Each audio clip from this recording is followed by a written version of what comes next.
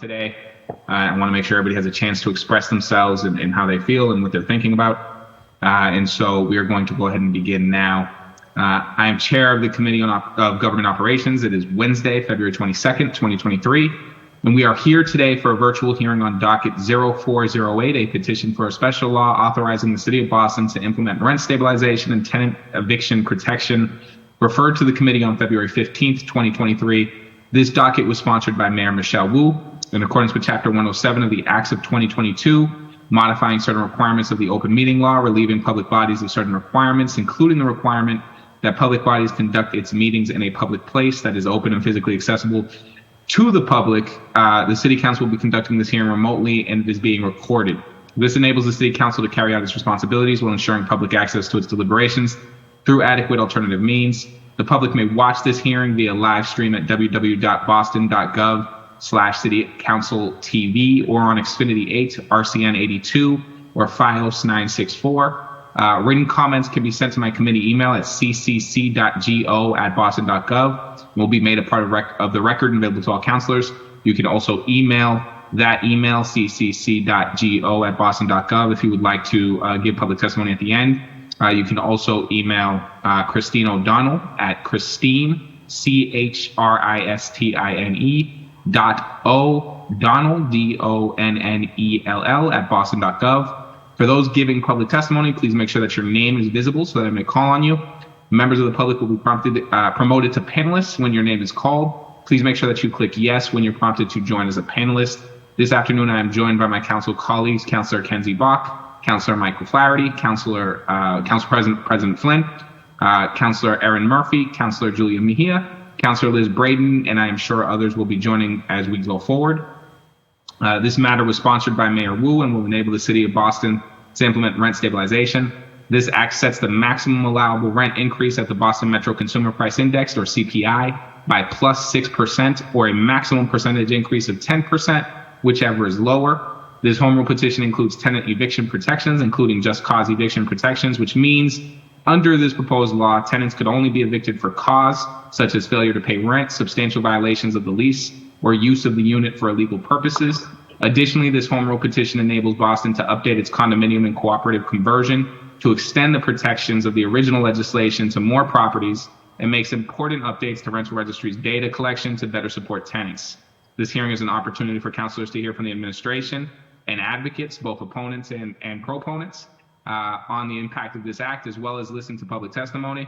This committee will be also holding a listening session on March 2nd, 2023 at 2 p.m. That will be a hybrid listening session. We will be in the chambers, but you can also join us virtually.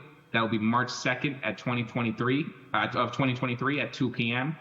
Where anyone who is wishing to make a statement or offer public testimony or additional public testimony can do so in person or virtually on the 5th floor of City Hall. As chair, I'm going to ask that we've been joined by Councilor Anderson, that my councilor colleagues try to, and I'm going to actually use a timer during this hearing for a lot of this so that we don't run longer than we have to here. We got a lot of hard stops. If my colleagues would like to make an opening statement, I'm going to time it so that we have exactly 3 minutes to do so. And I'm going to do it in order of arrival, which is Councilor Kenzie Bach, followed by Councilor Michael Flaherty, followed by Council President Flynn, and then we'll address the rest as we get there. I'd also like to thank Councilor Coletta and Councilor Worrell for joining us. I expect we'll likely have a full house, so I'm definitely going to be keeping this timer going. And I'm going to go ahead and hand it over to Councilor Kenzie Bach for your 3 minutes. Thank you so much, Mr. Chair, and I'll be briefer than that because I do see we've got many folks on the line. I'm glad that we're discussing this proposal. I think that it's super important in the city of Boston to remember that whether people can stay in their housing is what defines our communities. People are not widgets, and I've actually seen a lot of rent increases that are more than the 10% even cap that we're talking about here in my district in the last year. And it really reflects a potential world in which you've got real estate investment trusts just kind of, deciding this is the maximum that the market can bear, and you've got different tenants in an apartment every year. With less than 1% vacancy in the city, there's very little ability for us to stabilize our communities unless government steps in some way.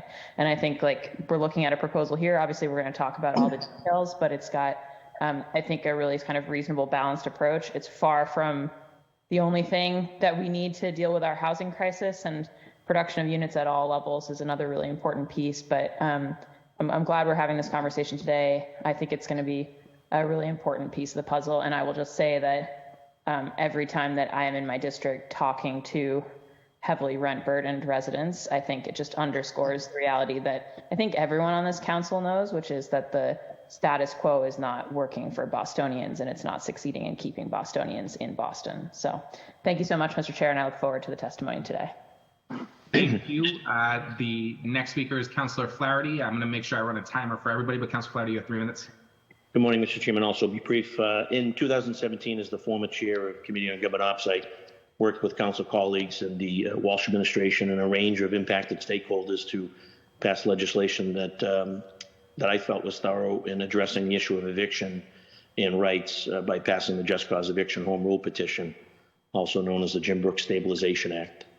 Unfortunately, the proposed legislation did not receive passage up at the State House, but a key piece of that process pushed us to be mindful of eviction data collection, of which the task of collecting such data would have been the responsibility of the Office of Housing Stability. And here we are 5 years later. So I really, the questions I'll be diving into is I'd like to know what data has the current administration used to craft this home rule petition, and the home rule petition also mentions the possibility of future ordinances, and why are we addressing such a major concern in a piecemeal fashion? I'd really like to dive in a little bit on my questions with respect to what future ordinances are anticipated if this secures passage. So I look forward to the testimony, and not a case of first impression for me here. I've been through, as you as serving as chair, Mr. Chair, I've served in that capacity and a number of capacities over the years on housing initiatives, and council gets them through, mayor signs them, and then they hit the brick wall heading up the hill. So I don't want to see us get all in a tussle and divided and have a big free for all when if there's not a likelihood of success. We should probably try to ascertain that sooner rather than later, and get something turned around quickly so that we can manage expectations on this one. My advice to you as chair, but appreciate you convening and look forward to the testimony. Thank you, Mr. Chair. Thank you, Councillor Flaherty, and thank you to both my colleagues for keeping them to 3 minutes. Council President Flynn, the floor is yours, followed by Councillor Murphy. Thank you, Mr. Chair, and thank you to the mayor's team for their work on housing stability issues. Over the last month or so, I have spoken to tenants, housing providers, activists, real estate developers, Boston residents on how we can support both housing providers and tenants while providing housing security to everyone. One common theme I did hear is, aside from limiting the amount of rent increase, I also wanted to highlight other ways to encourage housing providers to offer housing at an affordable rate. Namely, we should also think about having an affordable housing property tax exemption for property owners willing to charge reduced rental rates as well. Currently, Boston has a residential exemption for homeowners who own and occupy, but if we have 6,000 tax exemption for property owners willing to charge $500 a month below market rent, I think this would encourage many housing providers to provide below market rent, something we need, and recognize the housing providers who are already doing that. There's many of them that are doing that throughout the city. Money from the Community Preservation Act, the Neighborhood Trust, linkage money might be able to be used to offset this tax, possibly federal funds as well. I think this is a great way to engage Boston current homeowners to be more stakeholders by providing incentives to charge below market rents and provide the opportunity for affordable units to come online more quickly, as rental turnover in Boston is heaviest around September 1st. We're in an affordable housing crisis now. Increasing our stock, building more units, and affordable IDP programs are critical, but also they take years of creating proposals, community process hearings, permits, constructions, lotteries, and occupancy. This housing crisis also calls for creative solutions one that I just highlighted, to get more affordable units online more quickly in every neighborhood. And we could do this by this fall. In the final analysis, this proposal would provide much relief much more quickly in the next fiscal year, so many renters feeling the pressure across the city. It would also encourage housing providers to help their neighbors meet the high cost of living in one of the most difficult and expensive markets in the country. It would also reward those property owners who have been good neighbors by charging a lower rate for years to help families stay in the city. I hope we can consider this during this discussion. And like what Councilor Flaherty said, I would like to see if we're able to have an idea of what the State House would accept and kind of work backwards. So we're presenting them a proposal that we know that's going to get signed, instead of just sending a proposal up there that we know it's going to die up there. We should have an idea of what the State House leadership will accept, what they will sign, and what they won't sign, so we all can manage expectations. Thank you, Mr. Chair. Thank you, Councilor Flynn. Councilor Murphy, followed by Councilor Mejia. Good morning. Thank you, Chair. And thank you all the panelists. I know the administration panelists are here first. This is an important conversation. I am a renter in Dorchester. I know firsthand that the rising cost of rent has put pressure on so many hardworking people and their families across the city. I also am seeing firsthand with my young adult children that it's far more difficult than it should be for our young people and of all ages to afford rent in the city, or to even consider buying a home. And so for me, looking at the data and the history, and it shows that new construction and an increase in supply has been the best way to address the high housing costs. So like Councilor Flaherty said, I will look forward to this conversation and seeing what data did the administration use to create this home rule petition. And also knowing we do have other tools that we can use to, if it's increasing the IDP when we have new construction, and really looking at affordable housing and that vital need with the construction along our transit-friendly routes across the city. So the conversation is important, and would also echo, have we reached out to the State House? Do we know where they stand on this? Because I also know we've had many conversations that are necessary and important, but then go up the hill and don't come back the way we want them. So thank you, Chair, and happy to be here. Thank you, Councilor Murphy. Councilor Mejia, followed by Councilor Braden, followed by Councilor Tanya Fernandez-Anderson. Councilor Mejia, the floor is yours. Thank you, Chair, and I'll also be super mindful of time. I just wanted to uplift that I'm seeing a trend here. Having grown up in the city of Boston, when rent control was established, as well as when we had an elected school committee, it seems like a lot of those benefits and things that we're trying to reinstate now as a constant struggle to get to the things that I believe can help alleviate a lot of the tension that so many of our residents are experiencing. I would just kind of like to, as we spend some time together, really want to thank the advocates for getting us here, but there's still so much more work to do. Boston is incredibly expensive. It's actually the second most expensive city to live in for renters, and development is booming across the city, and we need more affordable housing developments, and this is an area that many of those who have been involved in the advocacy have been fighting for. With it says, new developments are exempt for 15 years in the mayor's proposal, and I'm just curious as to why. Development should also be accountable in the solutions around stabilizing the rents, and we want to understand more why 15-year exemption was proposed.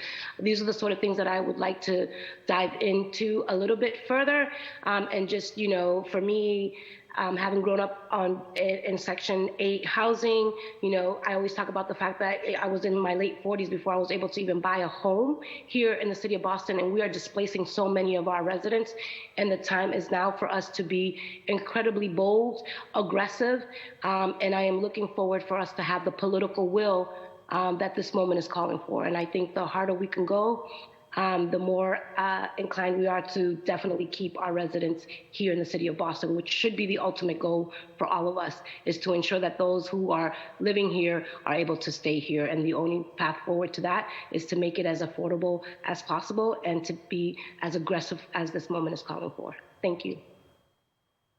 Thank you, Councillor Mejia. Councillor Braden, followed by Councillor Fernandez-Anderson.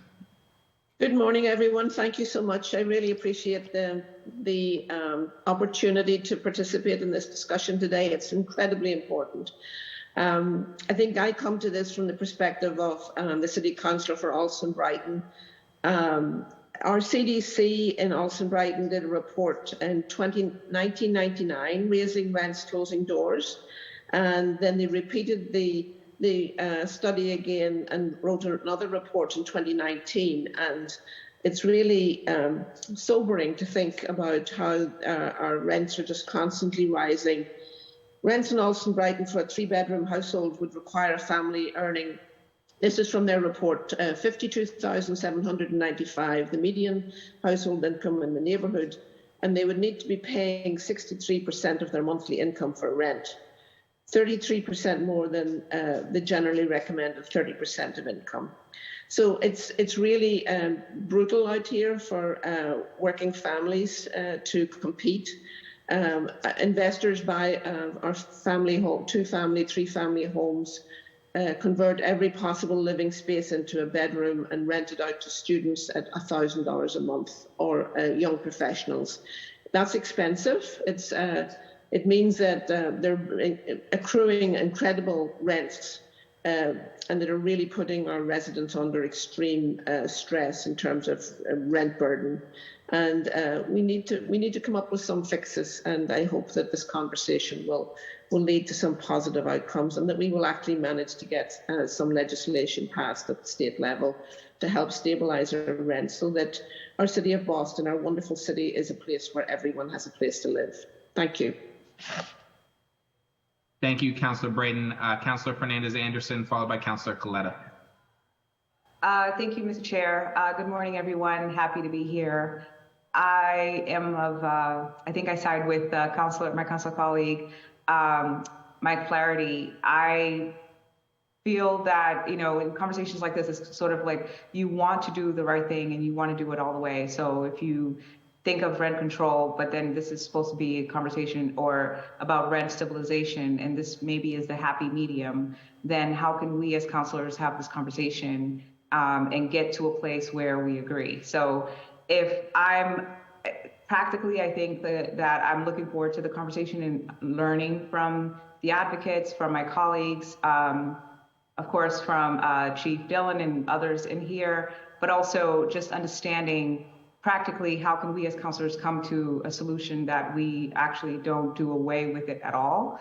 But if this is the happy medium, then how can we move forward in that decision? So just open to the conversation and listening, and hopefully we can come to a solution that benefits the community. Thank you. Thank you, Councillor Fernandez-Anderson. Councillor Coletta, followed by Councillor Worrell.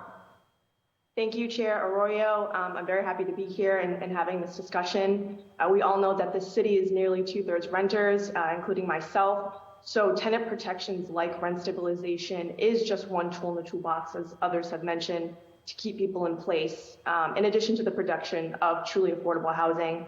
And as the youngest person on this council, I feel like it's very important that I bring this voice. I have only ever known a world without rent stabilization measures.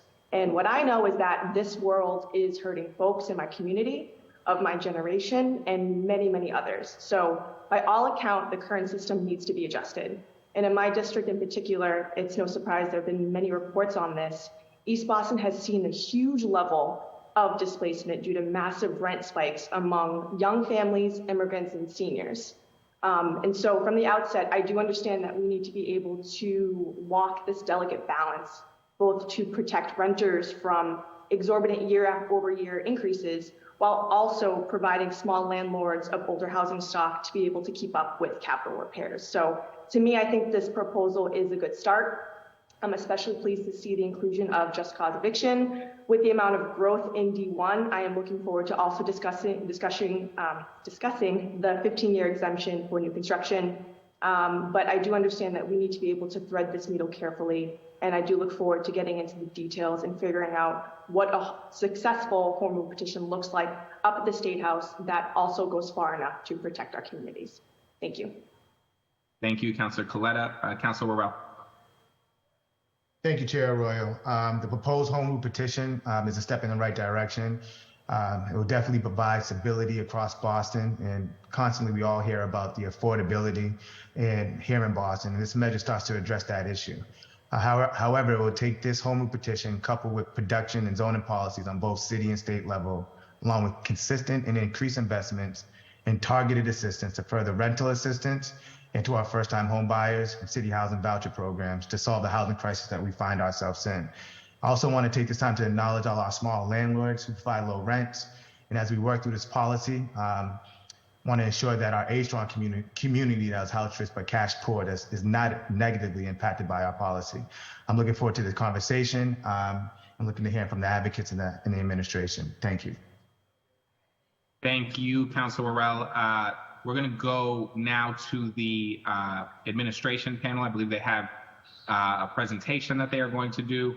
I will give my very slight opening statement on this, which is I recognize there's history to these attempts. I personally, before I was on the council, followed the Jim Brooks Act. I saw sort of the multiple changes that took upon appearing within the council, all of the different protections that it provided that were stripped out of there by the council.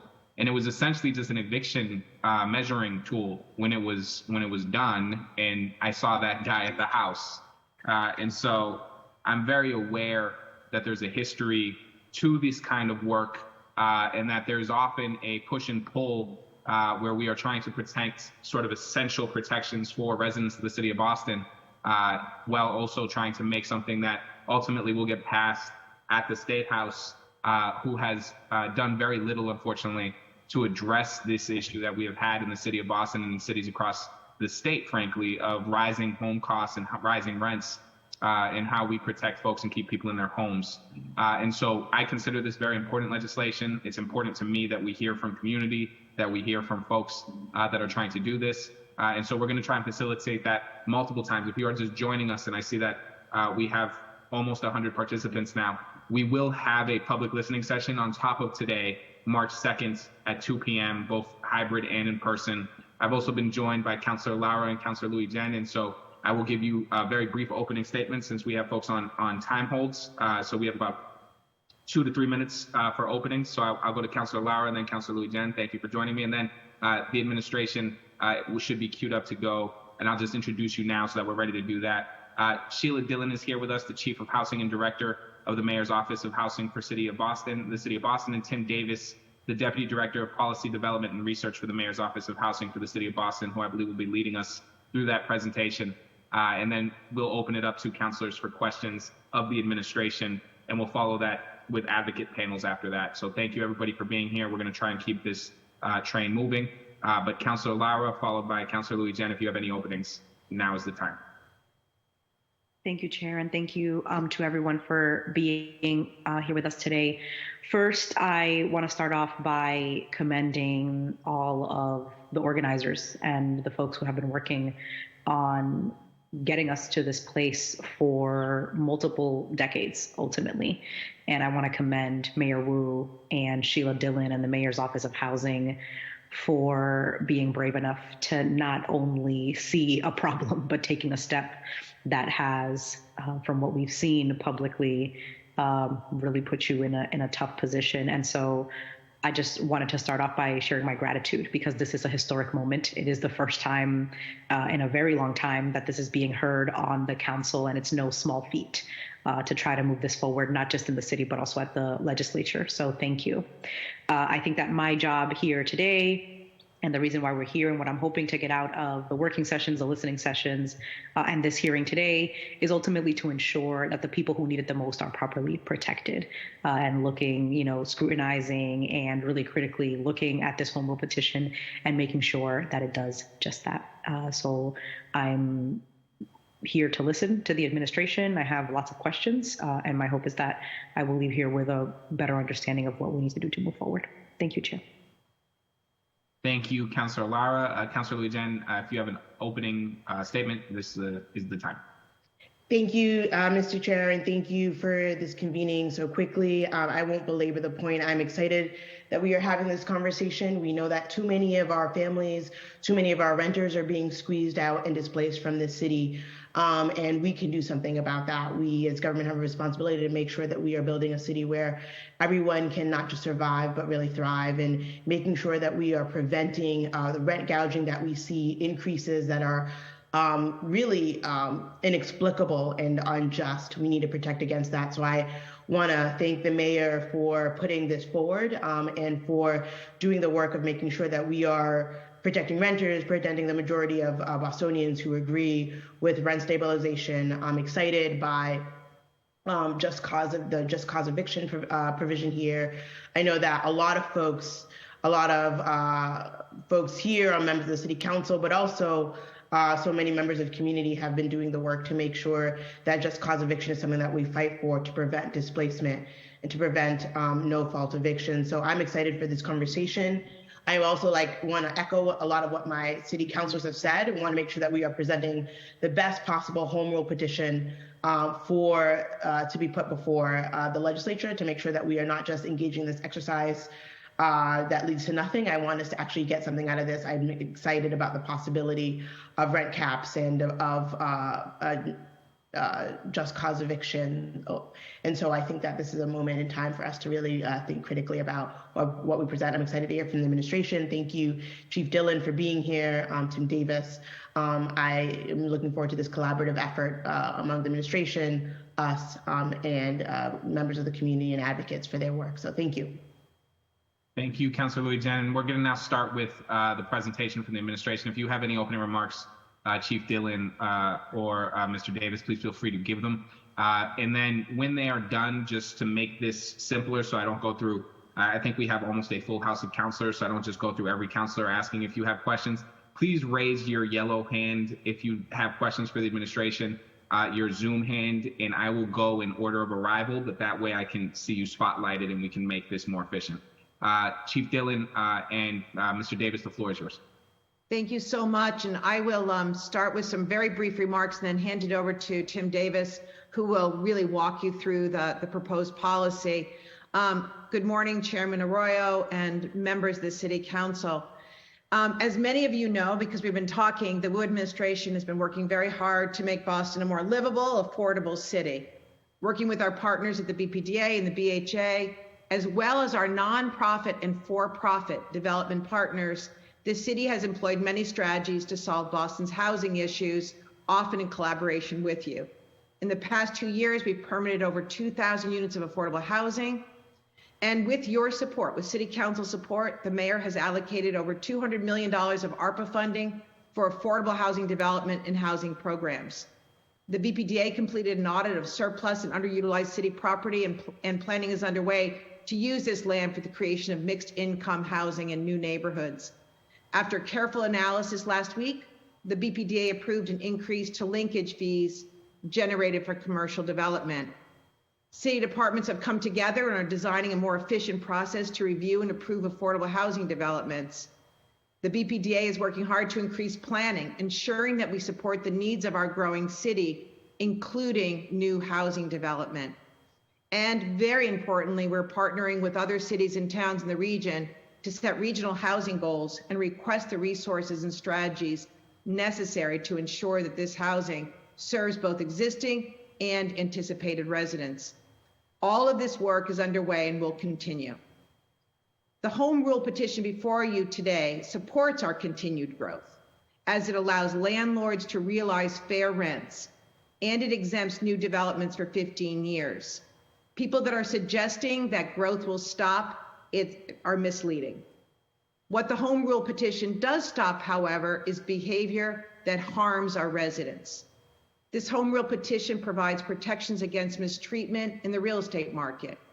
It would stop rent gouging and evictions when a tenant has done nothing wrong.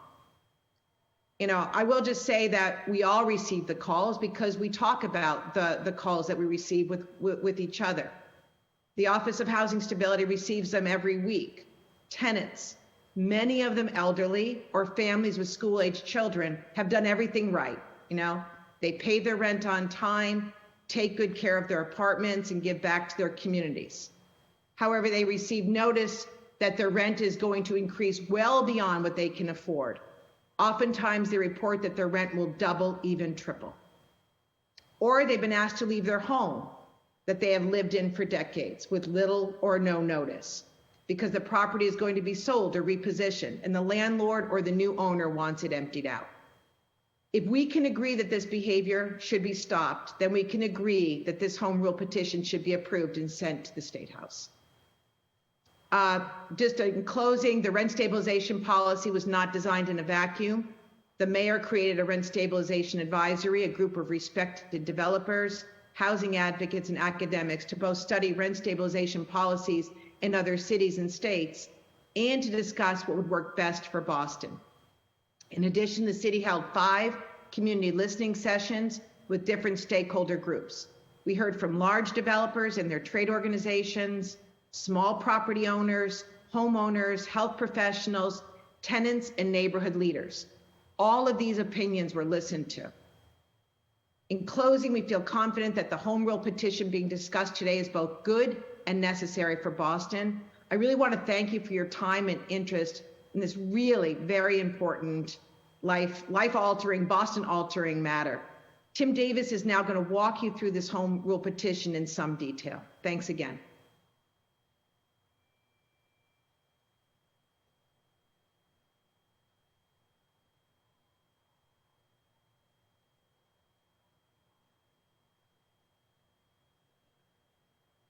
Tim, you're muted.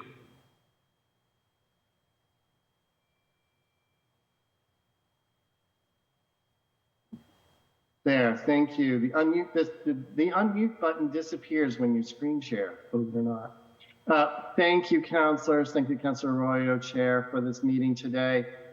This is a fairly short presentation that goes over the details of the home rule petition. There are traditionally 5 pillars of any rent stabilization policy. First of all is the choice of rent cap. How should rent increases be capped on an annual or multi-year basis? Exceptions to the cap. What types of expenses should be able to be passed through to tenants as exceptions to the rent increase cap? And should a policy allow a landlord to bank rent increases if they choose not to apply them in a given year? We have a market reset. Should the base rent level reset to market rate or some other amount when there is a change in tenancy? Exemptions, what types of properties should be exempt from rent stabilization? And administration, how should the rent stabilization policy be administered? We will also discuss some companion policies that are also part of this process. In turn, the choice of rent cap. We're looking at the consumer price index for the Boston region, plus 6%, not to exceed 10%. This proposal would place needed limits on rapid rent increases to protect existing tenants. From 2012 to 2021, average annual growth in the consumer price index was 1.9%. Given this history, the average annual rent cap would have been 7.9%, below our 10% top cap. Inflation was very high in 2022 at 7.1%, and therefore the cap for 2023 would have been our proposed overall cap of 10%. Exceptions to the rent cap or adjustments in the maximum allowable rent may be granted through a petition process on the following grounds. Tenants can appeal based on habitability concerns or changes in services provided to the tenant. For example, if the landlord had provided a laundry room and that laundry room was to be removed, that would be a change in services. Landlord's right to receive a fair return in consideration of the following factors: rapid increases in property taxes, maintenance and operating expenses, certain kinds of capital improvements, substantial deterioration of the rental unit, changes in the number of tenants, or changes in space or services provided. So in that case, if there wasn't a laundry room, but then they then provided a laundry room. We are also proposing through this home rule petition a market reset. The rent would be reset to market between tenancies. Although the new tenant will pay full market rent at first, the new tenant will then have the rent stabilization and just cause protections during their tenancies. Companion policies such as just cause eviction will also be needed to protect those tenancies. Exemptions. We're proposing exemption of 15 years of new construction. This is intended to not chill the construction market and make sure that developers continue to build. Owner-occupied properties with 6 or fewer units. Units where the tenant pays a set percentage of their income towards rent, either because they have a voucher or because they're in an income-restricted unit where that is also the case. Units in hotels, motels, or other facilities occupied by transient guests. Institutional facilities such as hospitals and dorms, and units where the owner resides as their primary residence and shares a kitchen or bathroom with tenants. This table just outlines how we gives us an understanding of exactly what percentage of units would be impacted by such a policy. We first exempt those buildings that are 15 years. Then we have the owner-occupied units, then rental units and owner-occupied small buildings, then public housing and project-based tenants and voucher holders. So total units that would still be covered is approximately 127,000 units, which is 41% of all units, but it's 55% of all rental units. Administration. So the home rule petition doesn't go into all the details about exactly how this would be administered. The home rule petition is intended to enable the city to set rent policies and to set up a rent stabilization system.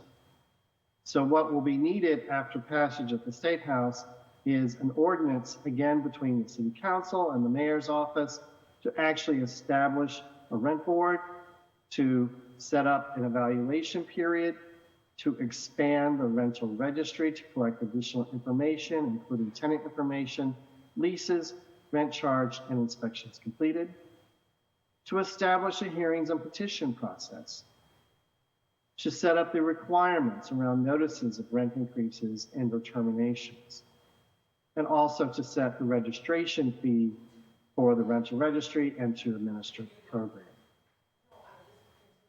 Companion policies that we're also proposing today. Inclusion of just cause requirement for evictions. This would apply to all tenants, even if they are not in a rent stabilized unit. Tenants may still be evicted for a number of reasons, including but not limited to failure to pay rent, substantial violations of the lease, substantial damage to the property, destruction of peace and quiet for other residents, and use of the unit for illegal purposes. We would also be enabled to set relocation fees for tenants who are in quote-unquote no-fault just cause cases, meaning there's an owner or relative move-in or demolition of the property. We would also be enabled by this home rule petition to expand our condominium conversion ordinance to make sure it is applicable to all property types and years built. Currently, the condominium conversion ordinance only applies to buildings with 4 or more units built before 1983. We would also be expanding the rent registry through ordinance. In terms of the next steps, we're very thankful that we're having the first City Council public hearing today, that there are listening sessions and working sessions scheduled, and this process may result in changes to the home rule petition, although we think this is a very good petition that will be most appropriate for the State House. The City Council would vote on this home rule petition. It would then be submitted to the Massachusetts State Legislature, who would be required by approval of the state legislature and the governor, although an override of a gubernatorial veto is possible. And then, as I said earlier, after passage, the mayor and council would work together to pass an ordinance implementing the home rule petition. That's the end of my presentation, so I look forward to your questions. Thank you to the administration for that presentation. At this time, I'm going to ask my colleagues if you'll just hit your Zoom hand to raise it if you have questions, and then I'll go in order of arrival. I see Councillor Bach has her hand up. You're also the first one here, which makes this very easy. Councillor Bach, the floor is yours. I'm going to put a timer for 5 minutes, and then you'll be followed by Councillor Flynn. Great. Thanks so much, Councillor Arroyo. Tim, thank you for that presentation. And I just had one, I wanted to ask about I know the 15-year new construction thing has come up as a question for folks. I mean, for me, I think it's really important for us to incentivize housing creation in the city. I think, as you know, came on the linkage hearing a few weeks ago to say that we absolutely need a different rate for lab, in part because right now everyone wants to build lab instead of housing. And we need to have people proposing housing projects. So I understand that. I guess I'm slightly curious about the look back, because when I think about the units that have been built in the last 15 years, it seems to me like for many of those units, short-term capital will have already exited. It's hard for me to imagine that people baked into their pro formas annual increases that are higher than what this policy would be allowing. So I'm just kind of wondering about 15 years in the from now direction makes sense to me in the incentivizing housing production perspective, but the look back in the same mirror image is what I had a question about. You're muted. I wasn't sure if Sheila was going to respond or not. She's leaving it to me. The 15-year look back was intended to be kind of consistent with developers about what we're looking at, was the reason for the look back as well as the look forward. And I do understand your point about whether or not that should be something that should be changed to just be looking forward. But that was kind of another way of kind of addressing like all the psychology of developers around how we might show development. Sheila, do you have more to add to that? The only thing I would add, Tim, is that it's important, we've learned from other jurisdictions, that we set the start of the oversight, the regulation back. Otherwise, we could see an increase in rents and charges as people get ready for a new policy. So I think there's some motivation to have a set date that is behind us. And not in the future.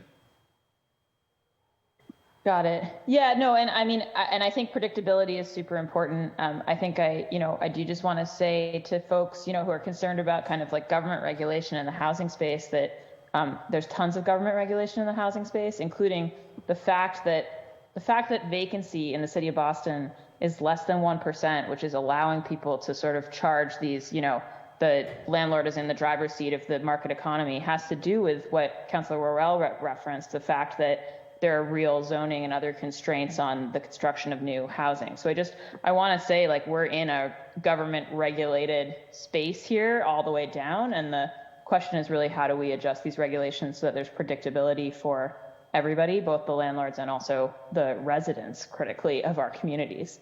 I've been talking a lot with folks about the fact that we talk a lot about the equity building values of mortgages, but the other thing about mortgages is that they give you predictable monthly payment schedules. And that's really what I think we need for our renters. So, Tim, I have more questions, but I know the chair is keeping a tight timer.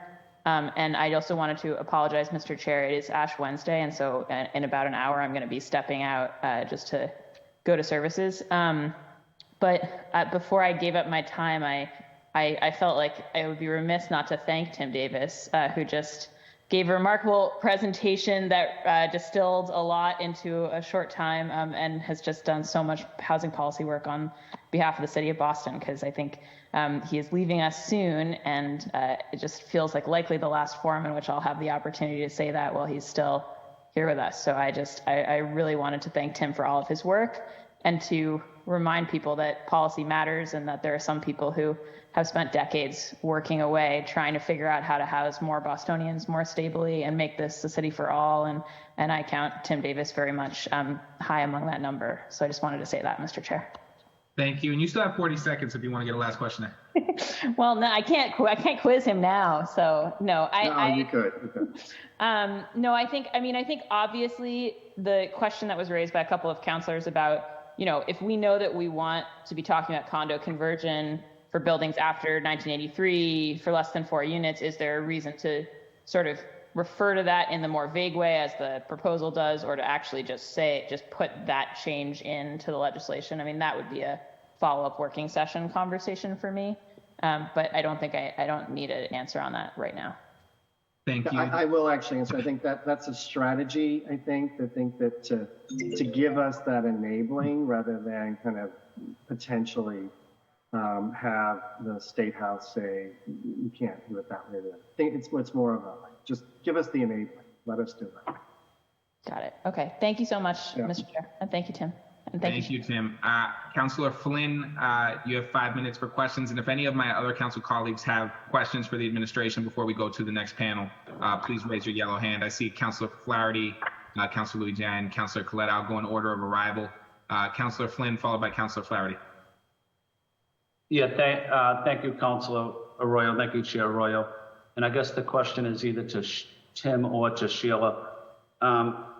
Just reading the document sent over by the mayor's team.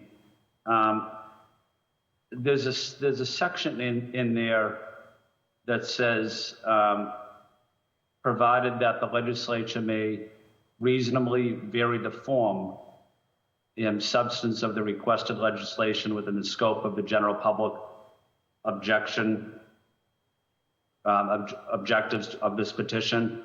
It's kind of on the first page. So when we send over a home rule petition to the State House, what can and what can't the State House do in terms of changing what we send over to them? Are they allowed to change the home rule to what they think is best for Boston? Are they allowed to change the language, or is it just changing like technical issues or spelling issues? But are they able to edit the document in terms of a housing perspective view on it?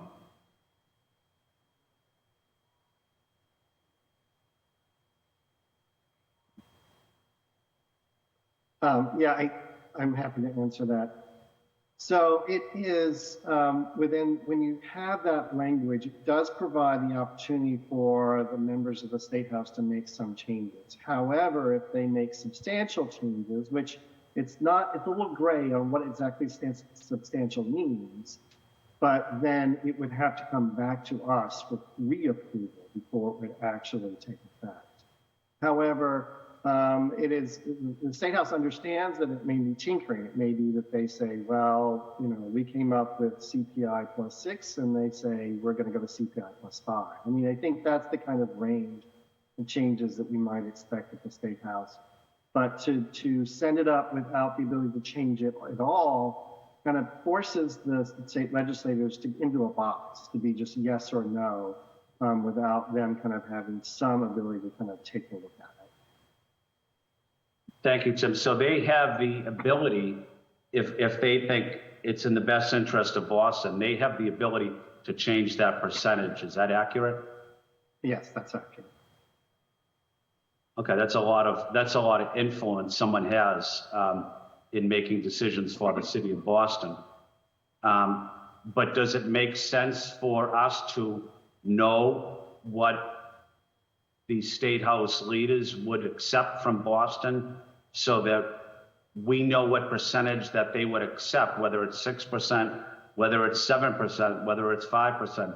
Do we know what percentage that is, so we can make our own decision about what we think is best for the city, and that it wouldn't be changed for us without our input? Counselor, we're having good conversations with the Boston delegation, and they're very interested in seeing what the home rule that comes up. But they'll have their own hearings. The whole state will vote on this. So I think it's impossible at this point in time to know exactly what they will and will not approve. Okay, thank you, Sheila. And my other question is, generally speaking, say it's 6% that we sent up. That's the language, and it's signed by the State House officials. How do we know at some point down the road that figure will not change? Does the city have the ability to change that figure at a certain point of time, at a certain point in time? No. Because it's so, and Tim, correct me if I'm wrong, because it is so specific in the home rule petition that it would require legislative action if we were to change the CPI +6, if that is what's sent up. Okay. And then other components of this get worked out with Boston through ordinance, but the CPI +6, or the amount that rents can be increased, could only be changed through going through a whole new legislative session and action. Okay. And Sheila or Tim, again, thanks for answering my question. I guess my final question is, in South Boston, I see a lot of landlords or housing providers renting out an apartment to someone in need at times. It could be a family member, it could be a neighbor, and they're charging a rent that's below market rate. I proposed a formula, or proposed something that would help that landlord keep that practice going, maybe give that landlord some type of financial assistance as it comes to property tax. Are we able to consider that as we discuss this home rule petition? Is this something you would support, Sheila? I think it's a good idea. This is Sheila Dillon speaking, and I haven't processed this with my colleagues. If it was tax relief, my understanding, Counselor, is that too would need legislative action.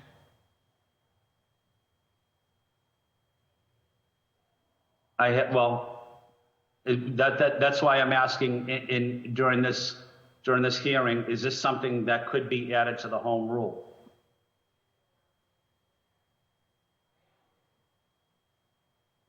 I'd have to take that back, Counselor. I think there's two things, should it or could it?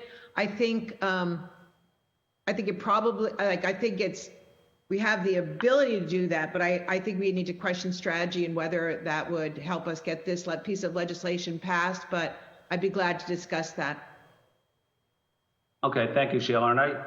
And just reading the documents, I read them very closely. The 6% plus the CPI, that seems somewhat reasonable to me. That seems like it's a compromise. It's based on studies that you've done. How likely is it going to stay 6% when we send it up to the State House, or do you think it's going to decrease that percentage? I don't have an answer. Maybe Tim does. I think that when things go up to the State House, the outcome, there could be different outcomes. They could say this seems reasonable, which I agree with you. I think it's a very reasonable measure, but the state could decide, the legislature could decide to change that, but that would be very substantial, and that would have to come back to Boston for our approval. Yeah, no, I meant the 6% that Mayor Wu proposed. Do you think it's likely to be 6% when the City Council votes on it, or do you think it'll be lower?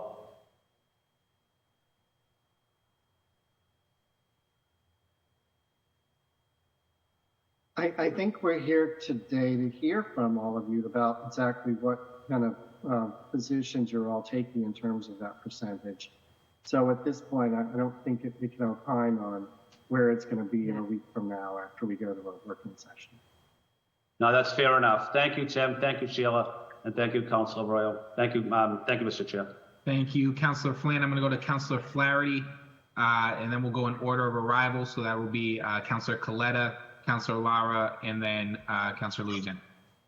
Thank you, Mr. Chair. Just to expand on Council President Flynn, recognizing that we do have a lot of good landlords in the city and not wanting to punish them, making sure that we have some maybe codification around where if they're renting below market rent, they're actually exempt from sort of the whole nuance of having to register and be involved in any of it. I would be supportive of something like that as a tipping our cap to those that have been good landlords in the city. And also to expand a little briefly on just want clarity in this legislation that any change in the percentage, I would argue, is a substantial material change, and that if there's any change in the percentage, that would have to come back through the process. That wouldn't be up to someone may say in the administration say, well, no, that's not a real big change. I would argue that any change in the percentage is a substantial material change, and I'm asking that be baked into this legislation so that any change has to come back through the process. It just can't be just one person making the decision as to whether they think it's a material or substantial change.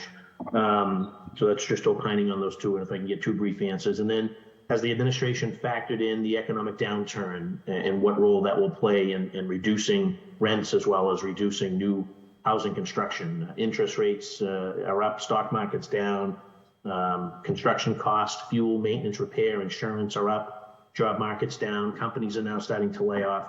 Has any of that been factored in?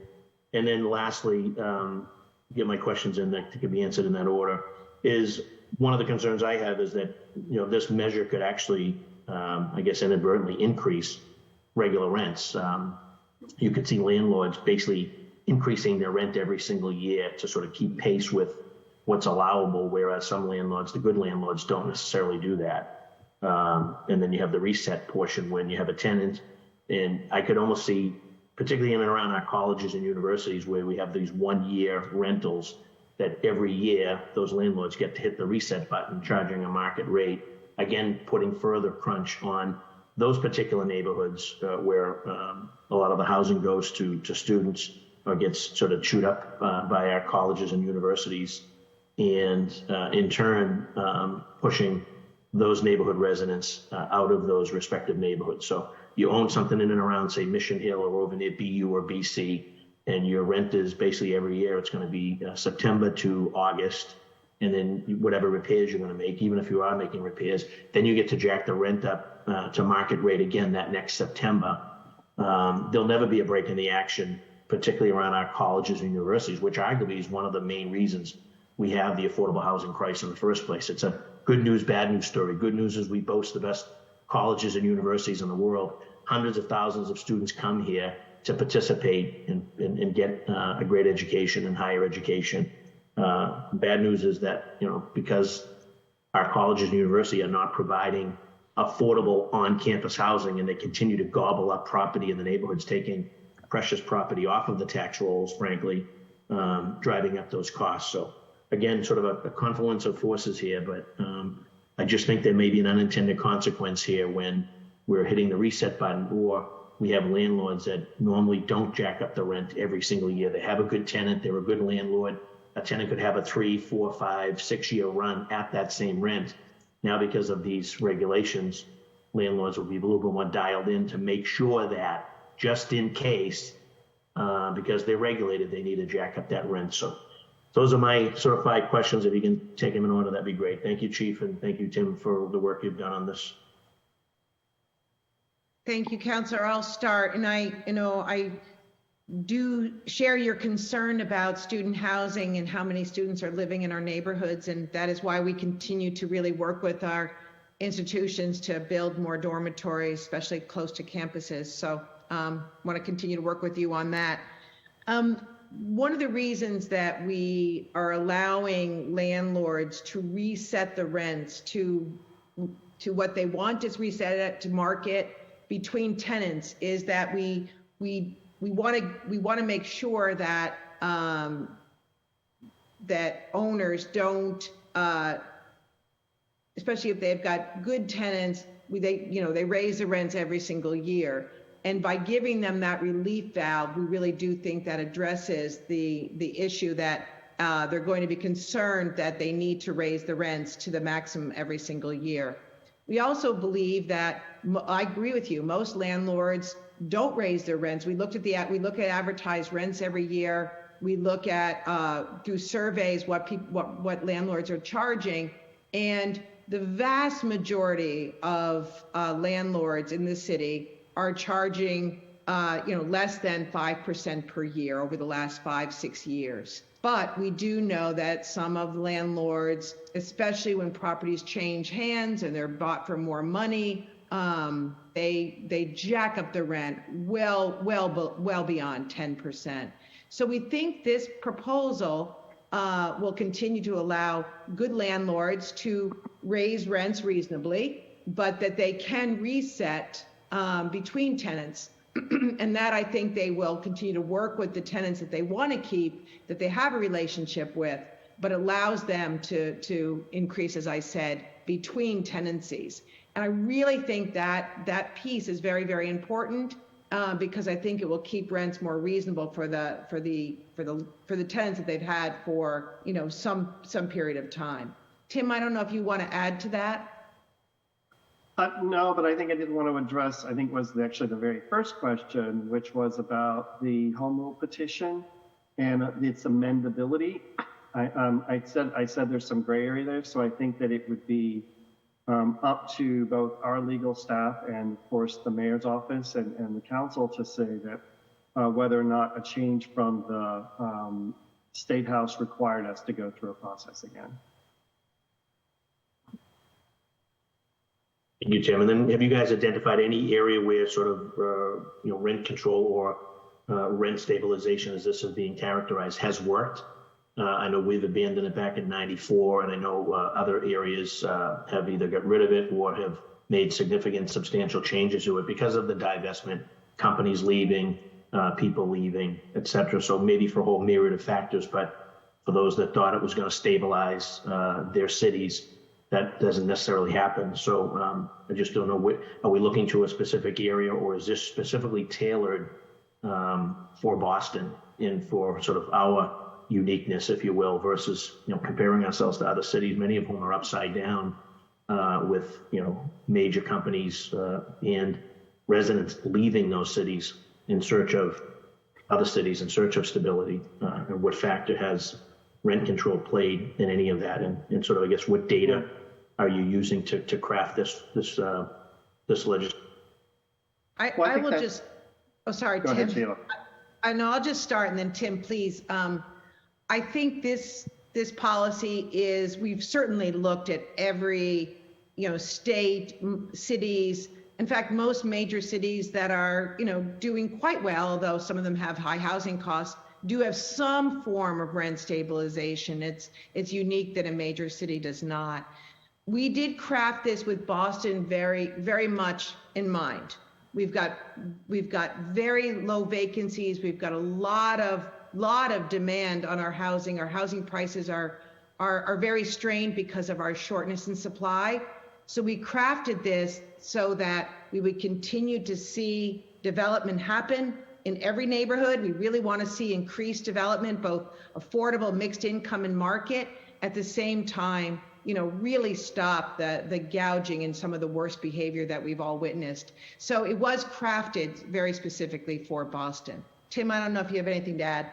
Yeah, I was just going to add to that many of the cities that have such a policy are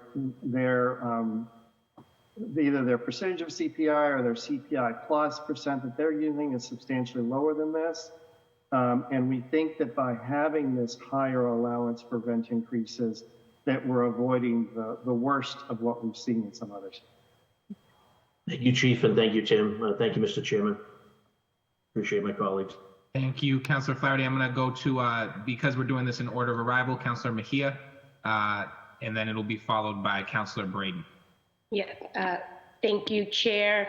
And I just kind of want to stay a little bit longer in some of the questions that Councilor President Flynn asked, and then just some of the response that we heard from Sheila. And I would just be curious to know what parts of the home rule petition are adjustable by the city without legislative action versus what would be set in stone. So if you could just provide some more insight.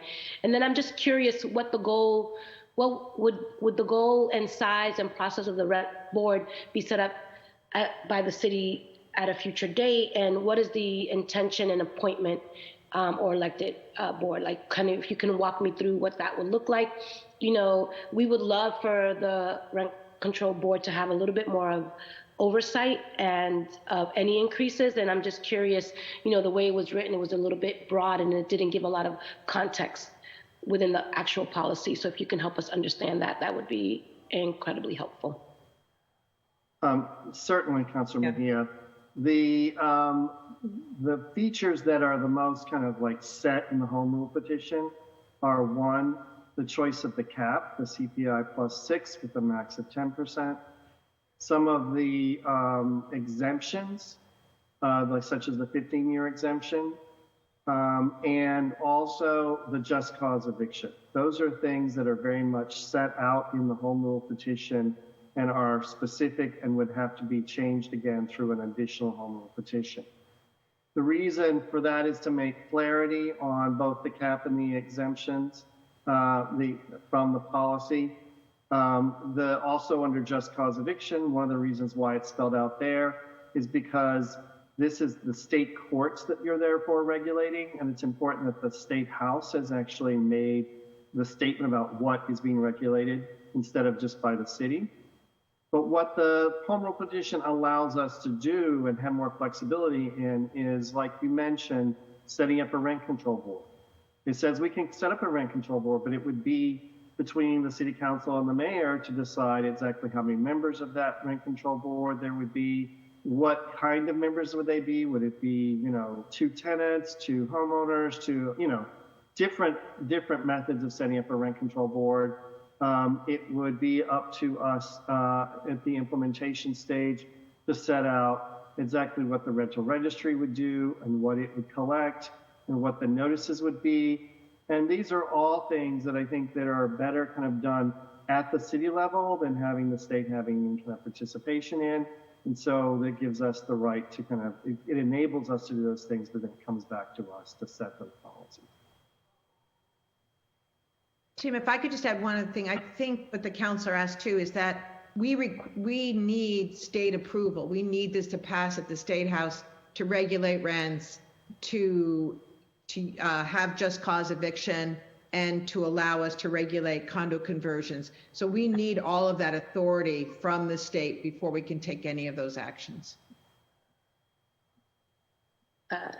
Thank you. Can you just talk to me a little bit about kind of what role, if any, community will play and to continue to kind of provide oversight as you move forward through this process? Like, what's going to be the checks and balances? Because, you know, sometimes I see legislation and you know, intention versus impact. Sometimes there's a disconnect. So I'm just curious, kind of how are you going to be measuring success? So it's not spelled out here because I think that'll be spelled out later when we get to the implementation stage. But the intent is that there would be study of the impacts of rent stabilization on our communities, and that would be taken into account for any either changes to how we implement it or any changes that might go to the State House for more dramatic changes to the policy.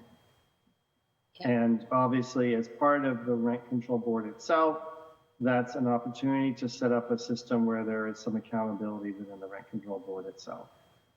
And I'm just curious, how are we, as you continue to navigate through this process, what are some of the provisions that you're putting in place to support our smaller landlords, our elders, and those who are already feeling the crunch? So kind of, can you walk me through what that looks like? Well, first and foremost, where we have proposed an owner occupancy exemption for properties up to 6 units. Also, we believe that given the size of the cap that's being, the rents cap that's being allowed here, that it will, for most landlords, that will be sufficient for them to be able to get what they need from a kind of what you call a fair return standard. But also, under any rent stabilization program, you have to have an allowance for additional ways for landlords to appeal to get a higher rent under certain circumstances. And that, again, would be spelled out in the implementation ordinance, how that would work. Yeah, thank you. And Sheila, Chief Dillon, wanted to just uplift that. I lived in a rent stabilized apartment when I lived in New York for 10 years. And that was what was able to keep me living in West Harlem for 10 years. And so there is something to be said about how other cities across the country have managed to keep rent control as one of the tools in their toolkit to keep people in stabilized. And I think that Boston, we are going back to the way things used to be, if you will, but the way things used to be really helped a lot of folks out, right? And so this is one of those things that we need to really uplift and understand that this moment is calling for us to be a little bit more, I'm going to end with a little bit more the way I started, more aggressive and a little bit bolder in pushing the envelope. If we're really serious about rent stabilizing and keeping residents here, then we need to be unapologetic about what this moment looks like and not just go in with what we believe the State House will approve, but I think with what this moment is calling for. And I think that these are the moments for us to not shy away from a good fight, if you will, because we've been at this for far too long. And I just want you to know that we need to be here. And then I just think that, smaller landlords will not be impacted because they are exempt. And I think that that's awesome. But I do know that our elders have been blowing up our phones, if you will, really concerned about how this is going to impact them. So I do appreciate you providing that insight here on the record for us.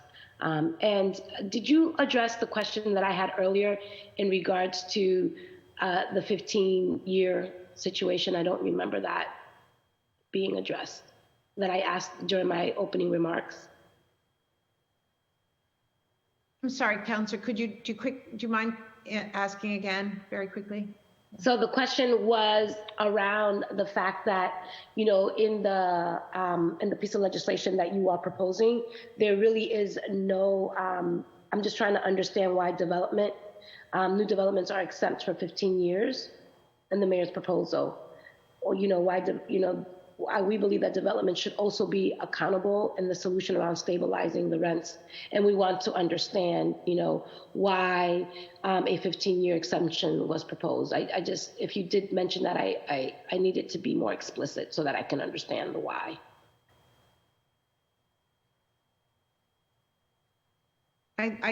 Tim, you start and then I'll finish. Thanks. Certainly. The reason why 15 years was proposed was in order to not chill development. And it is the timeline, in other words, what developers are looking for in their timeline is generally 10 to 15 years is what they're looking for in making their decision whether to build or not build. And so they would know that over that first period of the ownership of the building that this policy would not be effective for them. Right. Thank you, Councillor Arroyo, Chair. In the administration, I will not belabor the point or continue to hog up any time. There's a lot of folks who have their hands up. Thank you. Thank you. And I just want to remind my colleagues, we have multiple panels coming and we have community comments. So I appreciate folks keeping to the time as they have been. It's going to be Councillor Braden, and then we'll go down in order of arrival. We'll continue to do that. Councillor Braden. Thank you, Mr. Chair. The breakdown of the this is excellent, Tim. I really appreciate your work on presenting this spreadsheet. The one question we had really was: is it possible to get a better breakdown? It says the total number of rental units is 230,000, like 231,000 approximately. And that 40,000, around 40,000 of them would be exempt. is it possible, by our next working session to get a better breakdown of what sort of breakdown of those numbers, to get a better understanding of what type of housing units we're talking about? Is it single families, 2 families, 3 families, small apartment buildings, mid-size, or bigger apartment buildings of 100 plus? Because it's really difficult, because the tenancies and the ownership of those units will vary dramatically according to the size of the units, and it would be better, help us get a better understanding of what units we're talking about when we think about all of this. And then also, I'd really appreciate it if we could get some of that information by district as well, because none of our districts are. We all have such a varied sort of landscape when it comes to tenancies and types of rentals that we have. Some buildings like Alston Brighton, we have a lot of big apartment buildings, so it's a different sort of story than perhaps West Roxbury. So that would be helpful. And then I'm just curious about the issue about the 15-year exemption. Did you folks play around with the 10-year exemption on the 5-year exemption to find the sweet spot? Like, the 15-year exemption seems long from my perspective, but what did the 10-year exemption look like? And then also, landing on the price index plus 6%. How did we end up at 6%?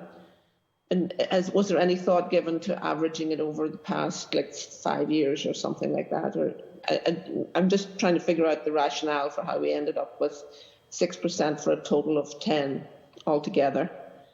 And so those are my main questions just now. Yeah, so I believe, and I'm looking at Tim and his team can hopefully get what units are covered and what units are exempted by neighborhood. So we'll work on that and get back to you with what we have. I think it's a very good question, CPI plus 6. And one of the main pieces of data and information that we looked at was, what is the market doing in neighborhood by neighborhood? And the CPI plus 6 represents a rent increase that is just more than what we've been seeing the responsible market do. Like, when we average what the increases have been, CPI plus 6 is slightly greater than, but we know it is less than when landlords, and especially when properties change hands, when rent increases get very, very, very large, when they double, when they triple, when they get much more than the tenants can afford. So we tried to we really tried to find the balance between allowing the market to proceed, allowing the market to build, encouraging new development and housing stock, while at the same time not going beyond what we're seeing in the market. Tim, I don't know if you have anything to add, but it was, so it's just, there's not an exact science, but we felt it was a very reasonable approach. But I think thank you, I think that answer completed most of it. I think the one part we didn't answer was as much about the 15 year. The 15 years, you might kind of say the 15 years kind of a standard practice amongst many of these policies. We have also seen 20 years. So we obviously looked at 20 years as well. So we'll continue to take into consideration whether a 10-year window would also be appropriate. And do you have information about turnover, like in this district? Like, I echo Councillor Flaherty's remarks about student tenancies and our colleges, that we have a turnover every year. Do we have some data on, like, just changeover of tenancies in different neighbourhoods? Like, I again think in a neighbourhood like ours, where tenancies change every year, it's just going to be a steady march upward in terms of the cost. And I know we talk about the market rate, but if every landlord does the same, then the market only you get the crowding effect, that everyone will end up doing the same thing. So that's a concern. It will just keep marching upward and not actually and incentivize further speculative investment in our neighbourhoods rather than actually saying, hang on a minute, housing's not a commodity that you can just cash in and make a huge amount of money on. That we have to try and stabilise and provide housing that's affordable for folks and have a predictable path so that they know that a predictable path of an increase of 10% when your earnings doesn't increase by 10% is not necessarily a very reassuring prospect. So in terms of data about turnover, it's fairly limited what's available now. There is the American Community Survey asks a question about whether you were in the same property the year before, which is kind of the closest thing that we can look at. I know that that's a fairly high percentage. I don't have it before me, so I'm not going to give you the exact number. It's fairly high percentage in student neighborhoods than it is in most other neighborhoods. The beauty of this initiative is that as we start to expand the rental registry and get more information from landlords, we will start to get more information about turnovers, and that will help us to understand the impact of the program as well. Thank you. Let's see. I think, how am I doing for time, Mr. Chair? You're at about 5 minutes, but I want to make sure that folks get their questions in if they have. No, that's fine. I'll hold my next questions, and thank you. Let someone else have a turn. Thank you, Councillor Braden. Councillor Coletta, you are next, followed by Councillor Worrell. Thank you, Chair. And I just want to thank Chief Dillon and Tim for your work on this. Tim, this is the first time that I'm hearing you might be leaving us. So just congratulations and thank you for your service to the city of Boston. It really is remarkable what you've been able to do during your career. So just wanted to say thank you. And in anticipation of this discussion, to start from a place of facts and data, I requested the estimated number of housing units covered under this proposal in my district. And you all provided a very thorough breakdown of new construction exemptions, number of units built before 2007, owner occupancy exemptions, and all of that. So just thank you. And I do appreciate the points brought up by my colleagues as it relates to student housing and turnover. I wish we had better access to data on that, but hopefully this proposal will address that. And then specifically as it relates to the 15-year exemption, I have concerns with waiting 15 plus years, and I've already discussed this with the admin, just because we desperately need stability now, and we have seen exponential growth within the last 5 years in East Boston. So I have requested additional data from the administration just for all of us to be able to review what 10-year versus 15-year exemptions look like, and to have those numbers updated to include projects in the pipeline, quote unquote, from LOI to COO that captures projects like Suffolk Downs. We have about 8,000 units coming down the pike. And so thinking about that long term, we really can't wait 15 years to have those sort of protections. So I do appreciate the back and forth, and I look forward to reviewing that data when it comes in.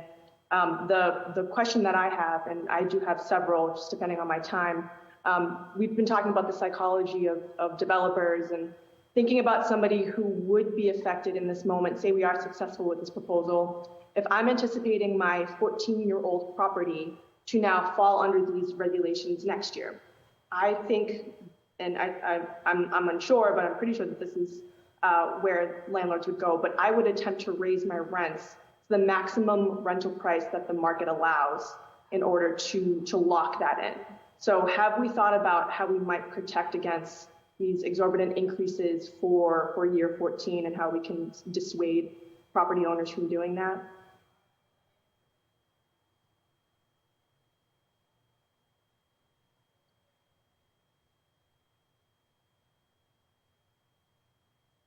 I don't think we've looked at a particular year. I understand your concern. Like in year 14, like what might we anticipate a landlord doing? I think it's an interesting question. I'm going to give it some thought. Tim, I don't know if you have anything to add, but I think we have been concerned that at certain points in time that that a landlord might look to, increase rents to the maximum they can. And that is why we've been interested in having, as I mentioned earlier, rent stabilization happen at some point, or be triggered by some date in the past, not in the future. But let me give that some thought. Would appreciate that question. Thank you. Thank you, Chief. I think the other part of this is that a large majority of District 1's housing stock is non-owner occupied properties with 6 or fewer units. I'm thinking about the triple deckers that we all know and love in Eagle Hill and Jeffers Point, those largely affected by the Blue Line portfolio, protected by the Blue Line portfolio rather. And these are tenants who are predominantly from our immigrant communities, and they need the protections more so than anybody. And so I do know that this rent stabilization proposal will not cover that, but it has been mentioned that the condo conversion regulations will capture this property. So for those listening in, can you describe what protections are allowed to us through condo conversion and how we can expect those tenants to be protected in the interim? Certainly, I think it's important to clarify for the audience and that I heard the question right, that non-owner occupied 2, 3, 4 family houses would be covered by rent stabilization. It's only the owner occupied ones that would not. In terms of condo conversions, we are aware that a lot of the condo conversions we see now are actually in 3 family houses. And the question around the condo conversions is also one is that we don't want owners of properties to convert their buildings to condos in order to get out of rent stabilization. And that's why absentee-owned condos are also covered by this proposal. So they would be covered as well. So that also lowers the reason why an owner might want to convert to a condo. But the condo conversion itself, currently the ordinance says that it is only for properties with 4 or more units that have been built before 1983. So that's a lot of buildings that are not covered by the current condo conversion ordinance. And the reason why it is linked to those dates is that is actually linked to the original the rent control laws of the 1970s and 80s that was not actually eliminated by the rent control vote in 1994. So that's why we still have that, but it needs to be updated to include those properties. And what tenants who are currently covered by the condo conversion ordinance, they get if they are low income, which means less than 80% of area median in this case, elderly or disabled, that they have a 5-year notice, and they also have a $15,000 relocation payment. And for tenants that don't meet those criteria, they have a 1-year notice and a $10,000 relocation payment. And that is managed through a permit process through our office and the Inspection Services Department. So we'd be able to expand that to all property types. Thank you for that clarification. And I know that my colleague, Kenzie Bach, had mentioned maybe putting some provisions directly into this proposal. So that's something that I look forward to talking through, and will reserve my remaining questions for the next round. Thank you, Chair. Thank you, Councilor Coletta. We'll be going to Councilor Worrell, followed by Councilor Lara, followed by Councilor Louisiana. Thank you, Chair Arroyo. Thank you, Chief Dillon. And thank you to Tim for all your years of service to the city of Boston. I have 2 questions. And my first question is, the whole movement petition is based on, policies from Oregon and California. Like, what were some metrics, data that we wanted to see replicated here in Boston that we saw going well in Oregon and California? And then my other question is there a possibility to put inside of this home rule petition a 2-year study, a 5-year study, just so we can analyze like the impacts of this policy on what's doing for fighting displacement and stabilizing communities, and see what it's doing on our real estate market.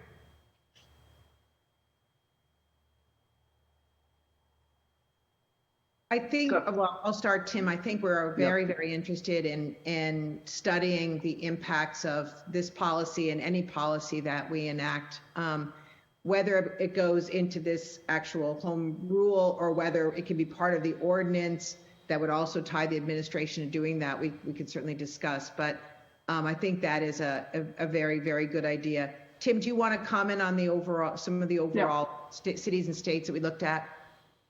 Certainly, and I think it's important to note that both the Oregon and California laws are relatively new, so we're still kind of like on a wait and see, but those were both also intended to be kind of like very broad anti-gouging kind of programs rather than the strict kind of, tight rent control systems that they have in some of their cities. So, for example, San Francisco's policy, which is an older one, is more stringent than the statewide. So that's why we were looking at those statewide policies seem to be more in line with our intent to address anti-gouging and the most extreme rent increases rather than tight control of the market that may lead to a lack of new development.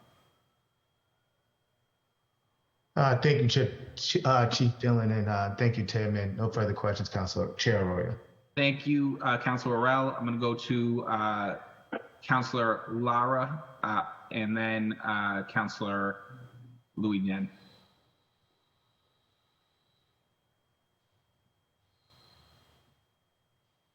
Thank you, Chair, and thank you to everyone for their questions. And Tim, thank you so much for your work. You've been incredibly helpful to me while I've been on the council, so I'm really grateful.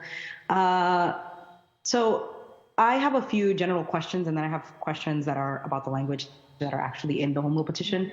Now, please bear with me. I have obviously spent a lot of time reviewing, and so my questions might be granular and trying to get us to the things. So one of the things that we've seen on the home rule petition specifically is that it allows for vacancy decontrol, and I think other people have asked about this already. And what that means is that landlords can set the rents at whatever rate they choose once someone moves out or is evicted. So basically the cap that we are setting only applies when a lease is being renewed. So can you talk a little bit about why we are going in the direction of incentivizing evictions and lease non-renewals with this home rule petition? Oh, please, Tim, go ahead. No, I was going to say that it's precisely because we want to avoid, evictions for really no reason at all, that we are including the just cause eviction protections and think that these are essential things to the policy to assure that there is stability for our tenants. We also, as a city, are supporting efforts to increase counsel for those looking at eviction. So it's kind of like that's one more effort that we're looking at that's outside of this particular effort to make sure that tenants get all the protections and the services they need to stay in their unit. So Sheila, you have more to add to it. I'm sorry, Sheila, go ahead before I ask my follow-up question. No, go ahead. That's fine. So in Section 3, where you talk about just cause eviction, in Section 3E, it specifically says that the owner shall not receive or recover possession of a leased unit within the residential dwelling unless the housing court has found. It was on the 4th and one's coming. Yeah, well, a lot of them have to wait. We're still, like, honestly, like they get the 48-hour grace and whatever. We've got to knock and say yes to others. Councilor Murphy, if you can mute, or if whoever's hosting can mute.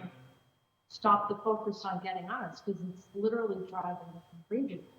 It wasn't. I was just walking out the door and one just asked. Yeah, we don't have one bar. So Allie. Whoever has host capabilities, can you please mute Councilor Murphy? All the time, actually. Thank you, Chair, and I hope that I will get my time back. And so in Section 3E, the tenant, it says that the owner shall not recover possession unless the housing court finds that the tenant who had written lease agreement which is terminated or is a tenant at will has refused a request or demand by the owner to execute a written extension or renewal thereof the lease for a further term like duration. And so this is the section that I have a question about. It says at a rental rate that does not exceed the percentage set by the city of Boston. So are you saying that if, let's say, a landlord wants to raise the rent to the 10% limit or whatever CPI plus 6% is at the time, and the tenant says, I can't afford that rent increase, that now becomes just cause for eviction?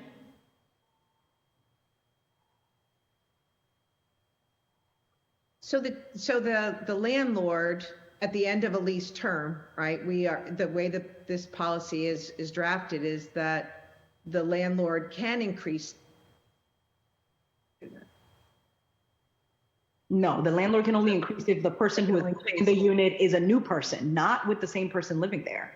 But with the same person living there, they can go up to the limit. But if I say I can't afford whatever CPI plus 6% is, and we're saying that we're using just cause eviction to protect people from being displaced, so that landlords can benefit from setting a new market rate rent, then you're creating in this section where the inability to pay for the increase now becomes a just cause for eviction. Not only makes that a moot point, but it also doesn't allow us to protect people in court.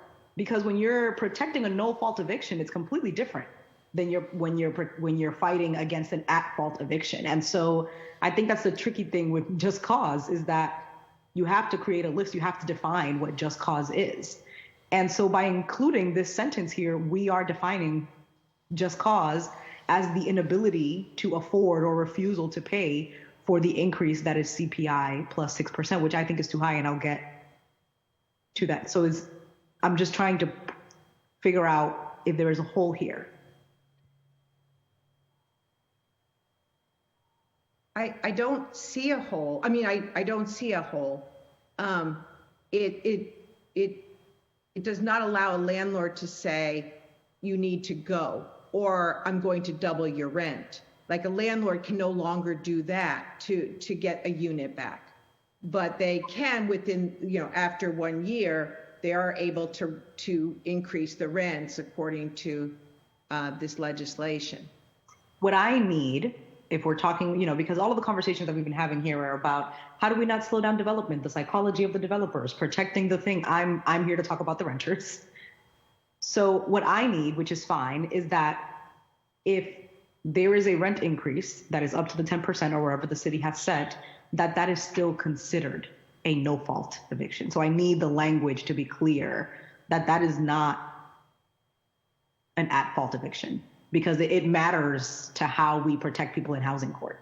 So this is not about arguing whether or not a landlord can kick someone out. It's about how we designate a no-fault versus an at-fault eviction when the increase in rent and the inability to pay the increase in rent is the reason why the tenant is not renewing the lease or can't renew the lease. Is that clear? Let me see if I can repeat it back to you, my understanding of what you just said. So you're saying that the just cause eviction section of the legislation would include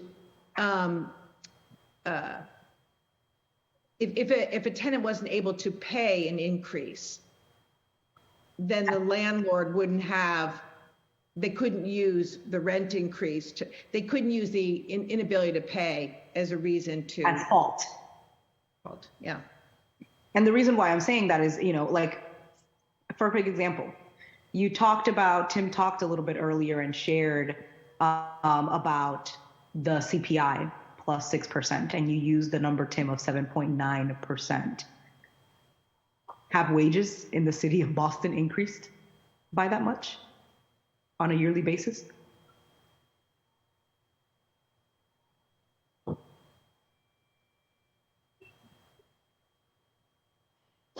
They haven't. I think, so I think we'd be glad to take that back to legal. I think I'd like to be able to process that internally and talk to legal as part of this process. Thank you. Okay, thank you. That's helpful. And so I want to go into the CPI plus 6%, and so I'm just going to move into the section 2, which is just talking about the local rent regulations. So I want to clarify the exemptions in section 2 first. So we're exempting owner-occupied properties with 6 units or less. Now, we often consider this to be protections for triple-decker triple decker owners, which I support, but still, I don't think that you can occupy two properties simultaneously. So under this legislation, does the landlord occupying one triple decker also exempt the second property? No, it would not. It would only exempt the property they actually live in. Got it. But if the landlord says owns a building with 6 units and lives in the building, then it does. Correct. Correct. Yeah. So I share similar concerns about the 15-year exemption as my council colleagues shared, but my question is focused on section 2(6), which will A6. Can you talk a little bit about why we're exempting conversion from one use to another? So like if a building was commercial and now is being used for housing, can you talk a little bit about what your considerations were in making the decision to exempt that? It's in line with the notion that we would, it's in line with the notion that we would exempt new construction because it also is very expensive to convert a non-residential use to a residential use. So that's why we included those conversions in the exemption. Got it. So you're considering conversion from one use to another as new construction, and that's why it's included there. Correct, from non-residential to residential. Now, if it's from rental to condo, or if it's some kind of condo conversion situation, that would not be a conversion under that rule. Okay, and now I want to clarify something for the record, mostly because I have issues with the CPI plus 6%, and this is the reason why. Now, Sheila and Tim, in your presentation, you shared, and the word that you used was slightly, that the CPI plus 6% was slightly more than the citywide average, or what we've seen the citywide average in rent increases be from. But from what I know, from 2007 to 2020, the citywide average for CPI was CPI plus 2%, which would be 3.9% per year. So a CPI plus 6% that would bring us to 7.9 is double, not a slight increase. In East Boston, the CPI was CPI plus 3% in terms of the average rent increase. That would bring us to 4.9% total. That's more than 80%. So when you say that CPI plus 6% is slightly more than what we've seen the average rent increase happen in the city of Boston, it's inaccurate. And not only is it inaccurate, it's inaccurate in the neighborhoods like East Boston where people are going to be impacted the most. It's actually far off. And I've said this to the administration, and I've said this publicly, and I'm going to say this here. We are not giving people a limit. We are giving them an allowance. When you present housing, and all of the conversations that we're having here today have made it very obvious that we're trying to protect profit while also trying to protect people's right to have a roof over their head. People are going to do what they can to make as much profit as possible. And so CPI plus 6% is not slightly more than the citywide average. It's double, almost double. From 2007 to 2020, it is almost double of what we've seen, the citywide average increase. And it's 80% more for places like East Boston. So for me, the CPI plus 6% is untenable. It's not a direction that I would like to move in.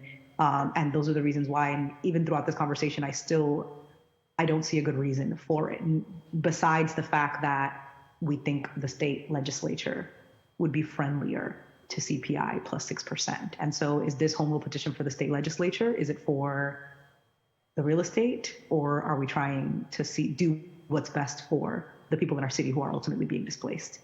And so that's less of a question. I'm sure, you're free to respond to that however you may, but CPI plus 6% is untenable to me in terms of moving this home rule petition out of the city council. Yeah, and I do appreciate your thoughts and opinions on this, Councillor. When I looked at the rents, I'm also including rents from last year, which, Craigslist had on average a 16%, other metrics have 12. So I was doing a slightly different average than you've been using, but I'd be glad to get those over with you. And I think, for myself, I think it's less for me and others than just looking at profit, and more about really wanting to encourage supply. because our housing, I really believe that while we need tenant protections and we needed them yesterday, we really do need increased supply against, a range of incomes, including market. So we do want to make sure that market housing continues to be built in the city. But I do appreciate your comments. No, I agree fully. And I think that for me, there are a number of provisions inside this home rule petition that help us do that. The 15-year limit, right? There's the exemptions, the long list of exemptions that we're putting in here, the 15-year limit. There are things here that are already meant to make sure that we're not depressing production, and all things that I am willing to be supportive of if the CPI plus 6% cap is in alignment with what we're actually seeing in the city. Like all of these things that I think are issues, right, that I have questions about, saying, hey, this is what we can get done, this is what's going to pass at the State House, I am willing to do that. But CPI plus 6% with all of the other provisions that are included in the home rule petition to make sure that we're not depressing development and construction is a bridge too far for me. And in terms of using the 2022, the rents up to 2022, in 2021 was the year where the city of Boston actually clocked in a decrease in the average rents. And part of that was because of COVID. And so when you're including 2022, I think we can assume that that is a year when a lot of landlords and a lot of developers were raising rents to try to make up for that lost revenue from the dip in rents that we saw in 2021. And so I'm not sure that it's even appropriate for us to use the numbers after 2020 because of how destabilized the market has been because of the COVID-19 pandemic. But I'm happy to talk more about that. The CPI plus 6% is really the point for me. It's really, really the point. And Chair, I know that I'm probably at my time, but I have one last question. Past your time, but I'll give you your one question. Actually, no, I will pass it on because I can ask Sheila. This was about the just eviction section, and we've already gotten to that before I got down my list, so I will leave it there. Thank you, Chair. Thank you very much, Councilor Louis Jen, and then Councilor Flaherty. If your hand is up for a second round, I will go to you. Thank you, Chair. And I want to add to the chorus of folks thanking Tim for all of your work on this issue and on so many other issues, and for your service to the city. We know that this work is not easy and that you're getting pulled from many sides when it comes to trying to craft what works best for city residents. And so I thank you. I also loved hearing that we are still going to be pushing for right to counsel. As an attorney who has spent a lot of time in Boston Housing Court trying to protect tenants from evictions, I think it's incredibly important that we sort of try to balance out the powers asymmetry that exists in housing court when it comes to landlords who are often well-resourced with attorneys and with representation versus tenants who are not. And I say this as a daughter of a landlord who is not well-resourced, who only has one property, or childhood property, but know that in general, that our tenants are really tend to be at a disadvantage.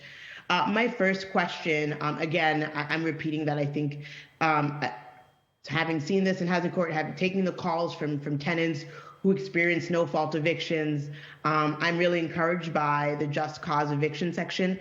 I do have a question about section 3I, where it says that, where it puts out the exemptions for just cause eviction, and it says that where the owner seeks to recover possession for any other just cause, provided that his or her purpose is not in conflict with the provisions and purposes of said chapter 93A of this section. So 93A being unfair and deceptive practices.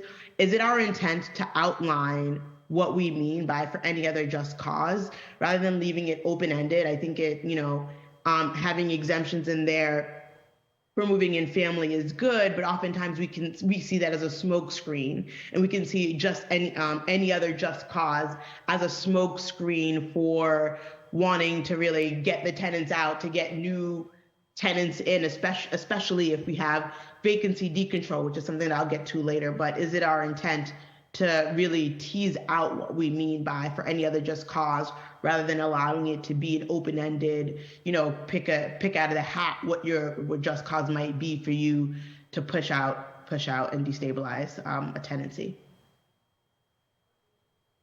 Tim, I don't know if you have anything to say here, but I was rereading this morning. if it's okay with you, Counselor, I'd like to talk to legal about this particular clause and get back to you all. I mean, it is important sometimes to have general language in, but I understand that also can produce worry. So if it's all right with you, I'd like to talk to legal counsel here about this particular clause. Thank you. Tim, I don't know if you wanted to hop in. No, I agree with Sheila on that point. Thank you. Thank you. Yeah, I just don't, you want to make it flexible enough, right? But you also don't want to make it too flexible for folks who are creative and have money to think about what are other causes that they can't say isn't a just cause for me to get people out. So I just want I want to ensure that we're being really careful there. But I think that we could tease that out to be more protective of tenants. My next question, and I think Councilor Bach asked this and it's been repeated. I think that this is just one of the things that we need to do to make sure that we are protecting tenants and preventing further destabilizing of our communities. It is not the only thing that we should be doing. We do need to be make sure that we are encouraging more production of housing, especially the production of affordable housing. I think that also oftentimes gets lost in the sauce, right? The type of housing that we want to encourage is ones that our residents, our Bostonians, our working class residents who haven't seen increases in their wages, who are often the victims of wage stagnation. How are we building housing for them? So I want us to encourage that. The 15-year going forward, to me, that makes sense. And Sheila, you and I have already discussed this, and I think Tim as well. It's that if you could provide more clarity around why we need to have that 15-year looking back, because to me that is a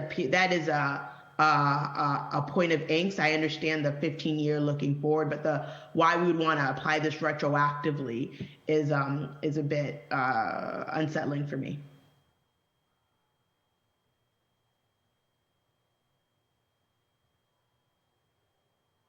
Hear you. I think that is something that we've heard a lot today. So I'd like to take that back as well and really look at it. And I can't agree more with you about the production of increased, housing, especially affordable housing. And I think we're doing pretty much everything that we can, making land available and money available and trying to get transfer fee passed for those additional resources and taking units out of the speculative market, et cetera, et cetera. So we're just going to keep at it. But, I think we would all agree until we can build enough affordable housing or housing at every level to house our residents, we really do need some common sense protections for our tenants. But I would, if it's okay, I would like to, just really take this 15-year look back issue back to the internal team and get back to you and Councilor Arroyo. Thank you. And I thank you because I know this is something we've discussed before. And I just think if we are going to offer it to the public as something that we want in this home rule petition, I think that we need to just have our whys need to be stronger than I think they are right now.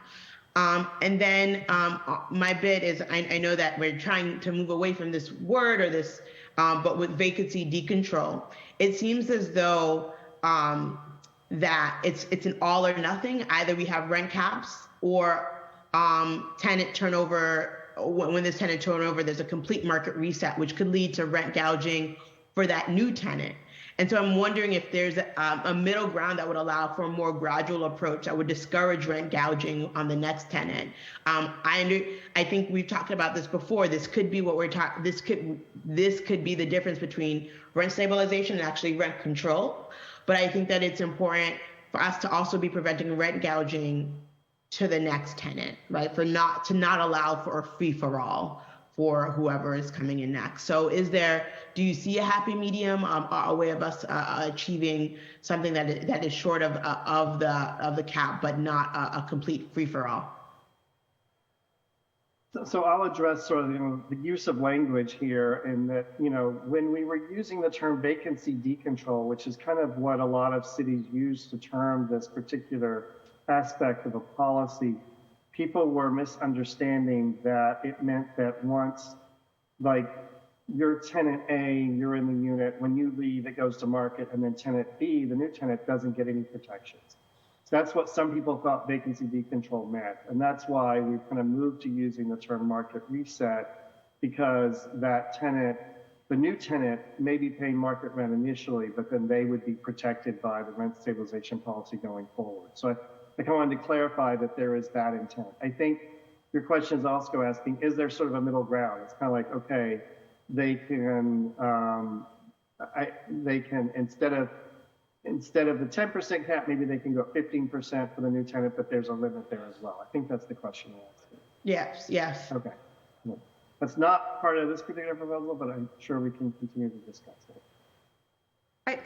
The only thing I would add is that I think a new tenant coming in and looking for an apartment, right, they're going to look for something that they can afford. And a landlord is going to take them in with some analysis they can pay the rent. So there'll be other units. We're building a lot of affordable housing. There'll be other units, and if that unit isn't affordable to them at that moment in time, they would seek other units that may be. So I feel like when we use the term rent gouging, it's more about existing tenants, at least in this legislation, than it is new tenants seeking a new apartment, a new opportunity. Yeah, I understand that, Chief. I'm concerned about sort of what a landlord may try to do to sort of maximize the rent if they, for example, were not content with the rent that they were receiving. And I mean, if we let the market just play out, right? This is a market intervention because what's been happening on the market has been squeezing too many of our families and pushing too many of them out. And when you allow for an area that's not regulated, we may see the same things that we've been trying to dissuade, that this policy is trying to dissuade, just in the 45% that's not protected by this policy. So it's a concern of mine that I just wanted to put out there. I guess, Chair, do I have time for another question? Yeah, I want to make sure we have the administration, then we have a couple panels, and then we have folks coming in from a community standpoint of that. If you have questions for the administration, because they are here before us now, I want to make sure folks have the ability to ask those questions. I will be very brief in my questions, and I see that we have Councilor Flaherty for a second pass. So if you have a question, Councilor Louis-Jean, that you want to ask, please do. Okay, and then I'll let this be my last one because I want to make sure we have time for community advocates and others who have really been pushing on this as well. It's around this the CPI plus 6% limit. So based on the data that you showed, Tim, in the last 10 years, that cap wouldn't have gone above and beyond 8%. So under the language, it's whichever is lower at 8%. 8% or 10%. I think it was like 7.9%. Is there an example of a year in which, in recent memory, where the cap would have been 10%? Tim, I think you're on mute.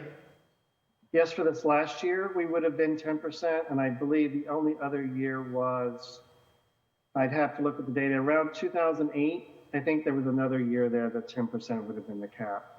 But in most years, it would be more like the 7 to 8% that we were seeing in other years. Yeah, so I think my question is the research that went behind that. And like for me, it's about what leads to a change in tenant behavior. What is the cliff point at which I, as a tenant, say that I can't afford this rent increase? We get these questions all the time. I get them all the time in my office. What can I do that I'm experiencing this rent increase, either as a resident or as a commercial tenant? And I think rather than just looking at what other cities and states have done, have we looked at what other like the actual numbers for our residents here in the city of Boston to see what is behavior changing and what is behavior altering, like what rent increase that is? Because it seems like our real policy and our real desire here is to have the ceiling be somewhere around 7 or 8%, or what we believe the ceiling will be is 7 or 8%. But we're putting in this 10% for reasons that, I'm not 100% sure about. So wondering if what is the data that went behind sort of this 10% ceiling versus an 8 or 7 to 8% ceiling Is it just we're looking at what other cities have done? Was it looking at sort of what wages are and what will alter behavior among tenants when they're deciding to either stay or leave and go to another city or another place where that has cheaper rents? Did we look at that? Tim, you can correct me if I'm wrong. You know, you have more of the data sets in your office than I do, but we don't have any data that says at a certain point, this is going to make a household move. And I wish we did. And if we have a better rental registry and we collect more robust data, then we can start seeing some of those trends. So we don't have that data. Like I said before, we did choose CPI +6 because it really reflected behavior and activity that was beyond the market, that was really very much, so we put it in a category of rent gouging. And it was an extreme. It was beyond, any things beyond that were really reflective of landlords acting outside the market and typically properties changing hands and speculation. So that is how we approach this. But I wish we had great data that we could say this would stop a trend, or this would keep people in their home, but that data doesn't exist. Tim, I don't know if you have anything else to add. I think that's the limits of data sometimes. We have very good data, but sometimes we can't collect what doesn't exist. Thank you. I appreciate that. I think we could probably learn a lot from housing court records, from different community organizations. I think that it could be really helpful for us to sort of know what is behavior altering. I know what alters behavior based on what I get, the anecdotal data I get from members of my staff who tell me that they're facing a rent increase, from constituents and residents who say, I'm facing a rent increase and I can't pay this. Again, like if we're thinking about rent stabilization and rent gouging, this, it makes the numbers more understandable. But if we're also thinking about at what point do people start to leave, I think that would be good. I understand we don't have that data, but it would be really good for us to have. So thank you for these initial questions. I'm gonna cede my time. Thank you, Sheila and Tim, for working so hard on this. And thank you, Mr. Chair, for allowing me probably to go over. I'm not sure, but yeah, you didn't give back any time. Okay. All right. Well, sorry. No, you're Lots fine. of questions on this one. So. I appreciate it. I'm going to go to a second round. I want to just get my quick question in because it might require, it's just one question. A lot of things that I had to ask were asked. It might take you guys looking some stuff up, but how many rental units do we actually have in the city of Boston, and how many rental units would actually be impacted by this legislation day one? Those are my two questions, just so we can get those numbers so I understand sort of what the scope of our rental units in the city of Boston are, and then how many are actually impacted by this legislation, because it has that 15-year look back, which I have the same concerns other folks have, but it also has small homeowner, like small landlord exceptions, and it has lived on property exceptions. So I want to make sure that I have some sense of what we're actually looking at from the scope of how many rental units we have in the city and then how many this actually impacts. So I'm assuming you might have to look those up. So if you can look those up. You have them. I have it, Counselor. There you go. So there's approximately 231,000 renter units in the city at this time. And of those, about 127,000 would be covered by the policy. That's 55% of all rental units. So basically, even with the 15-year look back, that's like going back in time and forward in time, right. Even with those exceptions, it's still only impacting about 55% of properties?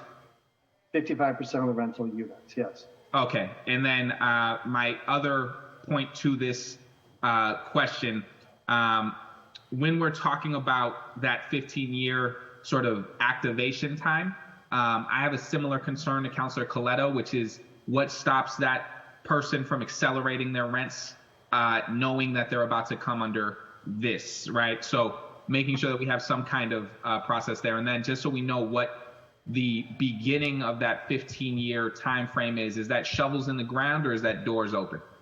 Doors open. Okay. Doors open. And so those are the questions that I have on that front. I'm going to do a second round now.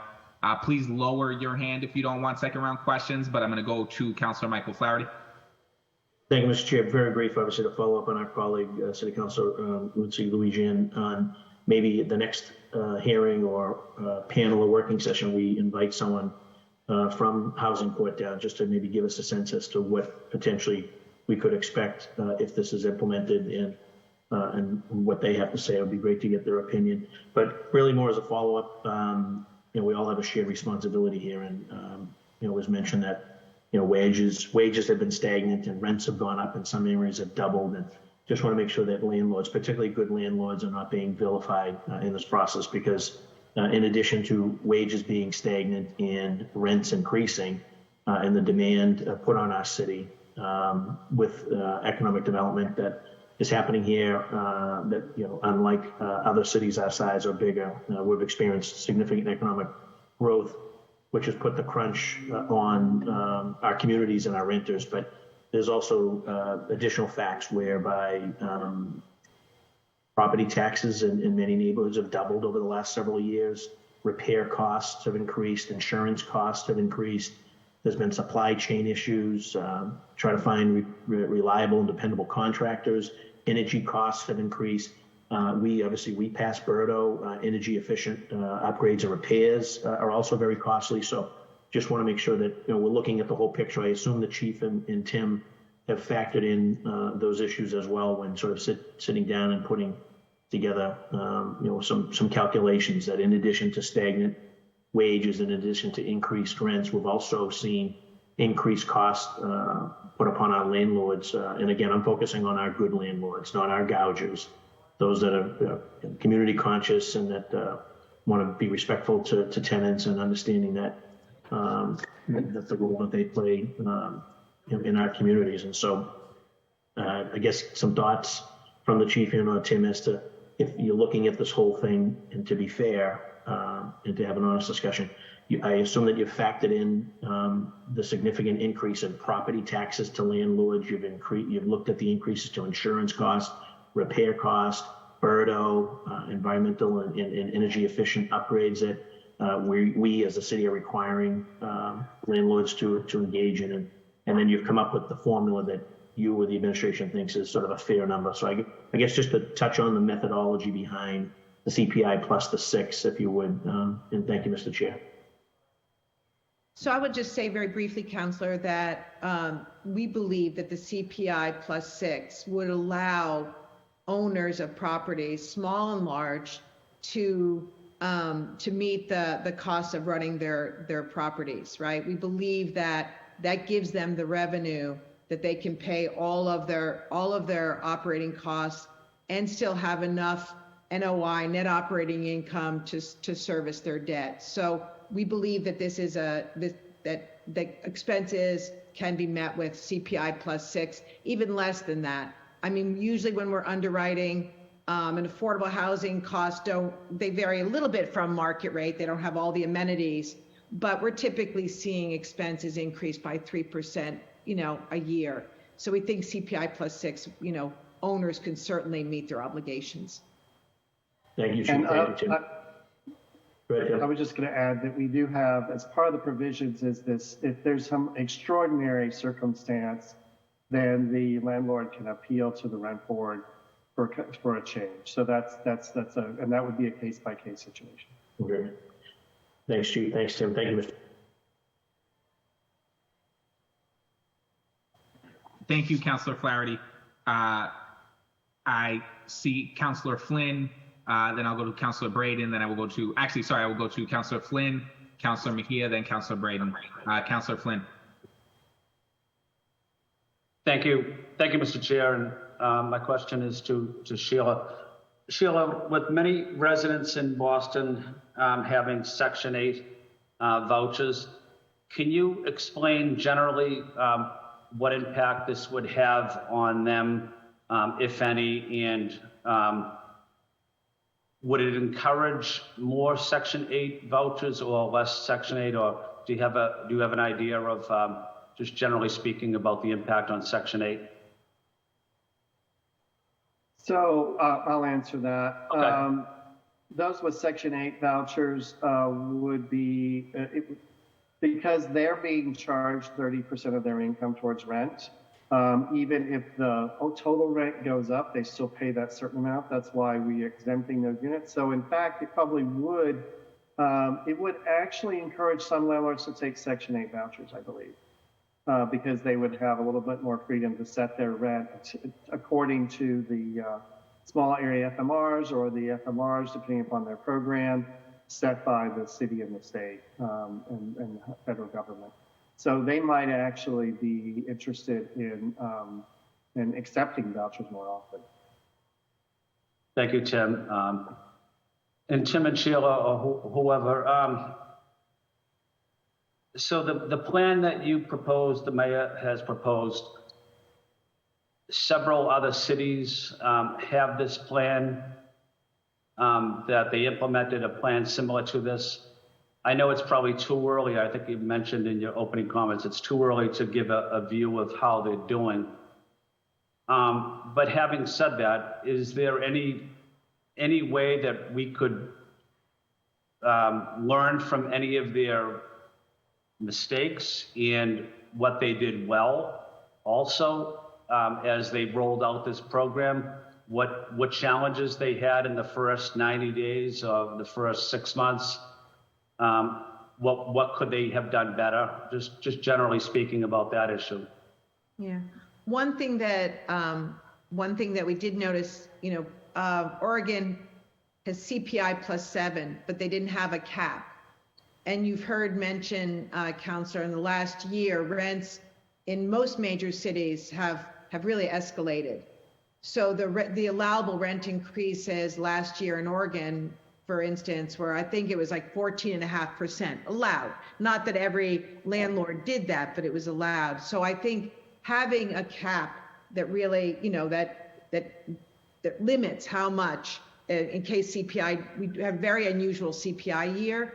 I think having a cap is extremely important. So that was one takeaway from Oregon. California, CPI +5, and it's a little more complicated than that. Many of the cities have really limited the amount that rents can be raised. And I think San Francisco is 60% of CPI, and they're seeing limited production. So there's never a perfect correlation between cities. They all have their own variables and their own set of economic conditions. So I think those are two takeaways. Oregon didn't have a cap. We are proposing one.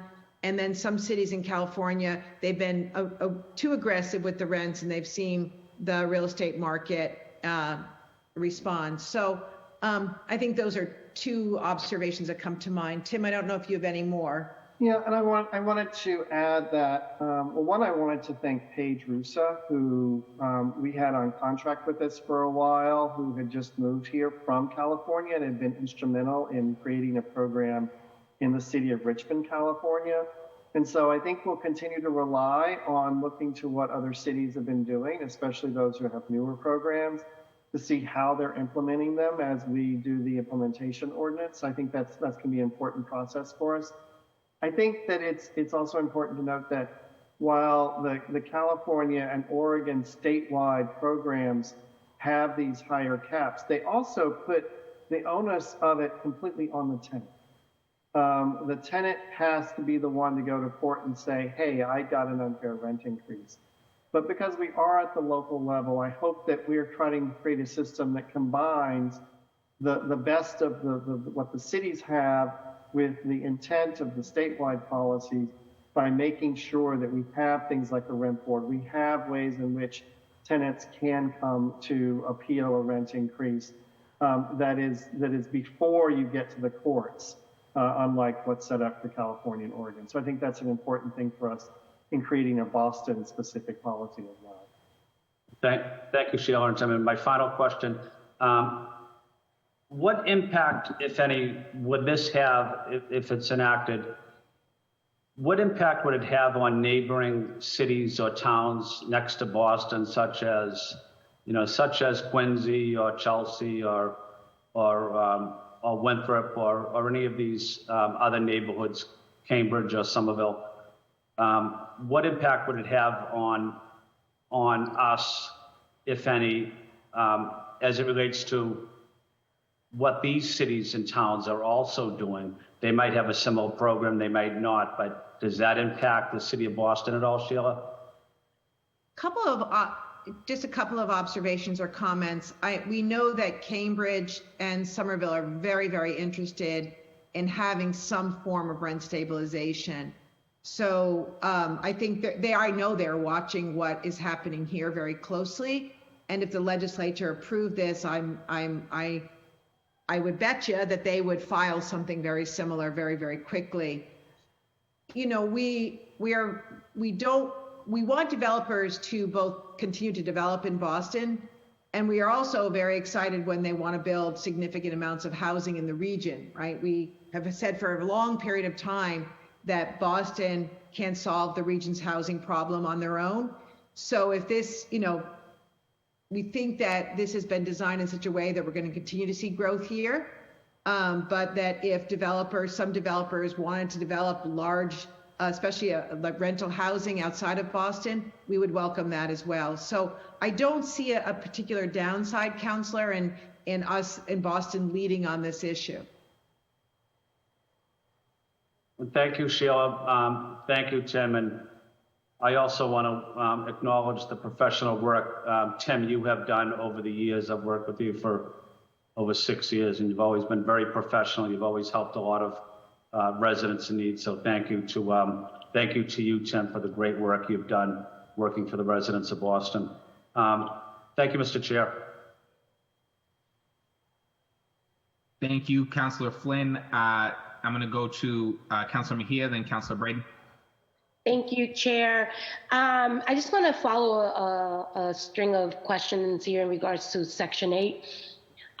You know, having grown up here in the city of Boston, I know those who have benefited the most, not just the people who are voucher recipients, but then also the landlords who actually don't even live in the city of Boston, but yet are profiting off of our residents. And I'm just curious, as you continue to go through this process, you know, what are we looking at when it comes to rent control caps for those landlords who are renting to Section 8? Because I know that they also drive the market. So right now you can get $3,200 for a 2-bedroom in Dorchester under Section 8, right? And because of that, then your next door neighbor who wants to be a good landlord is feeling that crunch. So I'm just curious what, if any, thought has been given to that as we continue to go through this conversation. And then I'm also just curious why we keep pointing to Oregon as an example. You know, Boston is already an expensive urban market, so I'm just curious, kind of like how we landed there. And as an FYI, that community in Connecticut is fighting for this and demanding a cap of CPI plus 2%, which is reasonable since that's the rate renters are growing locally. So I'm just curious kind of what reactions you have to that. And I also want to join the chorus of other folks, Tim, in congratulating you as you move on, and just thank you. In the 3 years that I've been on the council, I've learned so much, and really have grown to see you as a thought leader and someone who's deeply rooted in making sure that affordable housing is truly affordable to all. So I just want to say thank you for your leadership in that space. And before you go, I want to put you on the hot seat. Talk to me about these Section 8 landlords who are driving the market, and what that looks like, and how we're going to kind of really lean into this really difficult conversation. Many of them do not even live in Boston, but yet are profiting off of the rental market right now. Thank you, Councilor, for your compliments and your comments. I wanted to say that on the Section 8 side of things, I think that the concern about a Section 8 rent leading the market, and obviously I'm talking about what the landlord gets, not what the tenant has to pay.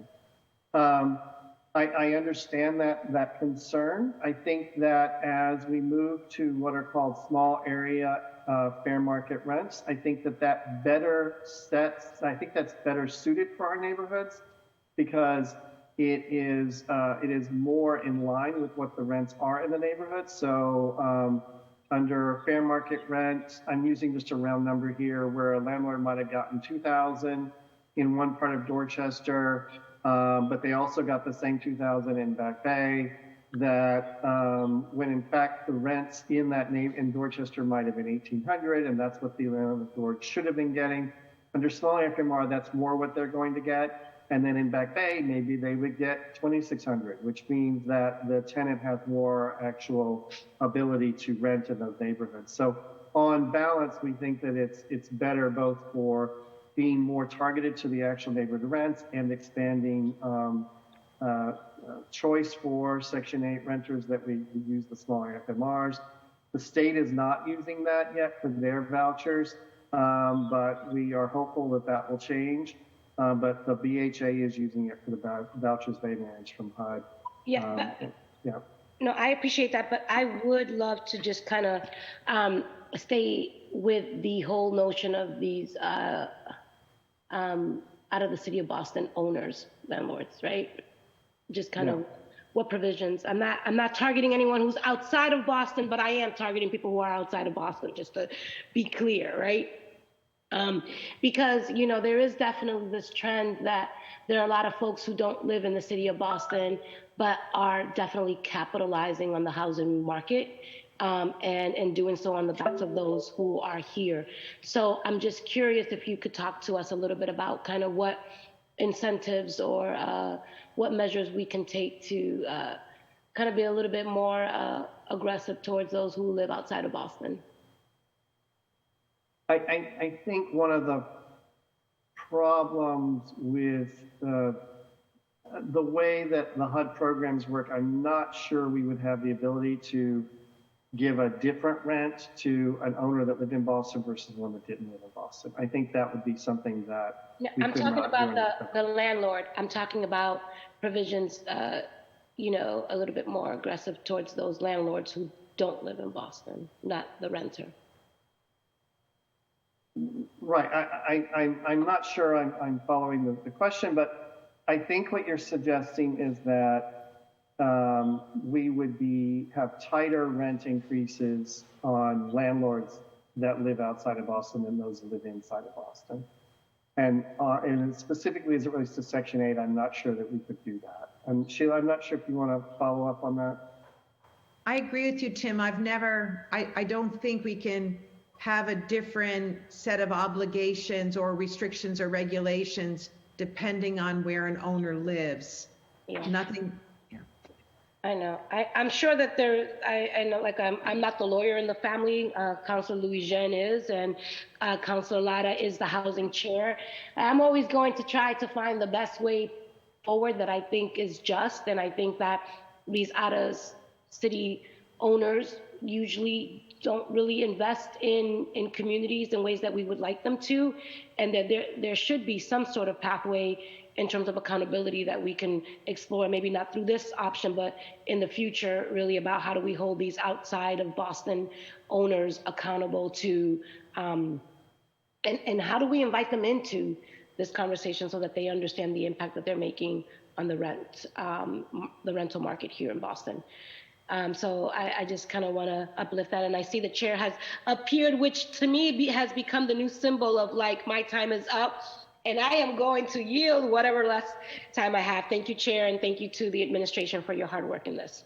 Theo, can I just add one quick comment? Because I think it's important, certainly to me and many of us.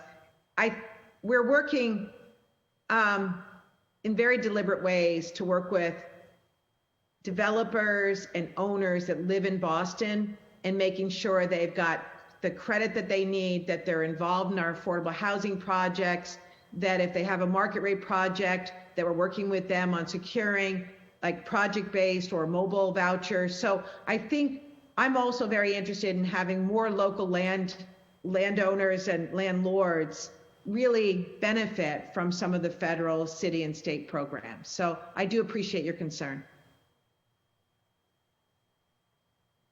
Thank you for that. I want to make sure folks are aware we do have several other panels. This is almost the 2-hour plus mark. And so as we go into this, I think that I have one more person for this second round, which is Councilor Braden.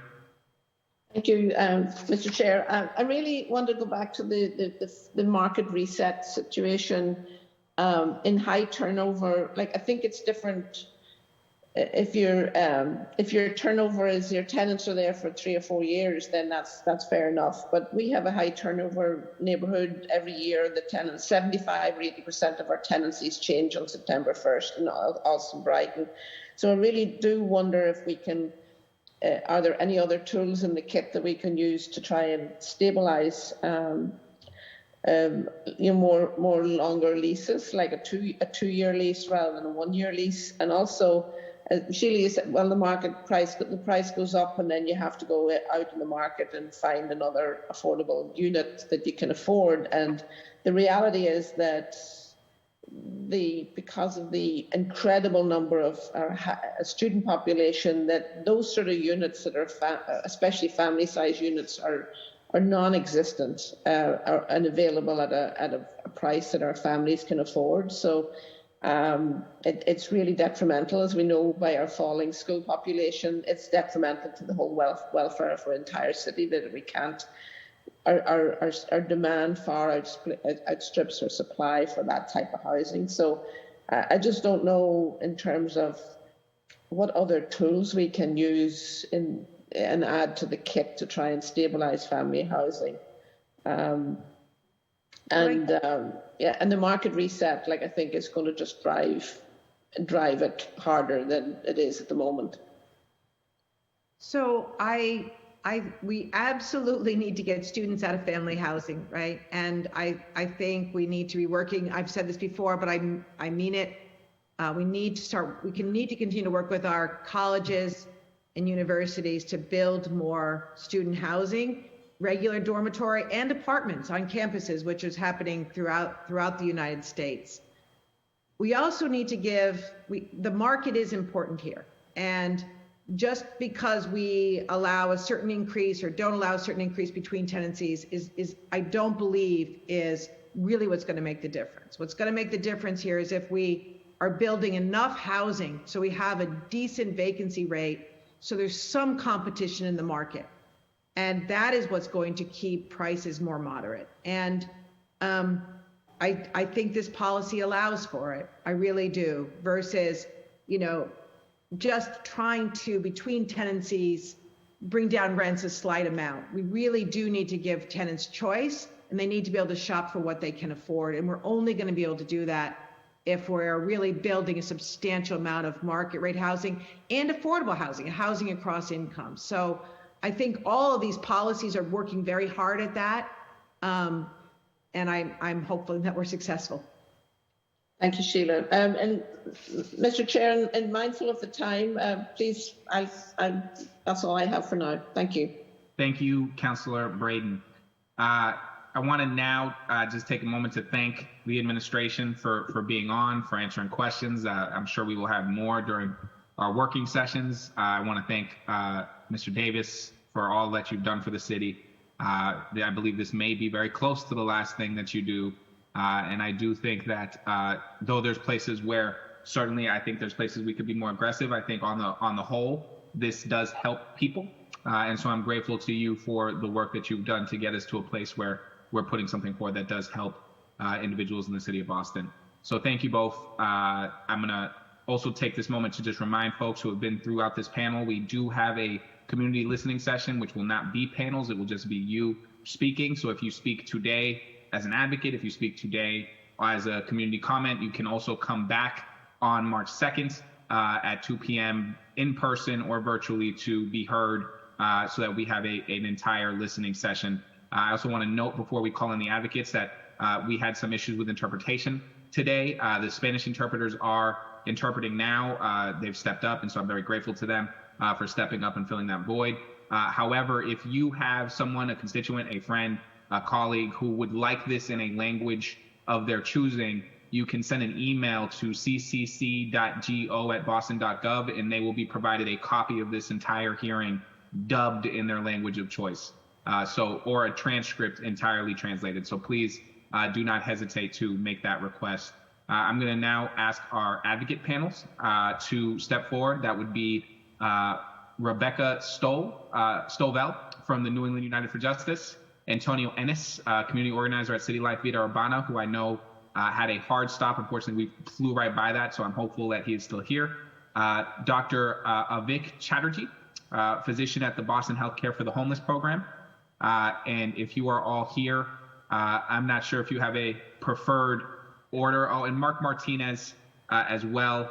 I'm not sure if there's a housing staff attorney for the Massachusetts Law Reform Institute, just to get that out there. I want to give all of you a chance to make an opening statement. I don't know if amongst yourselves you have a preferred order. I would like to go to Antonio Ennis first because I know that you had that time restriction. And so if you are comfortable going first, Mr. Ennis, then the floor is yours. Thank you, Councilor Arroyo. Can everybody hear me? Yes, you're coming in clear. All right, thank you. And thank you for having me and giving me this opportunity to speak. And thank you everybody for being here. First of all, my name is Antonio Ennis. I'm a community organizer focusing in Dorchester with City Life Vida Urbana. And I'm also a owner occupant in the community of Dorchester. And I have been since, we can go back 56 years. I've been in the home that I live in. I grew up in this home and it was passed down through the family and it finally made its way to me as ownership. So this house is more than just it's not a profit building type of thing. This is a home and I do have 2 tenants as well. And so I look for long-term tenancy. That's what I'm about. And as an owner occupant, having long-term tenancy would kind of fall in line with rent control. Small owner occupants exempt from the rent control regulations, and that's about 80% of the owners in the city, and most owners are small owner occupants. So rent control affects medium to large owners. And so this exemption is really well deserved because owner occupants are, by definition, residents right alongside their tenants. And we're out here organizing at City Life Vida Urbana. We're out here organizing when big real estate companies are doing mass building clearouts and huge rent increases, which is thoroughly pushing our people out of the communities that they help build, the communities that they love and they want to strive in and they want to keep their families in. And it's not fair to be pushed out with potentially nowhere to go and just for profit that gets out of hand. So again, like I said, I think long-term tenancy as an owner occupant, that would definitely fall in line with my preference of rent control, plain and simple. And as a lifelong resident of Dorchester, I want neighborhood stability and not transience. And that's especially important for communities of color. And I speak today, not just for myself, but for the neighborhood as well. And that would conclude my testimony. I don't want to take too much time. Thank you for taking the time to speak to us, Mr. Ennis. I'm going to go to Rebecca Stovall. Good afternoon. My name is Rebecca Stovall, and I'm a Boston resident. I'm also the new housing justice organizer with New England United for Justice.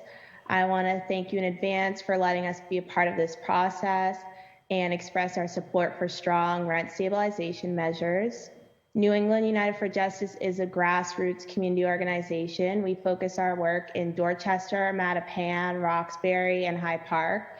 We work directly on behalf of our members who are tenants of all types, renters, homeowners, small landlords, primarily Black and Caribbean residents, and working class families across the city. I'm a part of the housing justice discussions around rent control, foreclosure prevention, and development without displacement efforts with both Homes for All Mass and Right to the City Boston.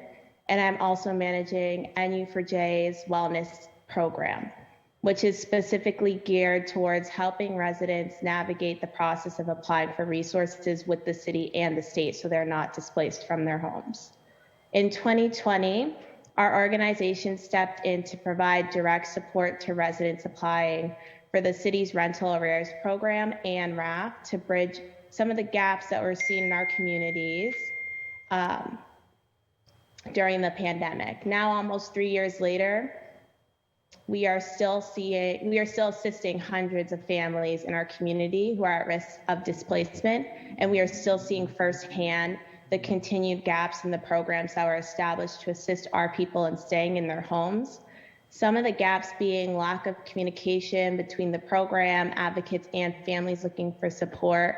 There's continued repetitive processes around receiving documentation, and the biggest flag of residents now having to have an eviction notice before being able to receive any kind of support from the direct services. I'm here because we cannot pretend that these issues have stopped because we are not in the height of the pandemic. COVID and the economic impacts from the pandemic are still impacting our neighborhoods every day. Rent hikes are one of the major stories that we are hearing from residents who we serve across our neighborhoods. There is a major wave of displacement happening in the city and in our communities. People of color and low-income working class residents are being pushed out of their homes and neighborhoods. Rent control is one of the many solutions that we need the city to consider as we think about ways to stabilize our communities. There is no one solution to the housing crisis, but this policy will help us slow down the process of displacement. The mayor is proposing that rent stabilization allow rents to increase to the consumer pricing index, with an addition to 6% with a cap at 10%. We're saying that CPI or no more than 5%. The most vulnerable renters in our neighborhoods cannot afford a rent increase of 10% when they are struggling now. We understand that there are politics at play here with how we can make this possible, but residents in our city are counting on us to do this right. The mayor is also proposing any new development within a 15-year period be exempt from rent stabilization. We're asking for a 5-year exemption. Development needs to be held accountable, and should be seen as a means to alleviate the challenges around housing. They should be accountable to stabilizing the rents in our city as well. We hope the city council and the mayor can make these changes and move with the community voice and this spirit so that we can move collective action together on what our neighborhoods need. Thank you for this opportunity. Thank you very much. I'm going to now go to Mark Martinez, the housing staff attorney at the Massachusetts Law Reform Institute.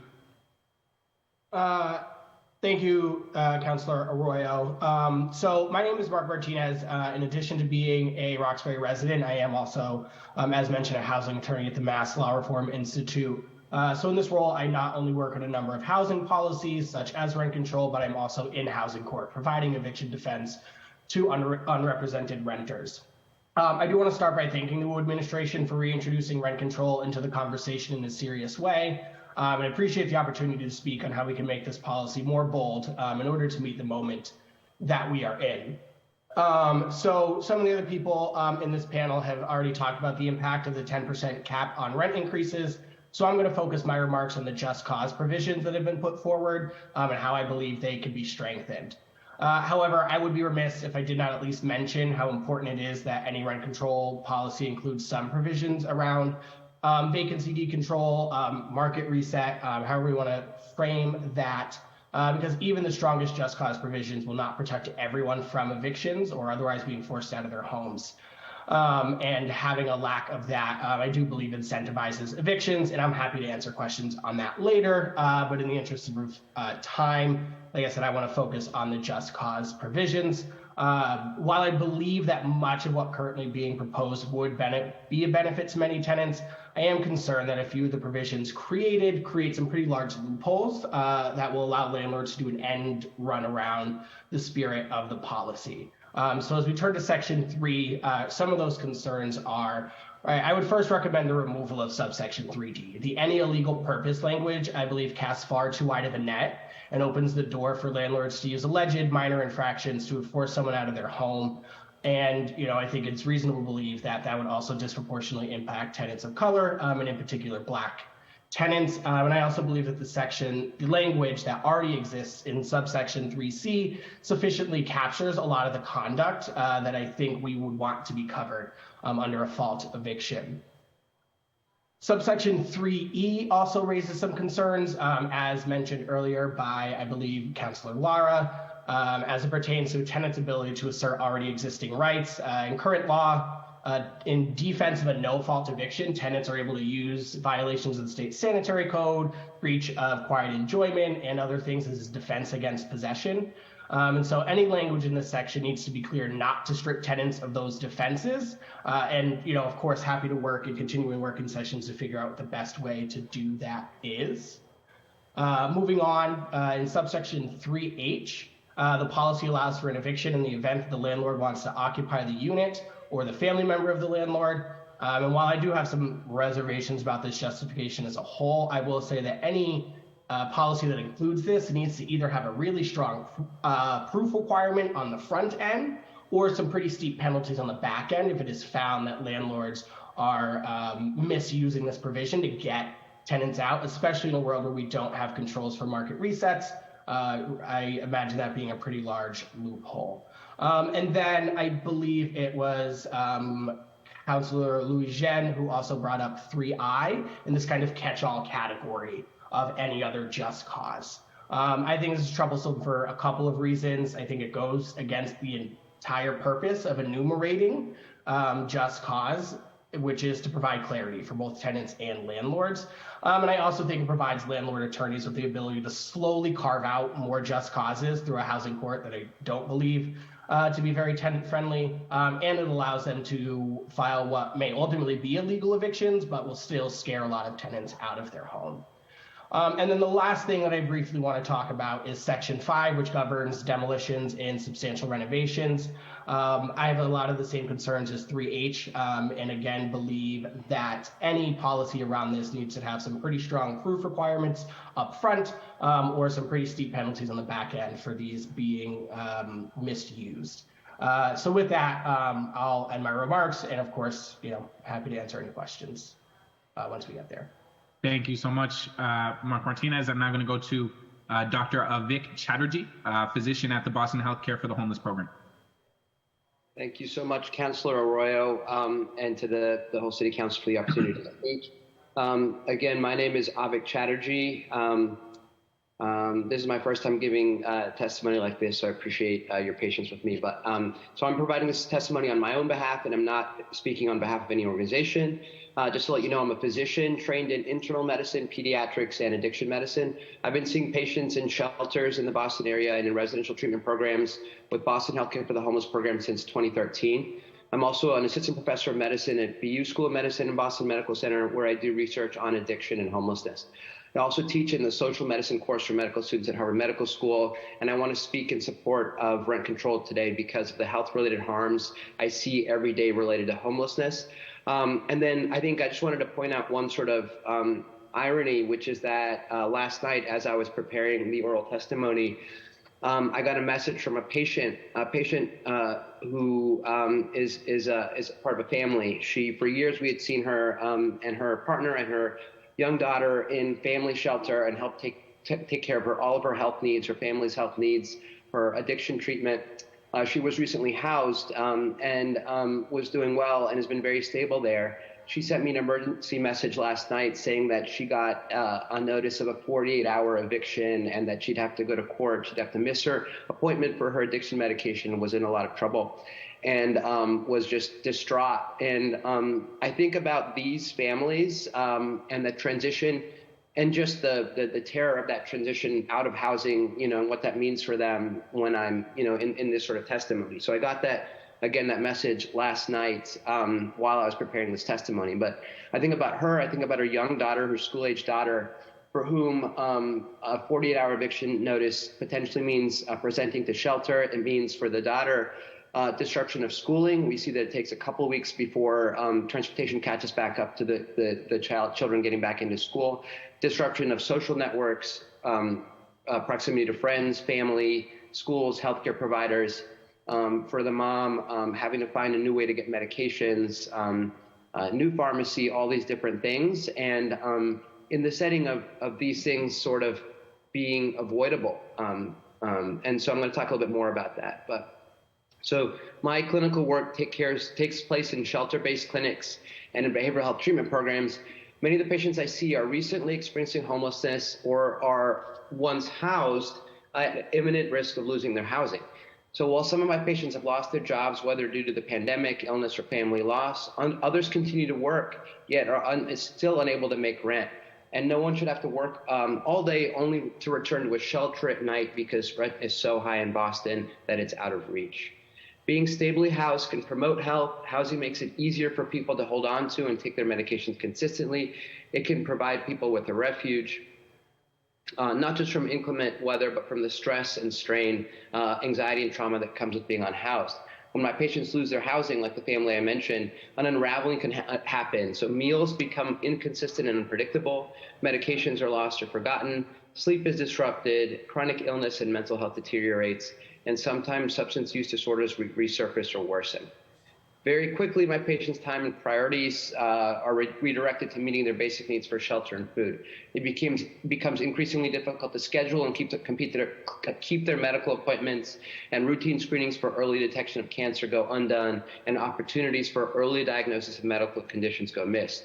Improvements that were painstakingly made to manage chronic illness like diabetes, hypertension, and depression disappear. The more housing instability my patients experience, the more chaotic and stressful their lives become. Even brief episodes of homelessness come with exposure to violence and trauma. Every instance of lost housing takes a toll on health, then requires rebuilding and healing.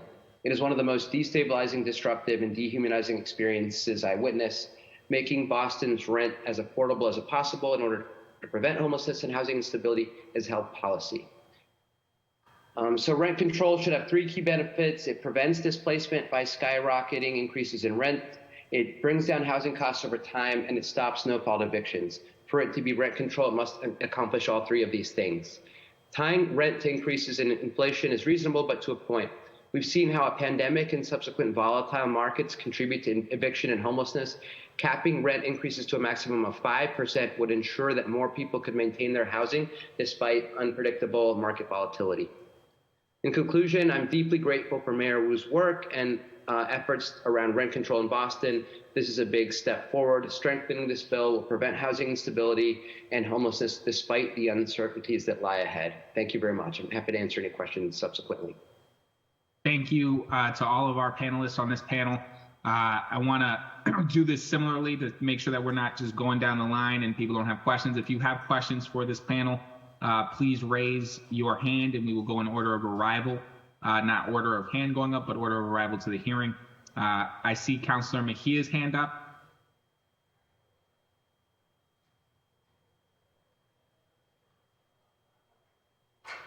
Does anyone have questions for this panel specifically? Councilor Mejia's hand is up. I see Councilor Lara. I'm going to go to Councilor Lara. Thank you, Chair. And thank you all for sharing your testimony, and Doctor for talking about the really real impacts of not only displacement, but the stressors that come with high rent and not really knowing if you're going to be able to pay your rent, even if you do have a roof over your head, and how that has an impact. As someone who has a public health background, it is, housing is one of the key social determinants of health, and it's one of the things that we often forget. And so when I am listening to small landlords talk about how what they need in order to be successful as a small landlord is to ensure longevity and that people are in their homes, that what communities need is for people to not be transient, that controlling rents or at least preventing rent gouging can have positive impacts on people's health outcomes. It really drives the point home about what we're trying to do here. When you set all of those positives and all of those needs against the need to make a profit and the need to have an investment, which is because that's what that is, an investment, be profitable versus people. And that's the conversation that we're having here today. My question, Mark, you talked in your testimony a little bit about the vacancy control. Can you talk a little bit more about what your opinions are on that and why you think we need to include some protections when there's a transition between renters? Yeah, absolutely. So I think that right, I think it's undeniable, right, and I think there's lots of research to support this, right, the lack of, right, vacancy control, market reset, whatever you want to call it, incentivizes evictions, right, and so then the question then becomes, are the just cause provisions that we're putting in this bill strong enough to fight against that, or strong enough to prevent those incentivized evictions? And I think the answer ultimately is no, right? Even the strongest protections, right? What it really comes down to is the strongest protections only apply to those that are willing and able to assert those rights into court. And we know a significant number of people never make it that far. And that's for a few reasons. Right. First, right now we're talking about this kind of legal eviction process, right? There's this whole other kind of shadow world of informal evictions. Right, which is people leaving before formal eviction proceedings even begin. Informal evictions are hard to quantify, but the available studies do reveal a pretty bleak picture. There was a study in Milwaukee that was the basis for Matthew Desmond's book Evicted, that stated for every formal eviction there were 2 informal evictions that took place. There's a New York study, which is the most conservative of the ones that are out there, that suggests there's about a 1-to-1 ratio for informal to formal evictions.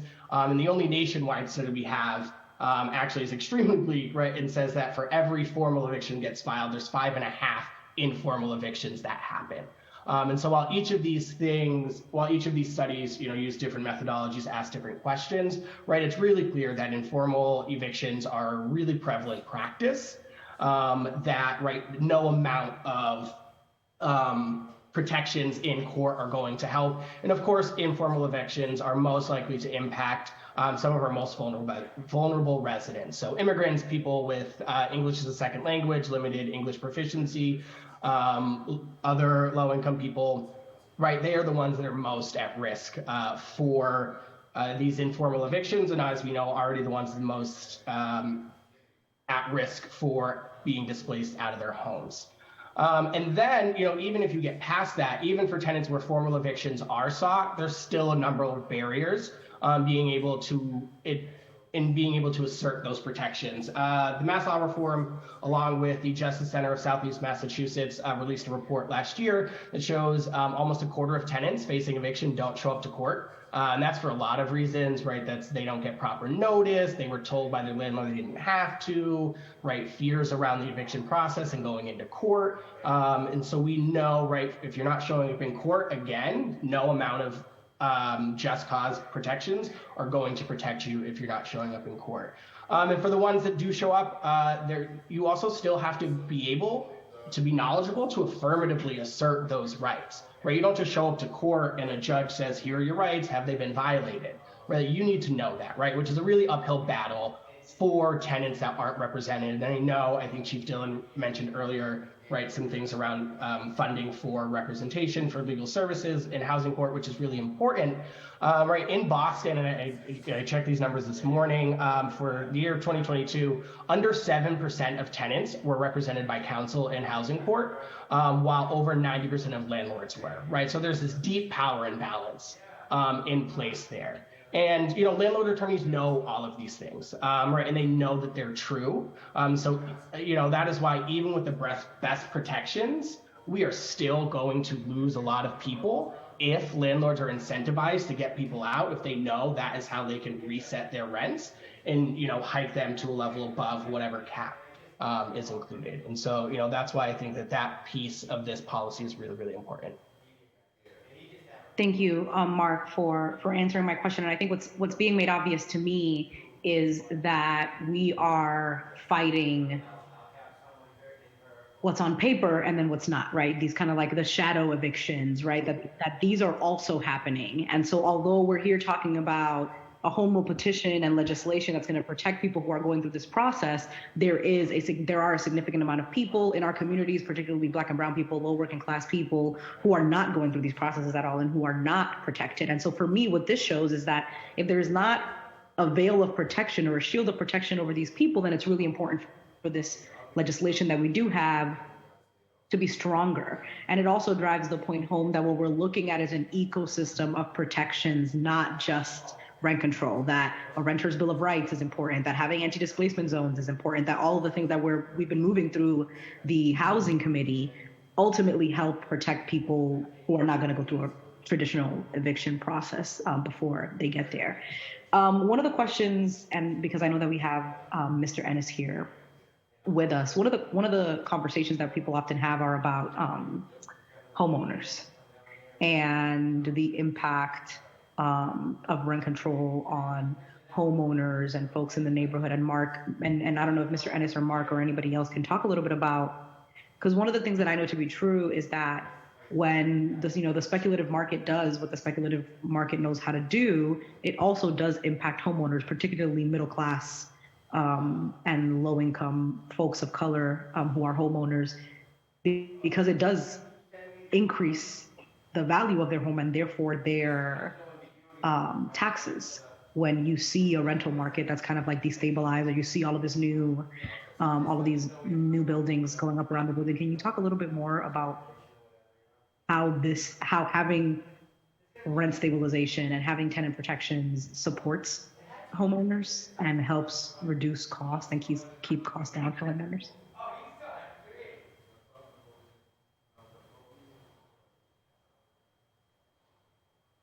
So I just believe that with homeowners being 80% and owner occupants being 80% of the owners in this city, a lot don't know about those benefits.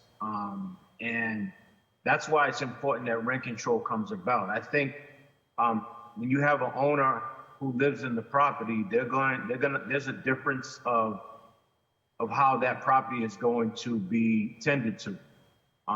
You live there, so you're more concerned about the upkeep of it than a landlord that does not live there. In terms of the taxes and the things that you mentioned and how that is going to affect, I really don't know how in terms of the taxes going up and how that relates to rent and things of that nature. But what I do know is that long-term tenancy and rent control is where we need to be. I can't really imagine an owner who lives in a building that wants to have a high rate in turnover in tenants. For example, one of my tenants has been with me for 13 years. Before that, I had a tenant that was here for like 15 years. I just got a new tenant.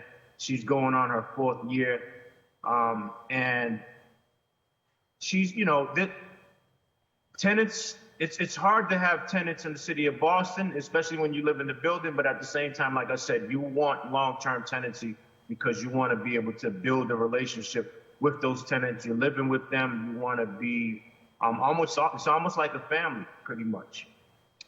So, I mean, that's really what I can add. I don't know if it answered your question all the way. I don't think it did, but that's my stance on small homes.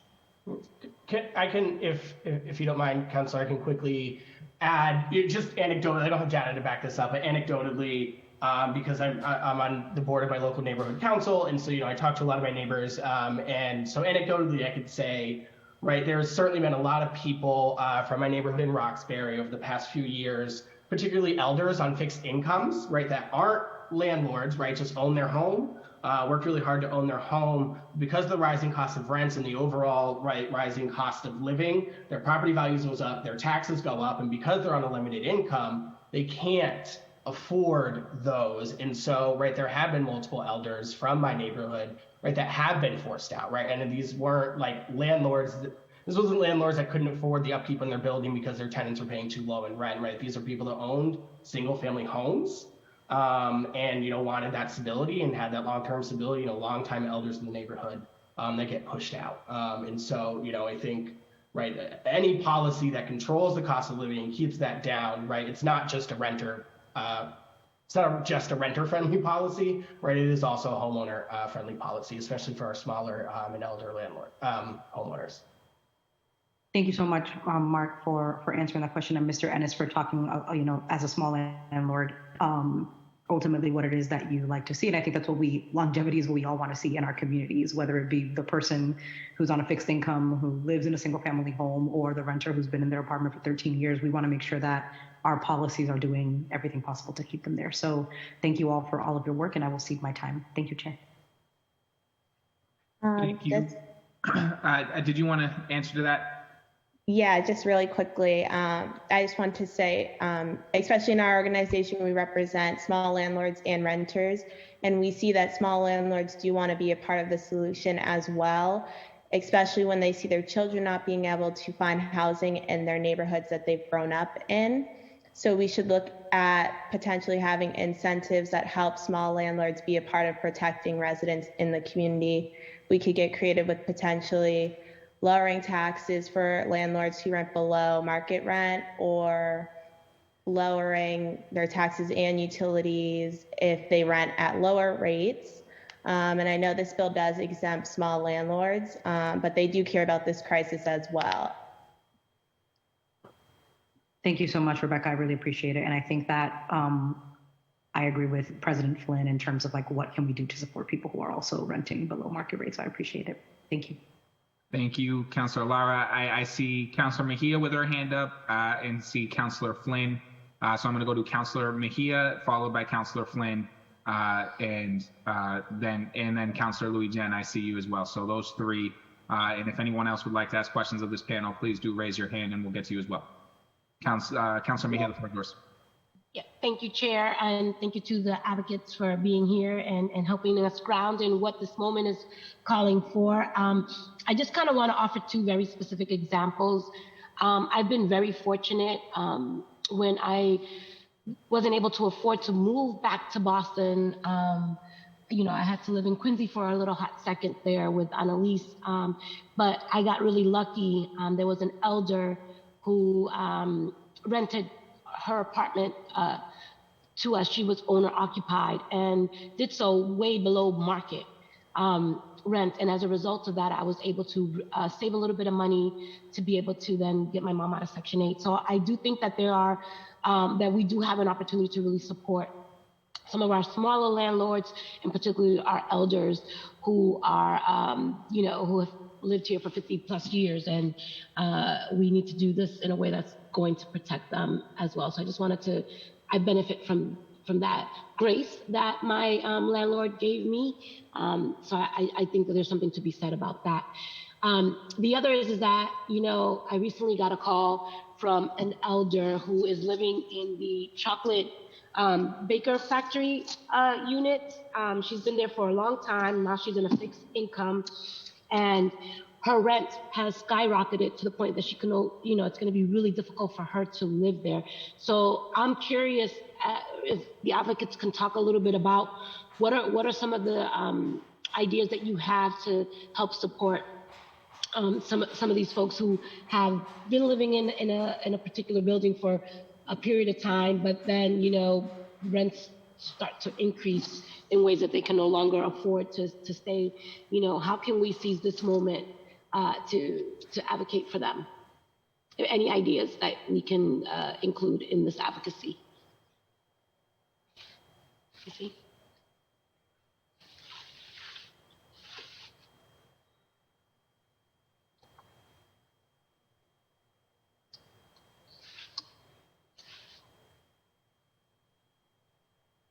Oh, is that not a clear question, maybe? Or maybe nobody can hear me and my internet is off.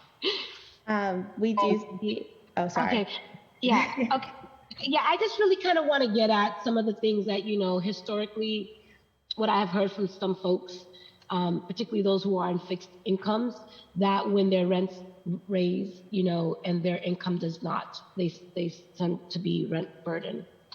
And I'm curious, as we continue to fight, whether it be through this ordinance or any other future opportunities, if you could just talk to us about what do you think are some of the best practices to help support our renters.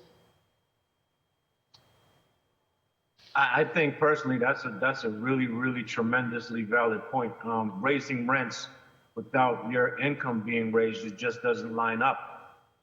And yeah, I too would like to know how we can get around that, because that is going to be it is a problem now. It's going to continue to be a problem going forward, with rents being able to be raised beyond people's means. It has to line up. Yeah, I think I would say really, I think that's right, the crux of what we're getting at here, as the administration puts forward a cap. It's at 10%. and what interests are being balanced, and whose interests are being balanced more heavily, right? From my perspective, as a housing attorney, as an advocate, right? Obviously, I believe that the interest of the people that you just mentioned, Councilor Mejia, are the people that need to be weighted more heavily.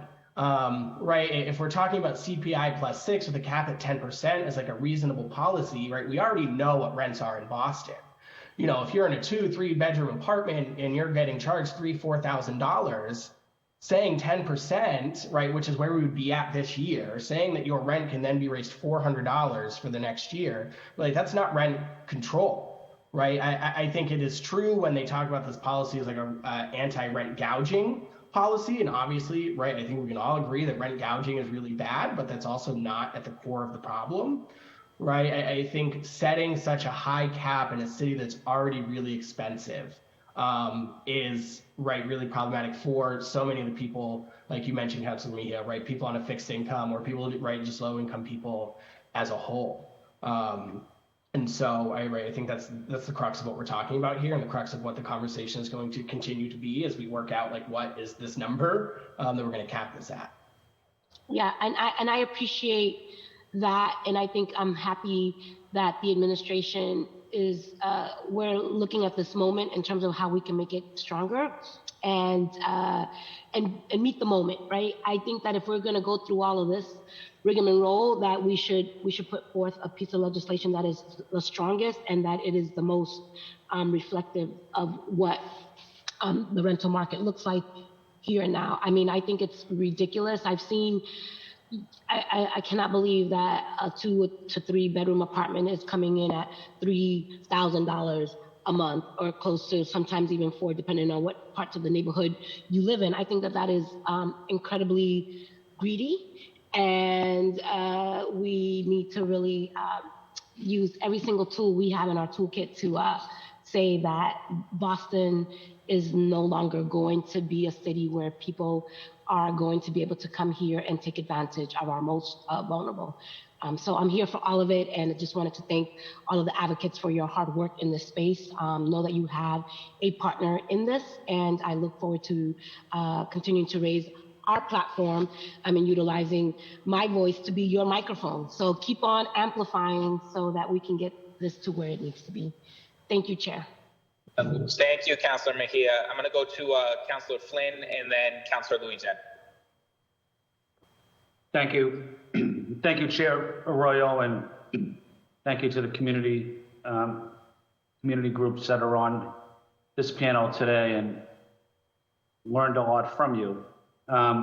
So just want to highlight, thank you, Rebecca. I was listening closely to what you said. You know, there really should be a plan for owners that do the right thing and providing a rent that's lower than market value. There should be an opportunity for them to be acknowledged, and whether that's tax assessment. I think it's critically needed that we need to recognize that there are a lot of good landlords out there also. You know, we don't want to penalize these good landlords for doing the right thing for so many years, keeping good tenants in their home. So I think it's important that we all work together and, you know, get something passed at the State House, but also we want to make sure something that goes up to the State House is going to be acted on by the leaders at the State House.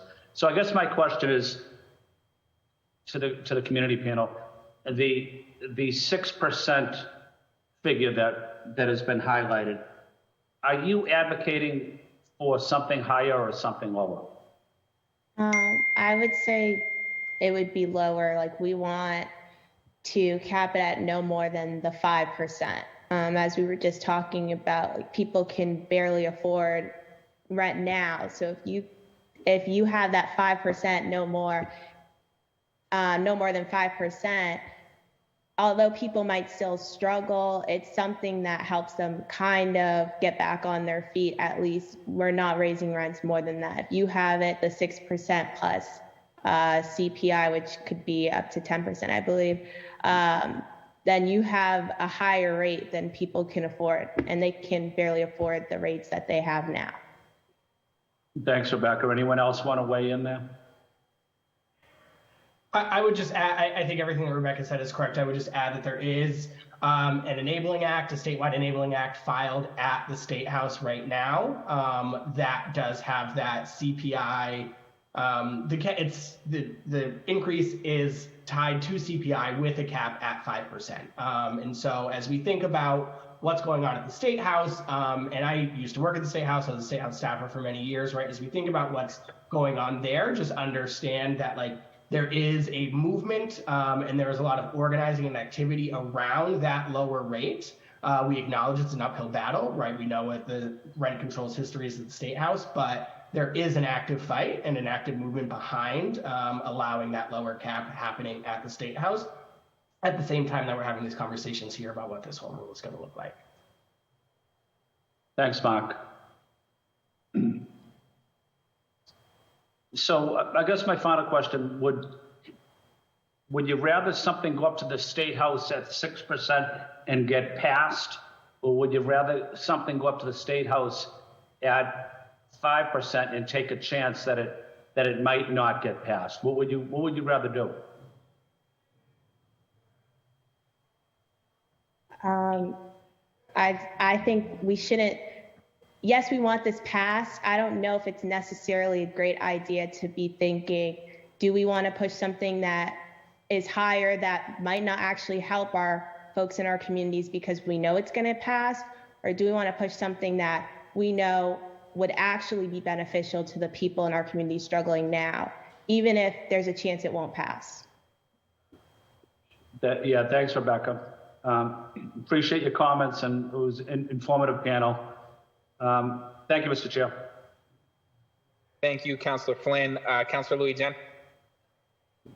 Thank you, Mr. Chair, and thank you to all the advocates for being here and for providing commentary. Rebecca, Antonio, Mark, and the doctor, thank you for taking your time. For those who I know and don't know, I appreciate you really adding some color here as to why it's so important for us to stabilize communities and to really think about what it is that owners want when we're talking about long-term tenancy, and not everyone being driven by trying to get the most out of their property, right? That's not true for my dad. That's not true for a lot of small time landlords that I know. So I appreciate you all adding that to this discussion. I guess my question is around if anyone has insight here. I'm beginning to think differently about the just cause provisions, and I think part of this is because oftentimes in the leases themselves, they outline the behavior that could get someone evicted, right? That, like, you know, and in housing court, they're well versed on what the just cause provisions are outside of like non-payment or no fault evictions. And so I'm wondering if there really is a need for us, you know, to spell out to a T, like what are the just cause provisions that would get someone evicted. Like if anyone on the advocate panel knows, or maybe if anyone on the admin panel, this may be a question for admin to see how other cities have crafted their rent stabilization policies, to see whether they spell out those just cause provisions or whether they allow sort of the leases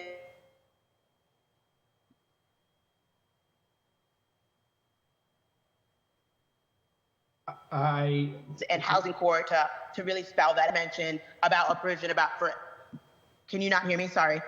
You cut out a little bit there, but I think I understand the gist of your question. And so the answer to your question is what other places do that have just cause protection is there's a little bit of a mix. I will say the vast majority of jurisdictions that have specific just cause provisions do spell out what those provisions are.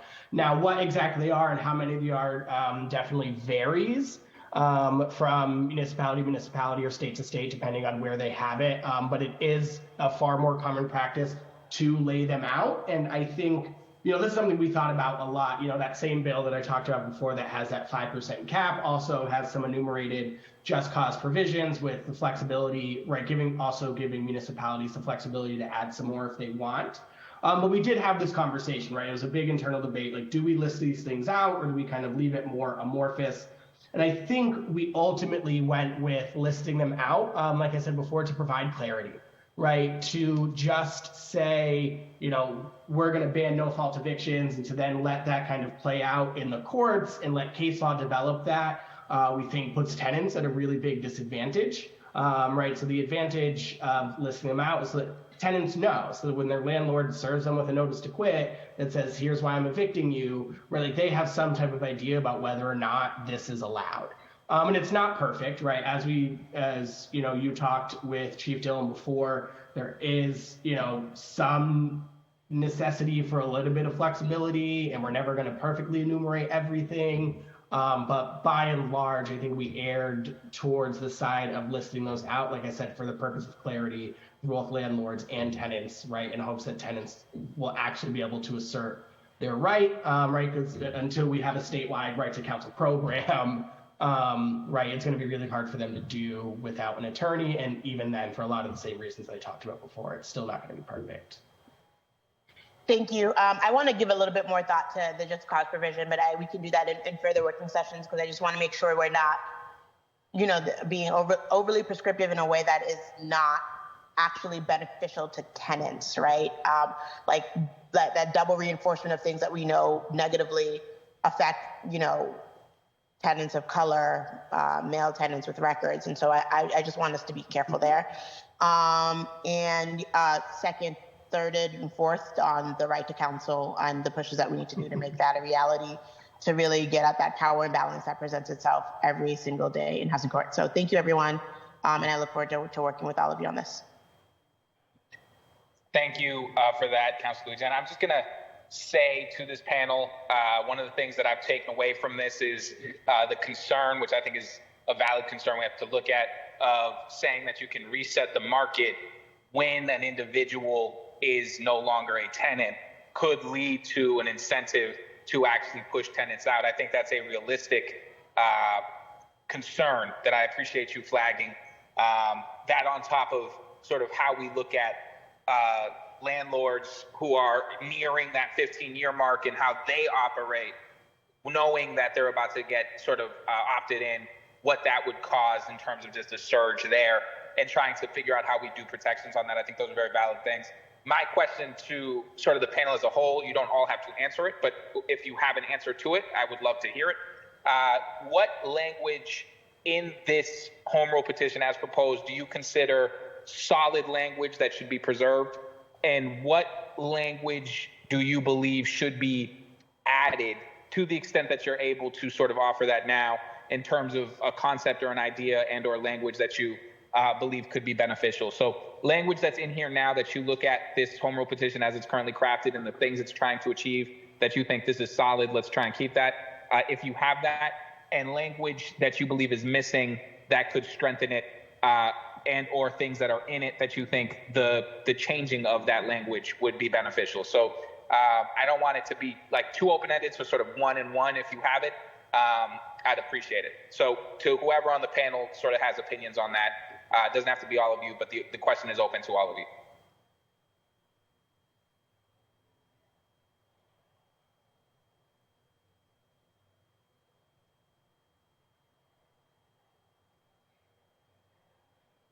I mean, just for the sake of being consistent, right? I think some type of market reset control, right? It doesn't have to be complete,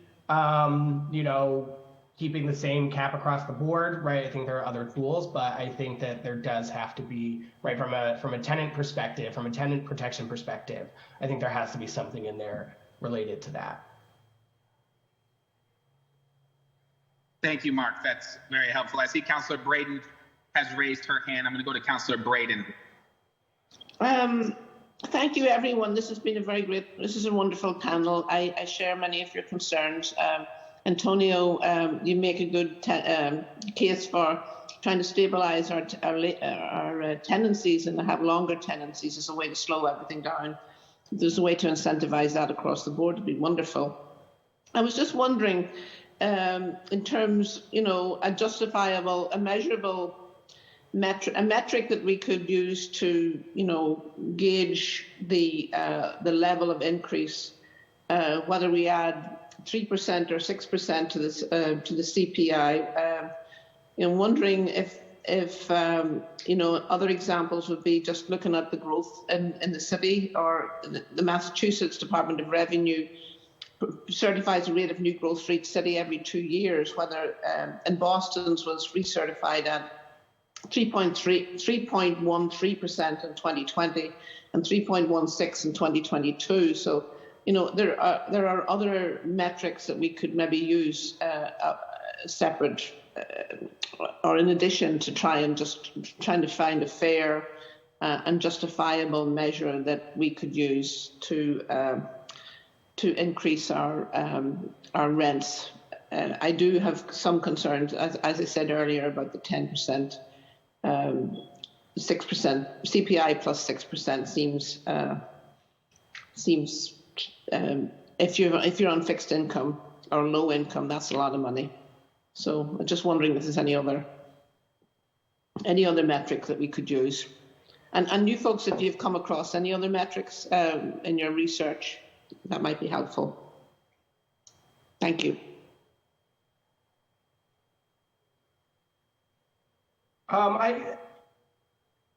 We looked at other metrics. I think ultimately we decided that CPI was the best. Right, there's like this amorphous, like fair market return standard that gets used. That is kind of an undefined thing, kind of like amorphously, created by a rent control board.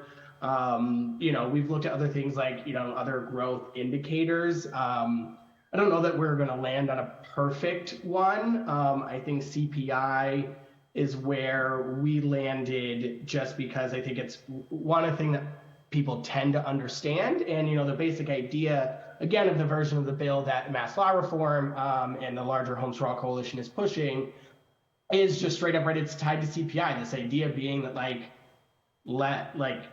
why are we allowing landlords to increase their profit beyond the cost of inflation, right? And this idea of this CPI plus 6 and this 10% cap, right, sets up this world in which the years in which inflation is the highest is the years in which, right, rent increases then become the highest, which is also the time when people can least afford rent increases.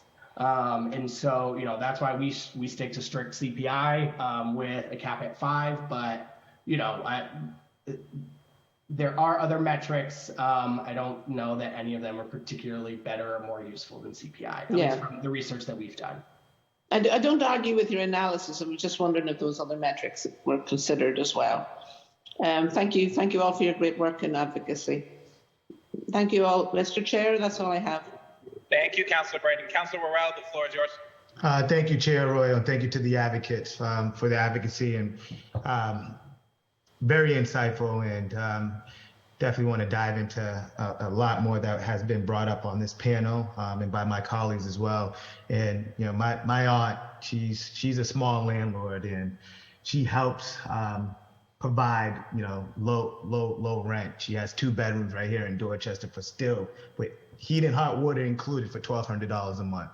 My parents also homeowners, and that's how not only like friends and family were able to save, to be able to buy their own homes. I had a friend who was able to rent at a very, very low rate through my parents, and then was able to buy their own home, and likewise my brother. But so I understand the importance of small landlords and how they are providing us the rent that is needed. The low rent here that's needed for a rented population. So it sounds like, with rent being, Massachusetts Boston being one of the highest, rents in the country, like any type of percentage is just going to be just too much, right? So it sounds like what we're trying to do is incentivize our landlords to offer lower rents. So do you think that there's anything that we can attach to this bill or any other policy that can, incentivize landlords to do good practices on providing more affordable rents to the rented population?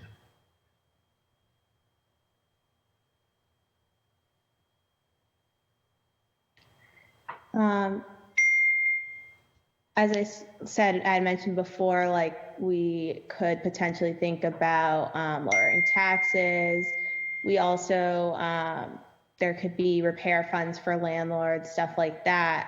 But we do need to move a process and develop new policies and ideas together when it comes to kind of incentivizing small landlords or landlords in general, just to make sure the rents are something that our people can actually afford when they are living in our city.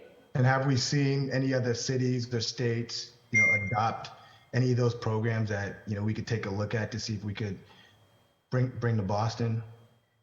I'm not 100% sure. We are investigating this now, but again, the policy is exempting small landlords, and there are protections there.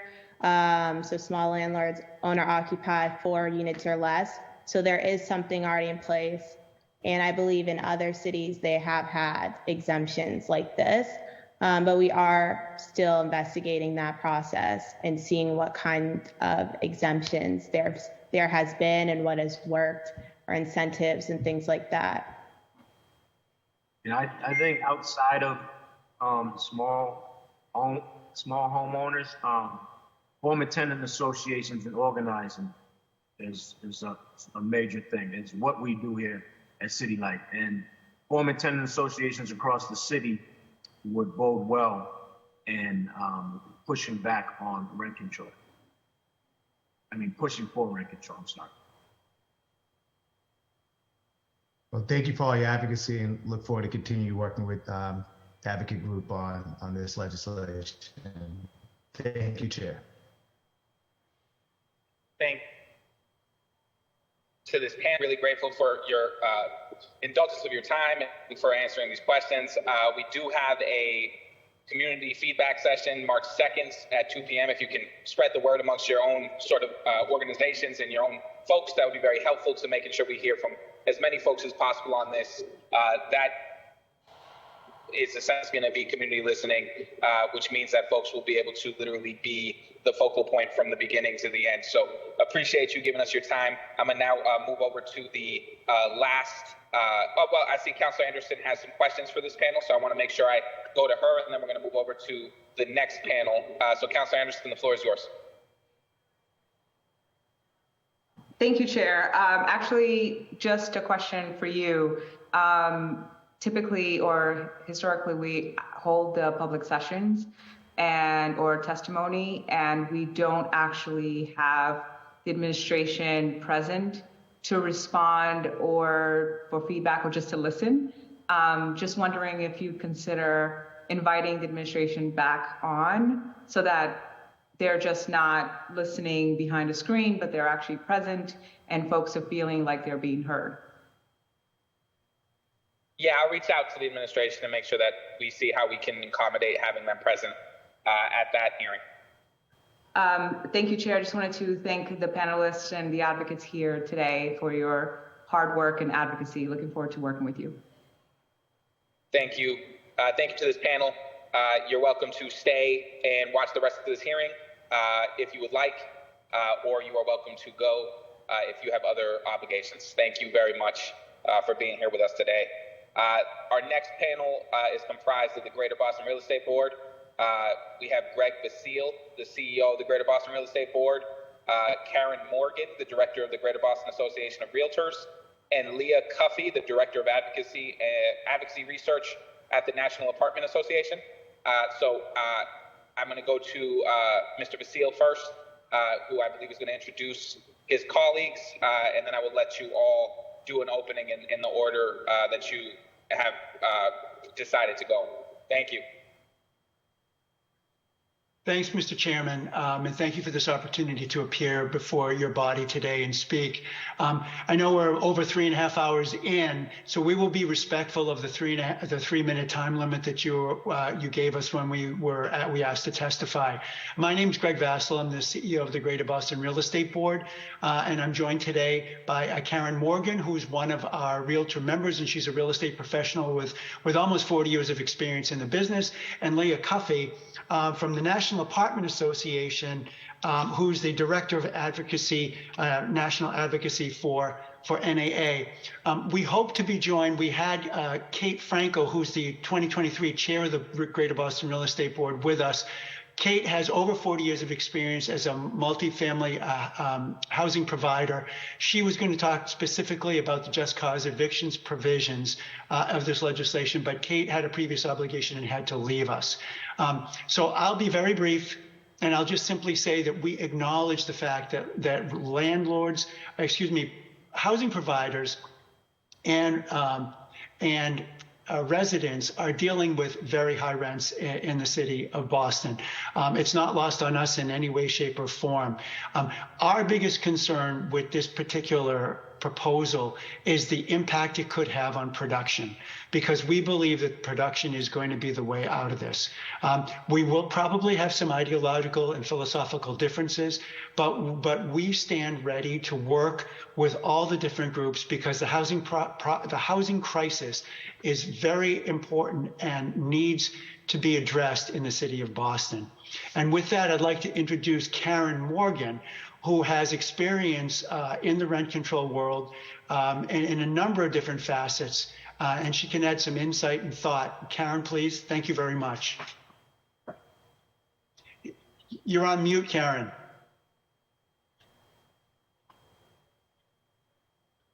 Thank you.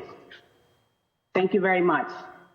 Chairman Arroyo and members of this committee, thank you for the opportunity to appear before you today. My name is Karen Morgan, and I am a lifelong resident of the city of Boston and have 36 years of experience as a real estate professional. I am here today in my capacity as a volunteer and member of the Greater Boston Real Estate Board. This is my first time ever testifying before council, so I may appear a little nervous. I appear before you today because I know firsthand what it's like to be a housing provider who has been harmed by rent control. I don't ever want to deal with rent control again. It was very debilitating, stressful, time-consuming, and costly for me. When I was 30 years old, a young mother just starting out, we decided to become homeowners. We were so excited about purchasing a home.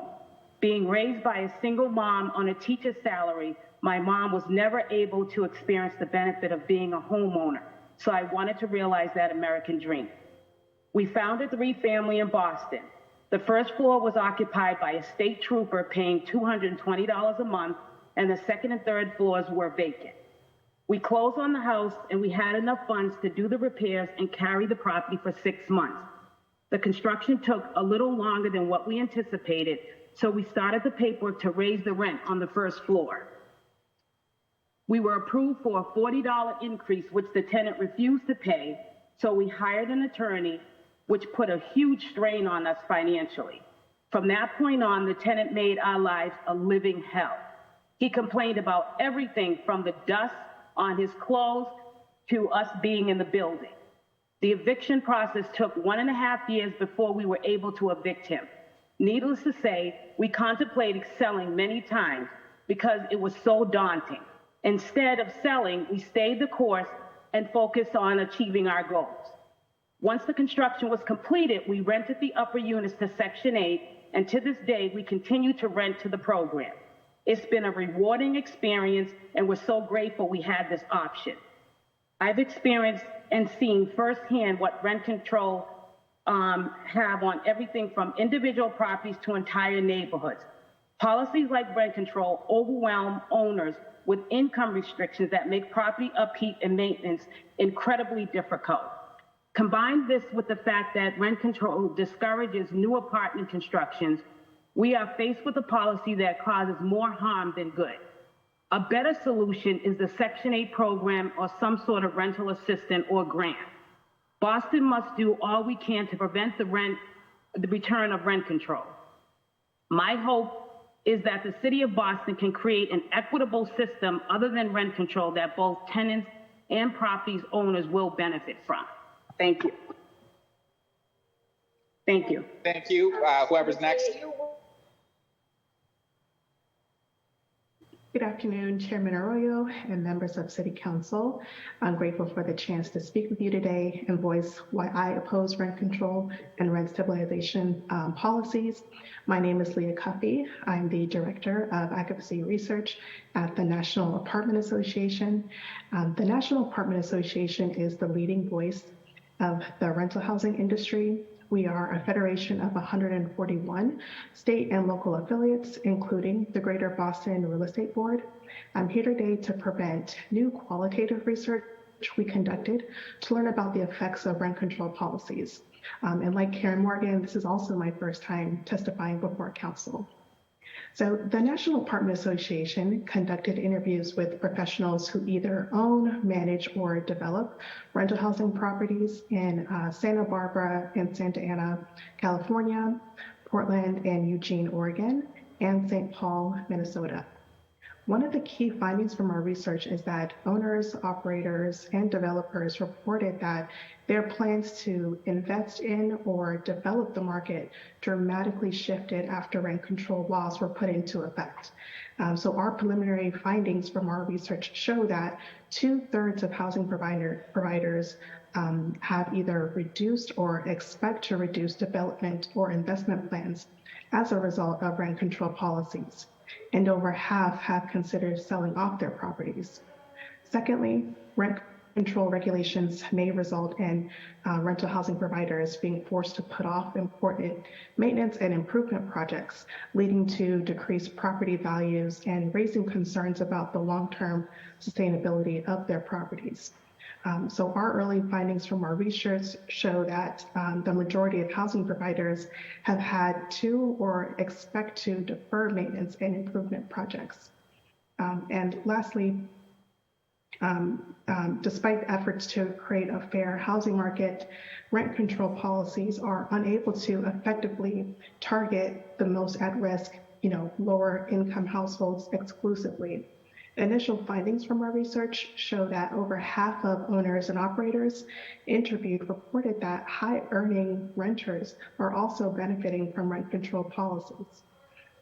So while limiting rent growth affects the long-term viability of building new units and also performing maintenance on existing units as it changes the expected return on investment for each of these activities.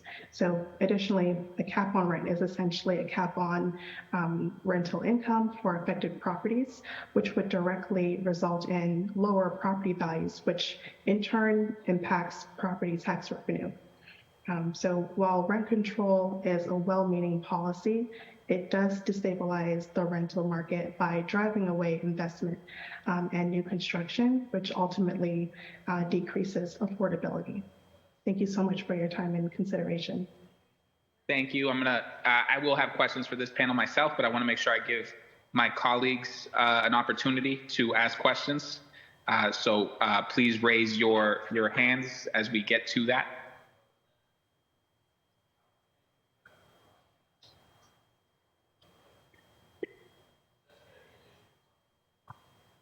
Councilor Lara, the floor is yours. Thank you, Chair. And I might have further questions as you and my other council colleagues ask, but I just wanted to clarify for Ms. Cuffey, am I pronouncing that correctly? Yes, that's correct. Thank you. Great. That the research that you're referencing is your research and not, you said it in your sentence, but I just wanted to clarify that it is not independent research, it is your research. That's correct, yes. Okay, thank you. Thank you, Councilor Arroyo. I will take my turn next if I have other questions.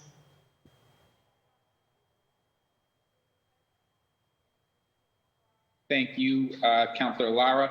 I don't know if there's any other questions from my colleagues before I go ahead and jump in. I'd like to try and make sure that I give, okay, Councilor Coletta. Thank you, Chair Arroyo, and thank you to the advocates who spoke. I apologize that I had to jump for a little bit for a previous commitment, but I'm happy to be back. Folks on this panel, thank you for showing up as well. We talk a lot about, or you've spoken about capital repairs and deferred maintenance and all of that.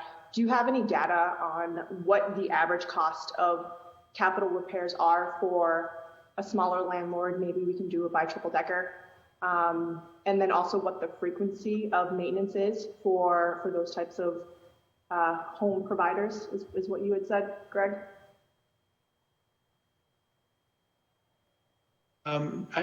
Counselor, in my testimony, I didn't talk about capital repairs. I don't know, Leah, if you alluded to some of those in yours. Thank you. Thank you for your question.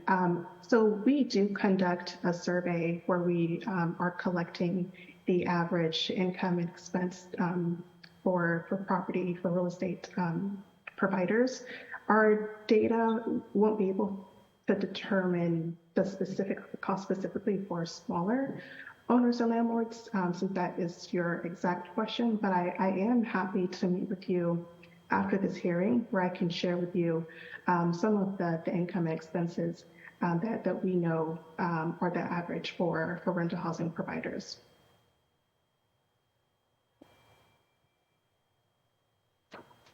Okay, yeah, I would love to take a look at that, only because with this 10% increase, it is taking into consideration some of that maintenance that landlords could do year after year. And so if it's not covering it, then we can talk about that. I just haven't seen any data on what the average landlord is paying for these maintenance fees. Like, are they doing drywall? And I know that it's a broad range of different things.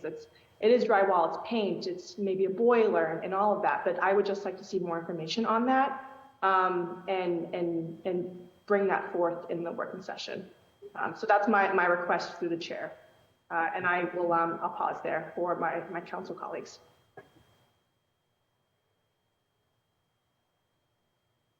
Thank you. I want to make sure that we get to everybody before I take my time. So if there's any other colleagues who have any questions before I jump into mine. Councilor Mejia. Hi, yes, thank you. And I just wanted to give a shout out to the bow tie. Gregory, I see you coming here fashionably. I really do appreciate the fashion statement. You know, I have a question. I believe it was Karen who had talked about kind of what rent control was like for you and the impact that you had. And I'm just curious in terms of what lessons can you share with us? I'm looking at this from, you know, on the other side and on the flip side of it, right?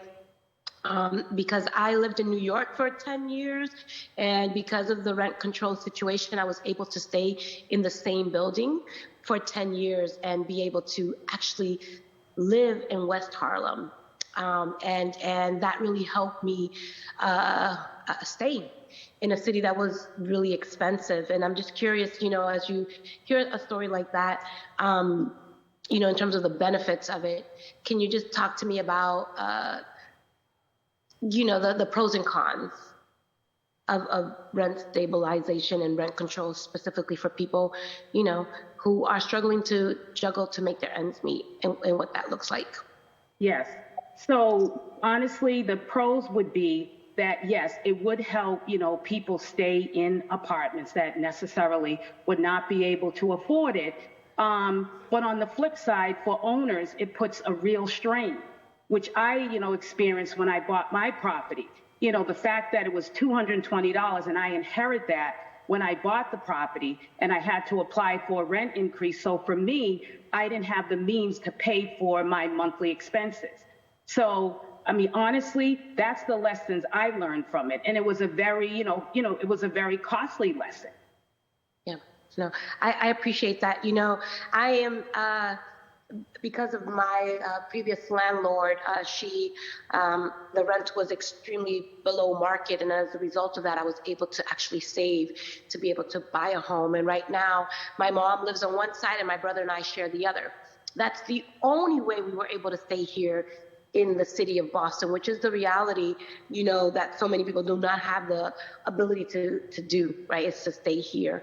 So I'm curious, you know, Gregory or Leah, as we continue to have these conversations, what would you say are the you know, what's the common ground here? Where could we get to a win where we can keep our residents here in the city of Boston, and we could do so in a way that is responsible? Any best, you know, best practices that you're willing to share, and how we can find some common ground in an issue that we know we're all trying to tackle? Counselor, I think our vision for housing in Boston would be to be able to give people a progression, so they could start in units, but then create housing that as their income changes and grows, they could move up into, and free those other units up for other folks to come in and move in. That would be the thing. I mean, it's been so hard to develop in the city. It's great. It's easy to build at the high end of the spectrum, but it's harder to build for lower income and middle income people. Ideally, that would be the way to go. So then ultimately we could get people out of rentals and have them be able to build institutional familial wealth to own something. Because that's really the goal for a lot of these people, to be able to own their own home so that they could build equity for their future generations. I mean, it was done like that in Boston years ago as waves of immigrants came. We got to find a new way to do that here now. Yeah. Leah and Karen, I don't know if you guys have any comments or thoughts. Yeah, I do have a follow-up question for you, Gregory, in regards to, you know, just this historical perspective. You know, I grew up here in the city of Boston. Rent control was, you know, in place at the time when I was growing up. And then what I noticed is that a lot of folks, you know, once it was repealed, that the folks who have benefited the most from rent control were able to purchase homes and keep it controlled. And then those are the folks who are benefiting from it when Section 8 transitioned, and, you know, all of these units across the city of Boston. Can you just talk to me a little bit about kind of like who is benefiting from the way where the types of structures that we have in place? Who are the people who are benefiting from not having rent control right now? Can you ask me the question again? I'm trying to. Yeah, I guess, you know, who is benefiting right now from the rental market? Well, first of all, we don't have enough units. So I think we're seeing the rents that we do because we don't have enough product for people to live in. And it's interesting because during the pandemic, when a lot of people, especially you guys have talked about in this hearing before, a lot of the students left the city. You know, rent started to fall because demand had decreased and there was more vacancy. You know, the student issue is one that Boston's been grappling with for years. If we could find a way to get them back on campus, we'd free up more housing. I think there would be some relief in the rents. So number one, right now, I think a lot of renters really aren't benefiting because we don't have enough product. And if we could create more product, I think all renters, especially market rate renters, would benefit. I hope that answered your question. And by the way, thank you for the comment on the bow tie. Yeah. Being a fashionista, I always got to like pay attention to these things. But I'm going to yield the rest of my time because I know we have been here for 3.5 hours.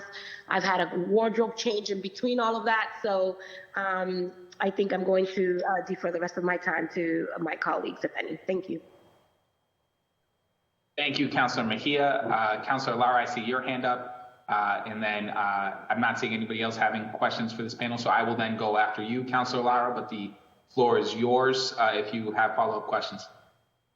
Thank you so much, Chair. And like Councilor Mejia, I have also had a wardrobe change because it is February break and my kid spilled an entire tub of butter on the floor while I have been in this hearing. So I apologize, one, for being off camera and also for asking my question separate, but I had to listen in and also run to clean that mess up. And so, you know, Councilor Worrell earlier told a story about how his aunt, owning her home, was able to charge lower rents to family members and friends, and that charging lower rents allowed for them to save up and purchase their own homes. And the reason why I want to bring that up is because rent control, part of the squeeze that we're seeing in the market right now is that people who would typically be leaving the rental market to go purchase homes are not leaving the rental market to purchase homes because they cannot afford to purchase a home.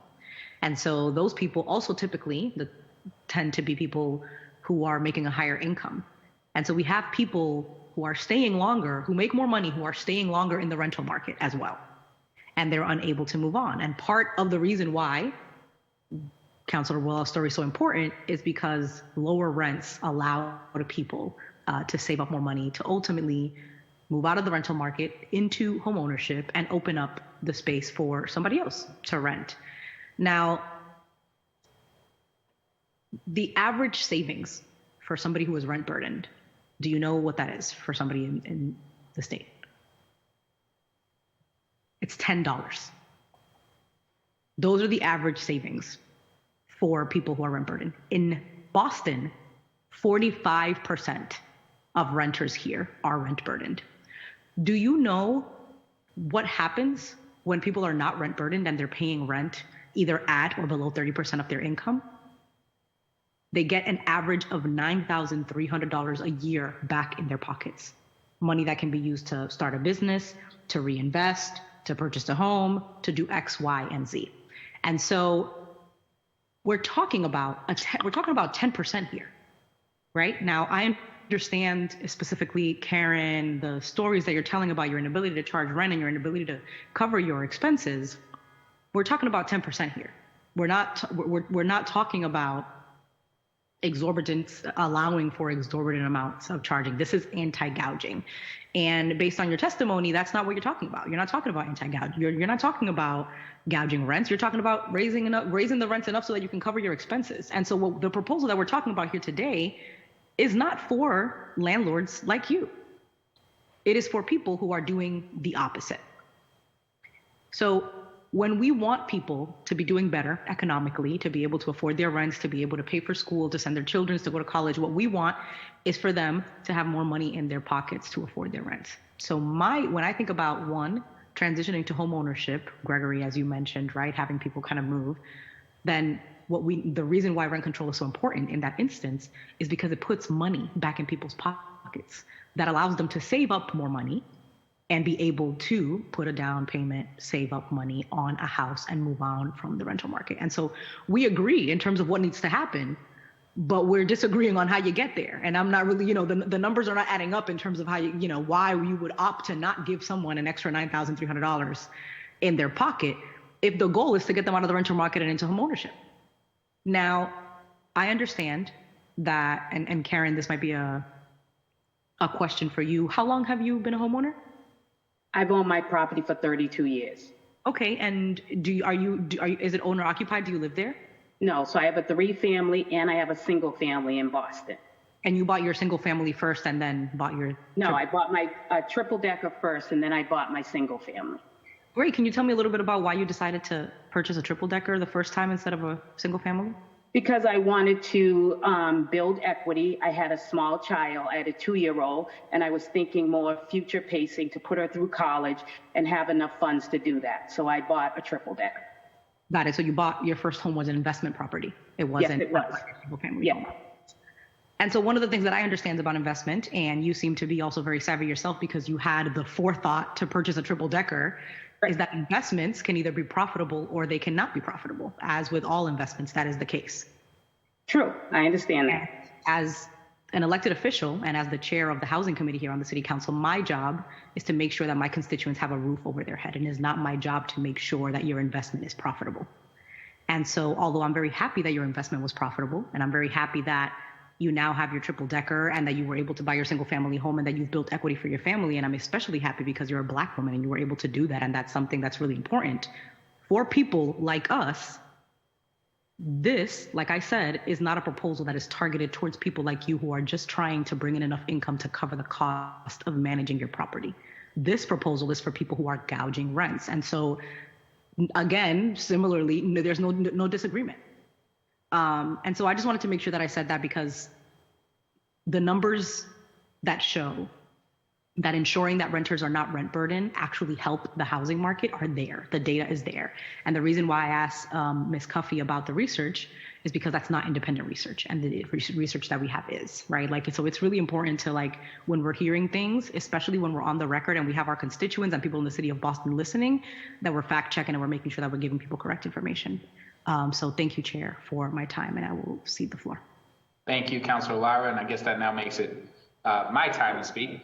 I'm glad you are here with us as sort of opponents to this. I think it's important that we hear from everybody. I am a proponent for this, and I think one of the things I want to touch on is, Mr. Vasile, you mentioned your concern about the impact on density or building or future construction, which you believe is sort of a tool or the way out of the displacement that we're essentially seeing in our communities. And I agree that construction, that development, that density are things that are important. I support it in my own district. I try to push for more housing so that we can actually put people in housing.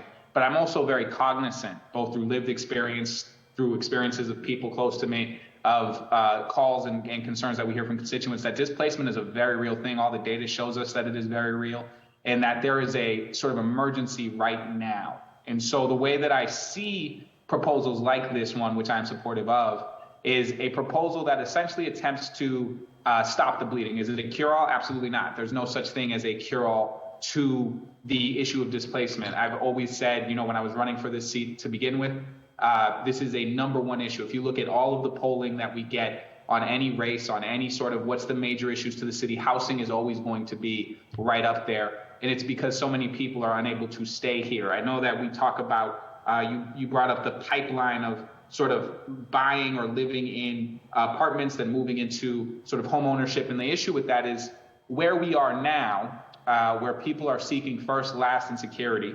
And that can run you anywhere from, you know, on a good day, maybe you're paying $7,500. On a bad day, maybe you're paying double that.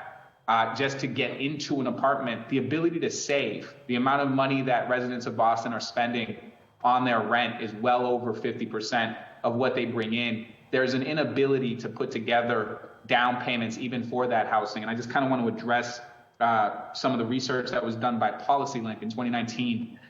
They published a report that you can find online called Our Homes, Our Future.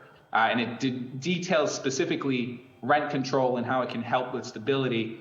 And one of the things that I found so striking is that in the push to end rent control, there was an argument that it would drastically or dramatically increase construction.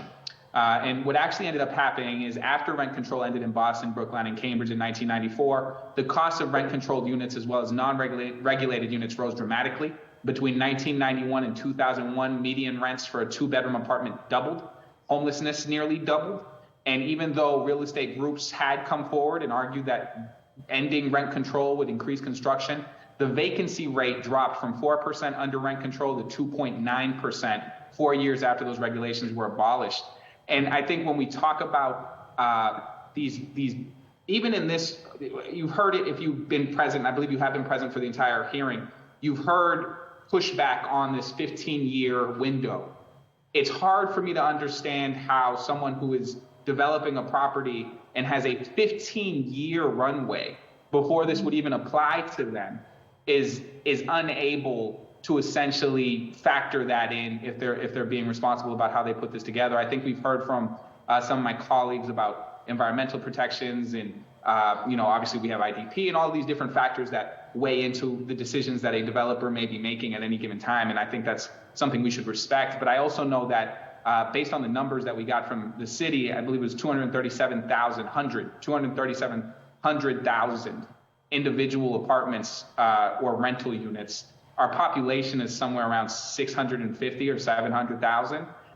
The reality is a large percentage of our communities exist in rental units, and they're drastically trying to hold on. A solution like this, to me, is people want to call this rent control. It's really, when you're talking about 10% increases, so on a $2,000 unit a year, if you get to that 10% increase, you're at $2,200, you get it again, you're now adding another $220 to that. maybe you're extending somebody's ability to stay in that unit a year or two, maybe 3, to hopefully have these other sort of solutions come on board and come online. But it's difficult for me to sort of hear blanket opposition to this proposal. Is there anything in this proposal that you actually support? Or is the proposal as a whole something that you are an opponent of? And it's fair if that is where you are. If you don't support anything in this, that's fine. I just want to know, is there any language within this actual document that any of you support passing?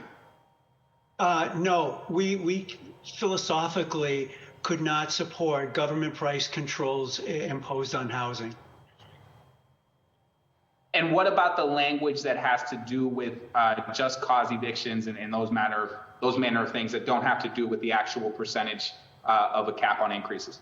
Yeah, no, I mean, those have been separate measures at the State House that have been bills that have been kicking around for years that we've opposed, historically for quite some time.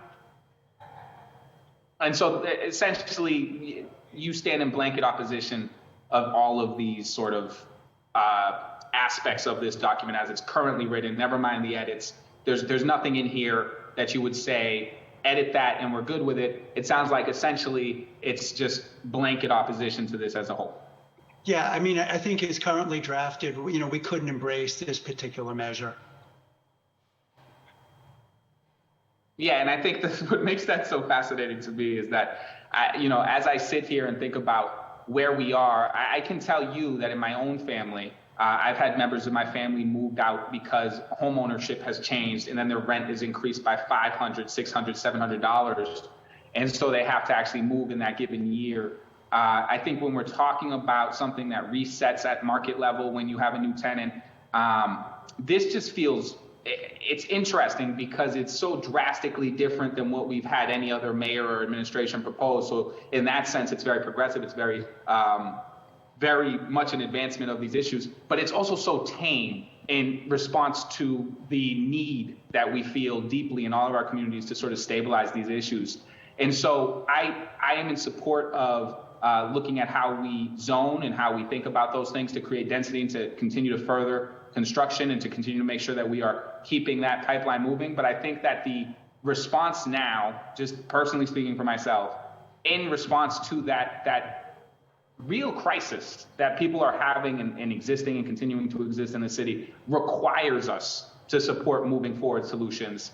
And I don't think we are in a position, period, where we can say no at all. And so I think it's an untenable position that you have, in my opinion, because it simply says we see this rising tide, and the answer is not to do anything in response to that rising tide because it may impact folks who are currently profiting off of this industry quite handedly, frankly. And I recognize that for folks who have a 15-year in buy-in, Councilor Coletta, for instance, who spoke earlier, much of the construction in East Boston wouldn't even qualify for this for quite some time. A lot of the projects that we are hearing about from community members as displacement sort of projects wouldn't even be heard from for quite some time. I think what I was really encouraged to hear is that 55% of our rental units are touched by this, but I haven't heard convincingly from anyone why we should go backwards. I've heard convincingly why we should maybe try to promote tougher percentages or more protections. I haven't heard a convincing reason to go backwards. I mean, we've heard a story about sort of a tenant that someone couldn't get out for a while, which I think does happen. That is some of the risk in being a landlord, that you are unfortunately sometimes privy to tenants that are not good tenants for whatever reason. But I think when we're looking at the actual need in Boston, I can tell you that I had regular rent increases when I was renting. My family has had rent increases that go well beyond, in some cases, well beyond 50% of an increase. And so, which has pushed some of them to move on very short notice with children. And so what I'm saying to you all is it doesn't sound like there's any attempt to compromise on this issue, which makes it very difficult for me as chair and as a counselor to take in what you're saying as something that's actually going to advance the benefit of our constituencies. And so, I appreciate you being here. I appreciate your advocacy for who you are advocating for, and I want to give you the space to advocate for them. But I just want to also be very clear and straightforward that I disagree, that I do believe that these things are helpful, that they move us along, and that frankly, if we were just negotiating between the city council and the mayor, I believe this would be much more aggressive. I think the fact that we have to get this through a state house and a legislature that has, as you have said, has kicked around some of these ideas for a very long time, requires us to come in a more, I want to say accepting term of sort of the limits of what that requires. But I think personally, I can't see a situation where this does not move forward going forward. And so I appreciate your advocacy, at least from the council standpoint. I don't see a situation where we wouldn't move this forward. And I just wanted to note that from the standpoint of what I hear every day from my constituents, from people that I know, that people who I love, who have lived in this city for a very long time, it's incredibly difficult to do what we're trying to do here, which is continue to remain here and to live here without some kinds of protections and stabilizations. And I also accept your point that this is not a cure-all. This will not solve all of these problems. In fact, the fact that it has that 10% in case of inflation increase means that maybe we're buying people, in essence, 2, 3, 4 years, but that might be 2, 3, 4 years for somebody to finish high school in the same address that they are starting in. That might be 2 to 3, 4 years for us to get other things online for them. And so that's incredibly valuable and important work. And so I want to thank you all for your time here on the panel. I don't know if you want to respond to any of that. I'm happy to give you the time, Mr. Vasile, or anyone else who would like to respond to sort of those concerns. And then I think we're going to go to the next panel if there's no further questions from my council colleagues. If any of my council colleagues have questions for this panel, please raise your hand and we'll go to you. But I want to give you a chance, Mr. Vasile, and anyone else on the panel, if you would want to respond to any individual aspect of that. Yeah, Mr. Chairman, thank you. I absolutely respect your position. And I want you to know that we as an organization would always be willing to sit down with you and the mayor to talk about this and see if you could convince us to change our position. We welcome that opportunity. The same, and I welcome you to change mine, but I appreciate it. So I don't know if anybody else, it doesn't seem like anybody else has any questions remaining for this panel. I will also just say to you all, because I know you represent organizations similarly to advocates who are coming on March 2nd, that community listening session is for you as well. And for who you represent. So if folks want to come in person March 2nd at 2 p.m. to speak or virtually, that will be available to them as well. And so I want to make sure that you also let your folks know that we are having that community listening session so that we can hear from all sides as we go through this process. So thank you very much. With that, I think I'm going to release you as a panel. Obviously, you can stay on if you would like to stay on. But thank you for your time. I know for some of you this was your first time in front of the City Council, so thank you for coming and for taking the courage to speak publicly. Thank you. Thank you. We are now going to go to our fourth and final panel before we get to community comment. That's our small landlords panel with Carolyn Lomax, who is a small business owner, Andres Del Castillo, who is a lead organizer for City Life Vida Urbana, and Maud Hurd, president of the New England United for Justice. And so as our small landlords panel, I'm going to now give you the floor. I want to also be cognizant that we have a Black History Month event that is starting, I believe, in like 15 minutes. And so some of my colleagues may be jumping off to do that. And so if folks have questions for this panel, please raise your hand now so I can get to you quickly in that order. But I want to give the panel the ability to introduce themselves and sort of make an opening statement.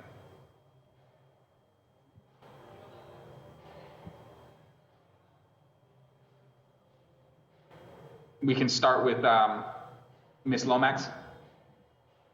Yes, hi. My name is Carolyn Lomax, and I'm a small landlord, small business owner in Dorchester.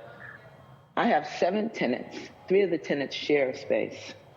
I support rent control because I know corporate investors have been using a technique called price gouging to cause small homeowners and tenants to be forced from their homes. I'm a mother who works more than 12 to 14 hours daily to cover basic needs. Gentrification is not new to communities of color. It is now seeping into all communities, giving investors power to buy properties all over our neighborhoods and the city, creating a domino effect of increasing rents and mortgages, using fear the agony of defeat to gentrify people out of their homes. I support a strong rent control like a 3% cap, no more than 5%. I also believe there needs to be a cap in how much rent after that cap can be charged. Because I'm invested in the community and I want to see stabilization in my community, families have a right for stable housing. Even though I'm a homeowner, a landlord, it doesn't mean that I want to maximize profits from people who already receive a whole lot of little bit. We people are barely surviving. Why make us suffer more?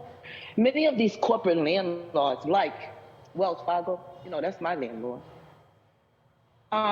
It's no secret that price gouging, another form of gentrification, redlining, oppression, depression, disease, and stress.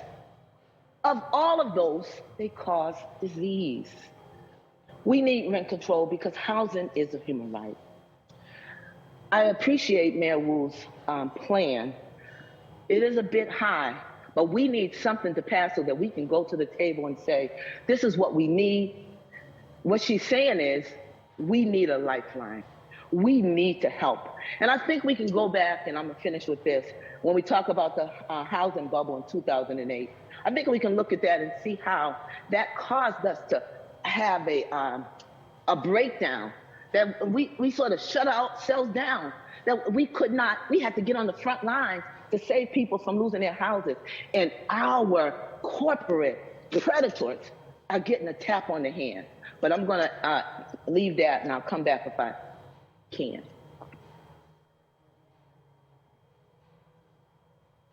Thank you, Ms. Lomax. I'm gonna go to Andres del Castillo. I know that Ms. Hurd is having some technical difficulties, so hopefully we get those sorted out. But Andres del Castillo, if you can give an opening. Thank you, Chair Arroyo, members of this committee, and all the councilors for your attention on this critically important issue. My name is Andres del Castillo. Many of you know me as a longtime advocate and organizer on housing issues. First, I would like to extend my deep gratitude to Mayor Michelle Wu and her administration. This is a necessary step in an overall housing policy framework that can stabilize our city and set an example across our state. However, this is not an easy position to take. Many corporate and big money interests have already announced hundreds of thousands of dollars in an opposition campaign, and that should say something to the councilors here. So once again, to the mayor, the administration, the chief of housing, thank you. Today, I come to you as a concerned homeowner and constituent. Less than a year ago, I was able to purchase a home in East Boston. I saw firsthand how prices today practically assume that buyers will displace current residents. We have a multifamily, so this has now made me a rentor, a word I use intentionally because many small homeowners know, as Carolyn just said, that the true owner, until the day we pay off the loan, is the bank. And since my partner and I purchased, we've had 2 pipes leak and have had to go significantly out of our pocket. As a rentor, my partner and I have had to do hard math to see how low we can afford to keep our rents. However, as we couldn't afford new construction or a recently renovated property, ours needs TLC, and it lets you know when it does. I say all this to say that I get the concerns of fellow homeowners when they hear all the lies spread by the industry that we'll lose our homes, that property values will tank, or that all the development will stop. That misinformation and disinformation and fear mongering is something that I hope we've learned to recognize, particularly in our policy making. This ordinance gives ample, in fact, in my opinion, too much room for rent increases. This has exemptions for small homeowners. In fact, it indicates exemptions for those owning 6 units or less. This proposal will give the exceptions to homeowners like myself who need to adjust rents according to costs. In fact, as I learned in the housing search, FHA loans for first-time homeowners don't cover above 4 units because the federal government recognizes 5 units or more as an investment property. This policy actually gives more room than the FHA loan policy on what we consider to be a small homeowner. Homeownership is a social responsibility. This is why we have ISD, making sure internal conditions are livable and that conditions of one property don't create hazards to others. This is about regulating corporate landlords, not small homeowners. To that end, I say please understand that corporate landlords often try to hide behind working class homeowners like myself. Do not fall for that. Owning 12, 20, or 50 plus buildings is not a small homeowner. That is a corporate landlord, and they do not speak for me or any homeowner that I know. I also want to address one particular narrative or argument I hear on new construction, An argument that centers new construction as a solution is not a solution for today's crisis. What that perspective fails to acknowledge is that our families are being evicted right now. They're being displaced right now. This city cannot build its way out of the responsibility it has to Bostonians under threat by the housing crisis here and now. Bostonians, that are disproportionately Black and brown, that are working class. To pursue affordable housing construction depends, in fact, on stabilizing residents now. It depends on strong rent control now, so that they may be here when affordable units do come on the market, especially with how competitive getting an affordable unit is. This is a necessary policy measure for any other policy solution to actually work. The argument that homeowners and landlords will simply let their buildings deteriorate and fall apart, absent the ability to extract as much rent as they wish, is frankly offensive. It clearly distinguishes between corporate greed and working class homeowners who would never make a decision in that way. Slums have been around in this market absent rent control. This will remain true as long as housing remains a commodity and greedy corporate landlords are driven to maximize profit. I say this because as a former anti-displacement organizer on the ground, I saw it firsthand. I entered units infested with roaches and bed bugs. I've entered units with no heat or severe leaks, exposed electrical where there were holes in the roofs and you can see daylight straight through the ceiling. I recall a building on Sumner Street in East Boston, which was purchased by a speculative investor and flipped in 3 months for over $700,000 markup for no reason. Keep in mind, this building was fully occupied by 6 units of tenants, including families with kids, and had broken beam that made the building structurally unsound. These conditions made tenants fearful of calling ISD for fear of condemnation leading to eviction, greedy corporate landlords able to continue to raise rents, even in these conditions, and even flip the property for greater value, only creating even more upward pressure on rents. Furthermore, I understand the historical context and experience that some suggest the process would be too burdensome for small homeowners. But that was also before the technical revolution that has taken place in the last 30 years. This city can and should design an accessible rent board and governance process, and we can. Lastly, I'll reiterate, with the homeowners exemptions, this policy must be made stronger. The State House will have the power to amend this policy, and as such, we should lead with our strongest possible policy position, one that protects the most people in the best possible ways. Thank you very much for your time. Thank you, Andres. I believe Ms. Hurd has an issue with the camera, but not the audio. Is that accurate, Ms. Hurd? Can you speak?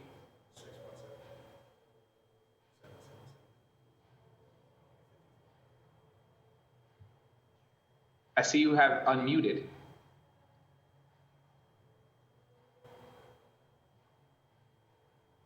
All right, so I can't seem to hear. There we go. Yep, you're in. We can hear you. We can hear you if you're ready to give an opening. You're muted again.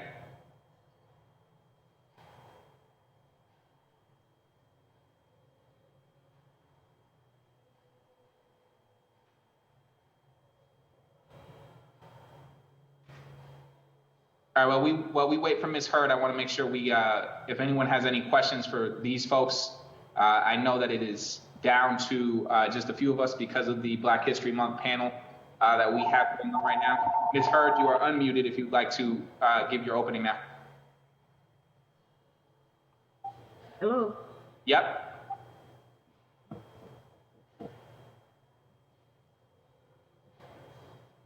Ms. Hurd? Maud, we can hear you.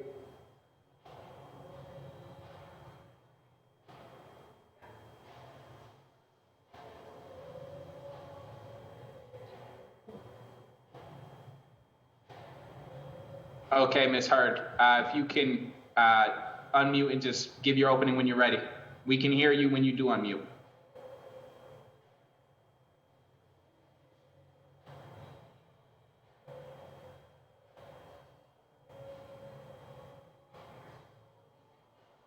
Hello? Yep, there you go. Oh, can you hear me now? Can you hear me, Ms. Hurd? I couldn't hear anybody. All right, thank you. The floor is yours. Okay, I'll start right now. Thank you. Thank you. But sorry about the technical difficulties with my computer, but good day, members of the City Council. Thank you for the opportunity to speak out today on the small landlord in Boston on the rent stabilization. My name is Maud Hurd. I'm a proud member of United for Justice, and I've been involved in civil rights issues for more than 50 years of my life here in the city of Boston.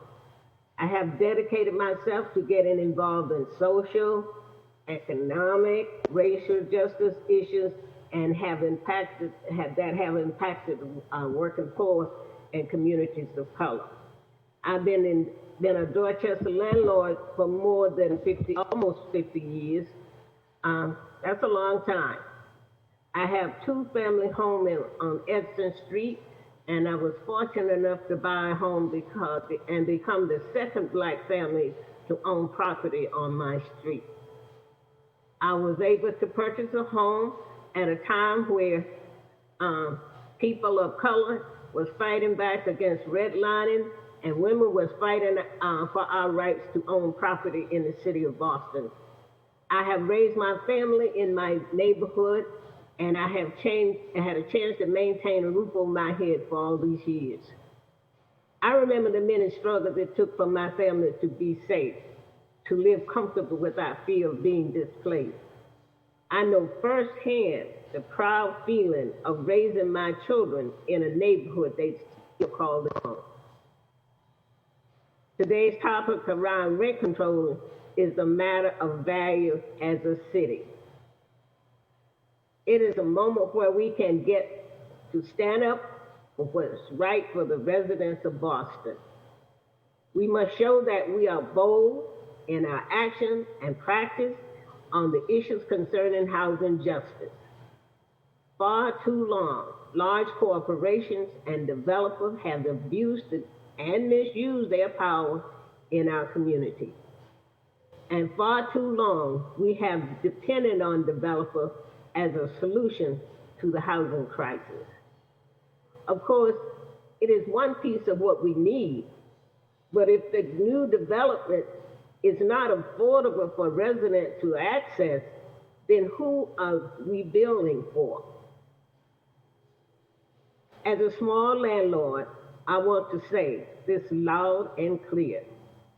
The arguments you may hear from large landlords are how this will impact small property owners is out the window. Owner-occupied landlords with under 4 units are exempt from the policy. But we are not doing enough with what the mayor is proposing to protect the most vulnerable renters in the city.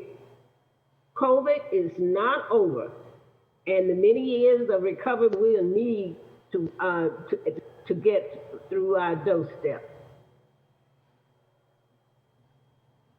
I'd like to say the mayor proposed rent stabilization, a new development with a 15-year period be exempt from rent stabilization. We are asking for no more than 5 years. Our communities are being forced out of the city due to raising rent. If residents are forced out of the city, the rent is neighboring cities is also seeing an increase that families cannot afford. Boston housing problem is everybody's problem, and we need to do more. We hope that the city council and the mayor can make the final decision around rent stabilization that reflect the needs of our community. Our city is in change, and we have the power to make these changes. Thank you for your time, and thank you for listening to me today. Sorry about this. No, you're fine. Don't need to apologize for the technical difficulties. What I understand is that you can perhaps not hear us, but we can hear you, so hopefully you can hear us now. Most of my colleagues are currently in our Black History Month celebration, and so I don't think that many of them are here to ask you all questions, so I will usually, I see Councilor Lara is here, so I'm going to go to her first, and then I will go to myself. Councilor Lara, the floor is yours. Thank you, Chair. I don't have any questions. I just wanted to say thank you. I think it's incredibly heartening after a 4-hour hearing to be met with people from community who own their own homes and are concerned with more than just their bottom line. They're concerned with our communities and the well-being of our community. So I just wanted to extend my gratitude. It is good to know that there are more folks like you out there. So thank you. Yeah, I want to make sure I thank you all as well. I think it's important and a credit to you and to the city of Boston that we have folks like you who are concerned about the well-being of their community and the residents who live in their community, and that means something to them. So thank you for that. As we talk about this proposal, there are exemptions in there for small homeowners, and I just want to check with y'all, since you are small landowners, landlords, small. I guess we're calling y'all home providers now, since that's a thing. I just want to know, are you good with the way that the exemptions are framed for small homeowners? Do you feel like it is expansive or too small? I think from the standpoint of just my personal position on it, I've always thought 6 units was sort of where it was. I remember the Jim Brooks Act. And, you know, to think that we were at the Jim Brooks Act where that essentially got gutted before it went up to the House, to be here now is quite a transformational change. And I think is a credit to where we are. It's obviously not, you know, where the problem is so large, and over that time frame, we've seen so much of an acceleration on it that it might not feel like that. But I think that considering that the way the Jim Brooks Act was handled by this council is one of the reasons why I ran for the council. I think we're in a very interesting space right now. And so from the small landowner exception standpoint, because I think this is important, do you appreciate the way that those sort of exemptions are written in? Do you think that they could be changed in any way, shape, or form, or is it essentially to your satisfaction as sort of small landowners and also and landlords in that way? So I'll respond with, I appreciate how they're framed. I think there's maybe 2 pieces of it that I would highlight to the council. Thank you, Chair, for the question. And that is, first, I think that, as I said in my testimony, I do think that 6 units or below is a bit generous, given my recent experience in purchasing a home where FHA loans don't consider anything above 4 units as like a first-time homebuyer loan program, right? Because they consider that just straight up investment property. And so just following federal guidelines, I think we could actually just tighten this up to more reflect what the process of buying a home reflects as a small homeowner, right? And so just to kind of flag that piece, and I think we could lower that threshold. I also would like to say that I think, you know, as somebody who wants to continue to move and is very deeply committed to moving with my tenants in a way that is ethical and grounded in my principles and values, one thing that concerns me about the just cause eviction proceedings, and I want to really thank Councilor Lara for this question to the Chief of Housing and the administration, is particularly around the piece of just cause evictions and whether when a landlord finds just cause, that then triggers an eviction that is then fault, as opposed to just making it, as it normally would be, a no fault eviction. And so wanting to make that step important, right? I think that the thing we want to address is that oftentimes tenants are asked to move and therefore might enter eviction proceedings by no fault of their own. It's not that they failed to pay rent. It's not, you know, it may be that you need to move a relative in. And if that is the case, then, or you might need more rent, but they actually can't afford that new rent. And so that may be grounds enough to move an eviction forward, but that shouldn't be considered the tenant's fault, right? Not being able to afford the actual increase shouldn't be the tenant's fault. It should just move ahead like a no fault eviction normally would. And so just making sure that the language really captures that distinction. I think for those of us that, you know, want to be able to always move with our tenants with deep integrity, I think it's important that this policy kind of have those values built in. Thank you. That's helpful to me in the way that I think about it. I see that we have other counselors here with us. I don't know if anyone else has. This is our last panel before we get to community comment. This is the small landlords panel. Counselor Bach. Mr. Chairman, I don't have any questions. I just wanted to thank the panel and also say as mentioned, I had to go away for religious service, but I've been watching for the last hour as I've been coming back. So I saw the real estate panel and also this group, and I will be watching the follow-up. But I really want to echo Councilor Lara's sense that, I mean, you don't have a community if people can't live in community. And it's just so important for all of us to be thinking about this issue that way. And I think like most Bostonians, people have real community relationships across this line of renter and landlord, right? We've heard a lot today about folks who, they help make a place for other Bostonians in the city. And so I think it's important when we talk about this issue that, it's not like renters versus landlords. It's about kind of like, are we going to have a community, or are we just going to talk about housing as a commodity? And one of the things that that distresses me a lot when I think about kind of just housing policy realities in our contemporary moment, and it's one of the reasons that I'm particularly fond of the many cooperatives in my district, is that I do think that we can get ourselves in a situation, and I think it's some of what you're hearing today, where part of what people are saying is we're invested in policy failure.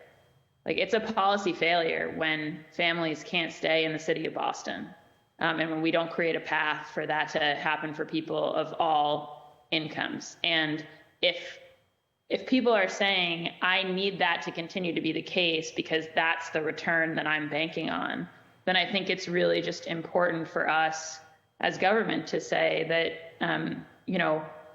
we can't allow private interest in public policy failure to be a reason to extend that failure further and further. So I wanted to say that and to thank the panelists and to apologize for the fact that I had to step away for a bit today. Thank you, Mr. Chair. Thank you, and thank you to our panel. I want to again extend that March 2nd, we do have a community listening session. I want to make clear that I am grateful to all of our community advocates and residents who have taken the time to sign up for testimony. I will hear from every single one of you who has signed up and is present. Right now, that is 60 individuals. We're going to do 2 minutes each, which, if you're doing the math, means 2 hours of community comment. And so I want folks to know if that is too long for you, if you are on the back end of that. If you want to submit it in writing, you can do that at ccc.go@boston.gov. If you would like to come back on a day where all we are doing is listening to community comment, that is March 2nd at 2 p.m. We will be doing it in person, and we will also be doing it through Zoom so that you can have both options available to you on that day. So if this is late in the day, we started at 10 a.m., it's 2:40 p.m., please know that there's also March 2nd. We are going to then go to our community panel. I just want to thank, it's not really, I guess it's a community panel, it's community comment, but we will be making you panelists as you give your comment. We are going to hold you to 2 minutes. I will have them mute you at 2 minutes so we can get through this whole process. I want to hear from you though, so if you have more than that and you would like to submit your thoughts in writing, if you have them written, that's awesome. Send them at ccc.go@boston.gov, or please, if you can come in on March 2nd, and just because you speak today does not mean you can't speak on that day as well. Councilor Lara, I don't know if your hand is raised to just sort of give a closing statement or... All right, perfect.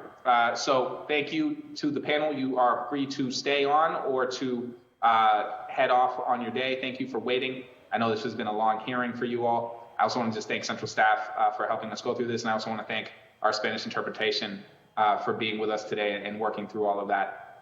As we go through the community comment list, please bear with us. It is an extensive list. Not everybody is here. And so as we go through it, we may call for folks who are not here yet or are no longer with us or never arrived.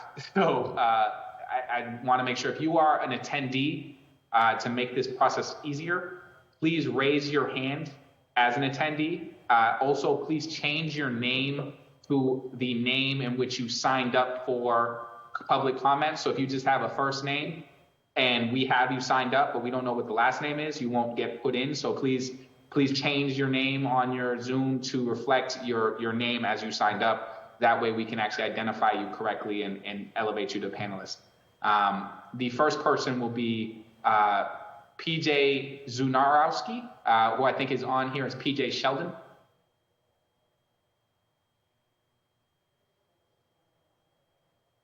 Also, John Sheldon, if you are here. Hey, Ricardo, can you hear me? Yes, you come in clearly.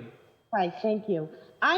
Thank you. It's been a lot of moving testimony. I moved here in 1985 to go to Boston College at 18, so I've been a Boston resident and a homeowner for a long time. Ricardo, let me answer for you what the Greater Boston Real Estate Board could not address. Here's the problem with the proposal, and I agree. I mean, a 6% or a 10%, whichever is lower, is not going to stop displacing tenants. I mean, I appreciate what I heard from Carolyn, my fellow landlords in Boston, and Andres, congratulations for being a homeowner. The problem with this as written is in section 2, E, F, and G. It says, the city may provide for fair return standards for the regulation of rent, which may include but are not limited to changes to permissible rental rates. Let me read that again. The city may provide for fair return standards for the regulation of rent, which may include but are not limited to changes to permissible rental rates. This needs to be removed. This is going to get us to where we were back in the 80s and 90s when I moved to Boston, when landlords couldn't get any increase that was fair. I mean, 3 to 5%, yeah, that's even, if we didn't have this hyperinflation, what's going to happen is you go to section F, the city may set tenant notification and rental registration requirements, and the city may establish in G or designate an administrator or board to promulgate regulations. So here's what's going to happen. What we already heard from the city councilors today is renters far outnumber property owners in Boston. So small property owners such as myself, I own a 2-family and 3 condos in 3 separate buildings in Alston, Brighton. I don't own a building. I'm not displacing my tenants. I'm not regularly increasing my rents. I keep them the same per tenancy. I'm not the problem. The problem is the big developers that want to sell out and create this density that we're all having to live with. And I don't understand. You're going to give developers a pass for 15 years. You're going to create a rent control board. You'll put 3 tenants. You'll put 2 property owners like they ended up doing in Cambridge during rent control. And then for 6 or fewer units, that will get taken away off the table. 6 to 10%, that'll be taken away. It won't even be 3 to 5%. It'll be 1% if you're lucky. This is the problem with this bill as written. No, I am not against legislation to prevent displacement or price gouging of tenants. I would never do it in my own community. I have been in Alston, Brighton since 1985, but this cannot go forward as written. E, F, and G in section 2 must be removed. We cannot be subject to the willy-nilly rent control board who's always going to be tenant tenant heavy and tenant interested, and then just take away our rights as property. Thank you for your testimony. You're at 3 minutes. If you have a closing sentence there, I want to make sure I let you get it out.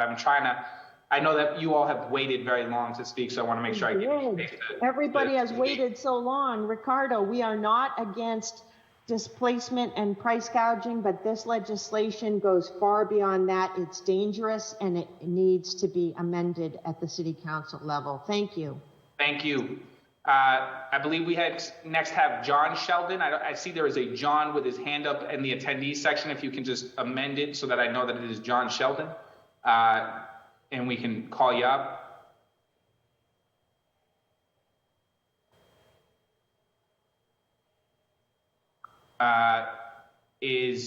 We have Raphael H. I don't know if he is here. We have yes. Can you hear me, John? Yes. Is this John Sheldon? It is John Sheldon. Perfect. Thank you. You have a little bit of an echo, so I don't know if there's another device on. Yeah. Okay. How's that? That's perfect. The floor is yours. All right.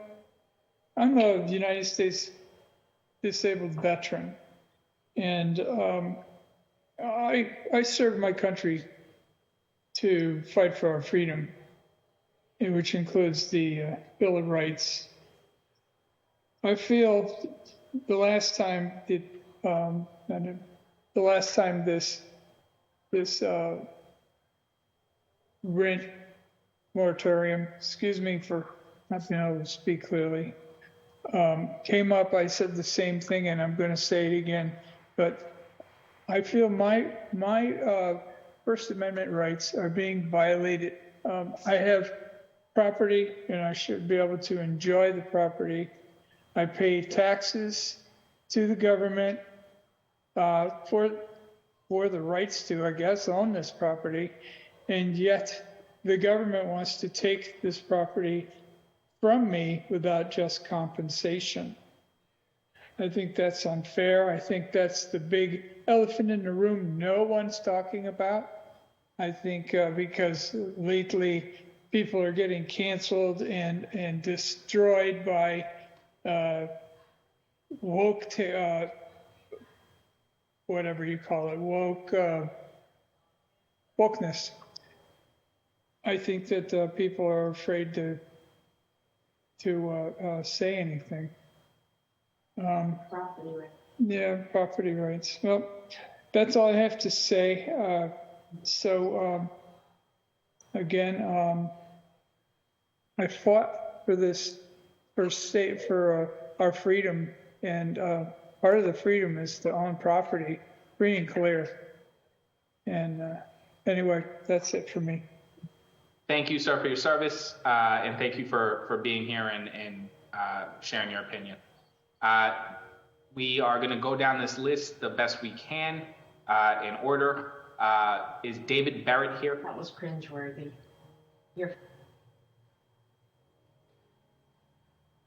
Is David Barrett here?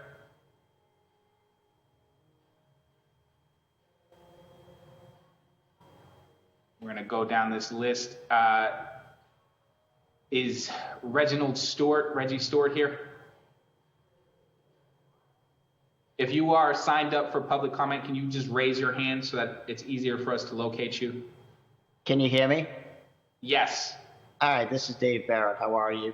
How are you, sir? I'm a member of the Institute of Real Estate Management, and we have 20,000 members, and we're affiliated with the National Association of Realtors, which is about 1.5 million members. And, you know, the biggest issue that's facing apartment rentals in Boston, as some of you had mentioned, is the shortage of inventory. And we should really be incentivizing developers to build here to increase the inventory so that we can create competition and soften the rental prices. I know that from listening, some of you have mentioned that, and I do appreciate all the thought and consideration that the council is putting into this. You know, I had heard mentioned that, you know, we're not concerned about profit and, you know, we're concerned about the tenants.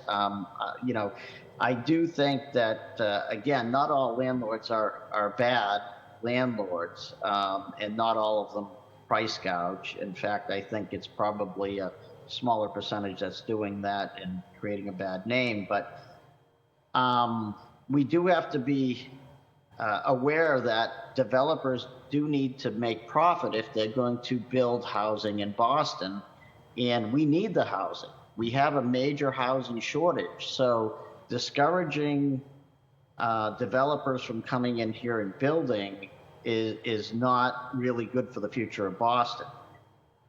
Rent control has not worked the way it was intended in a lot of the locations where it's been enacted. It did, I realize this is a different proposal now, but it did fail miserably when it was enacted in Boston in the past, and there was no increase in inventory. In fact, there was a 6% decrease in inventory during that 20-year period that this was enacted. That's definitely not healthy for the city of Boston. In this current climate, you know, the loss of 6% would be about 14,000 units. The people of Massachusetts abolished rent control by a statewide referendum. Rent control does limit, and it has in the past, it created deterioration of some of the buildings. It definitely contributed to inventory shortages. So it really, a lot of the real estate people and owners are very gun shy about it because of their past experience with it, which was not a really good experience. There's other provisions in here as far as limiting an owner's ability to get a property vacant to do construction and renovation. 3-minute warning there, Mr. Barrett, if you don't mind, just your last thought on that. It's 3 minutes in.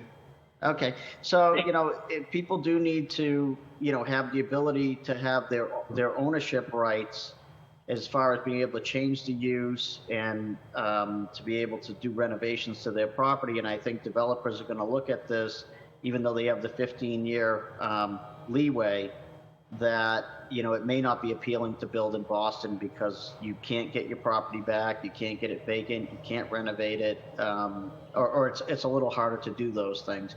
So I just want you to be aware of those factors. And thank you very much for your time. Thank you, Mr. Barrett, for your time. Amir Shasavari.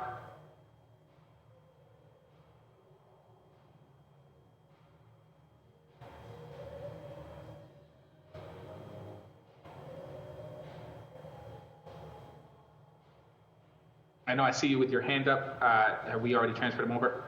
Please make sure when they ask you to become a panelist that you click yes so that we can take your testimony. Good afternoon. I'm sorry, sir. Can you hear me? No, you're fine. Yes, I can hear you. Thank you very much, Mr. Arroyo. My name is Amir Shahsavari. I am the Vice President of the Small Property Owners Association, also known as SPOA. We do represent many housing providers, many of whom are female, many of whom own small businesses. A lot of them are females, minorities, and family members who have kept their properties within their families.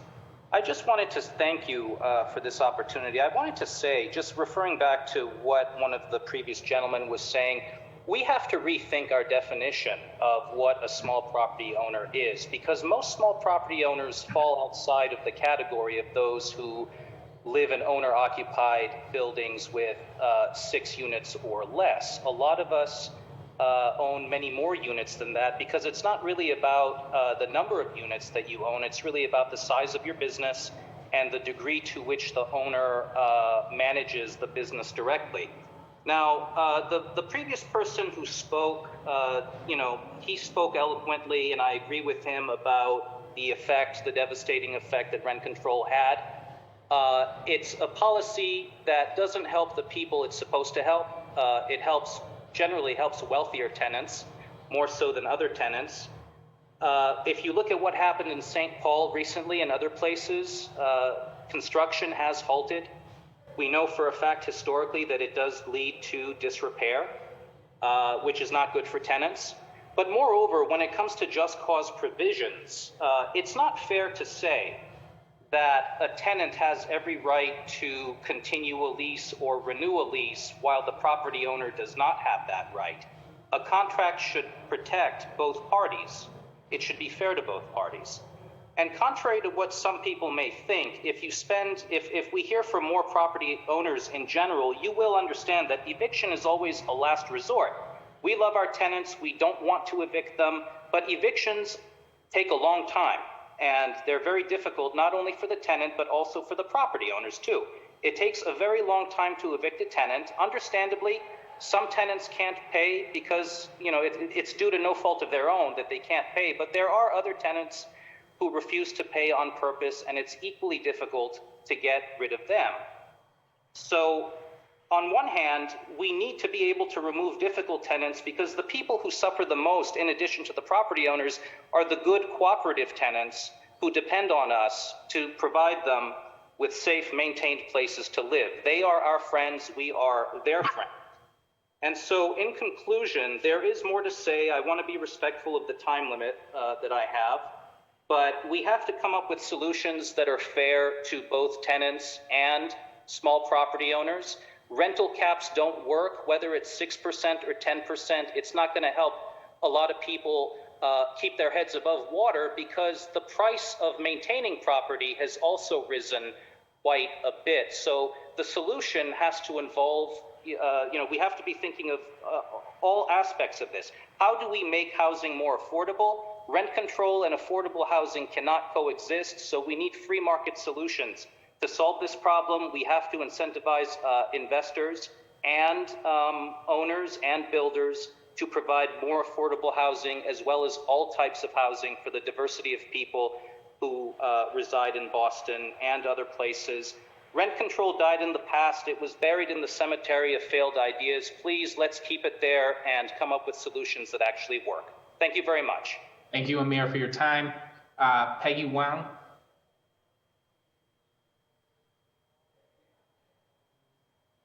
Hi, yes. My name is Peggy Wang. I am part of the Independent Socialist Group, and I work in Boston at the Massachusetts College of Art and Design. And I'm also a member of the Massachusetts Teachers Association.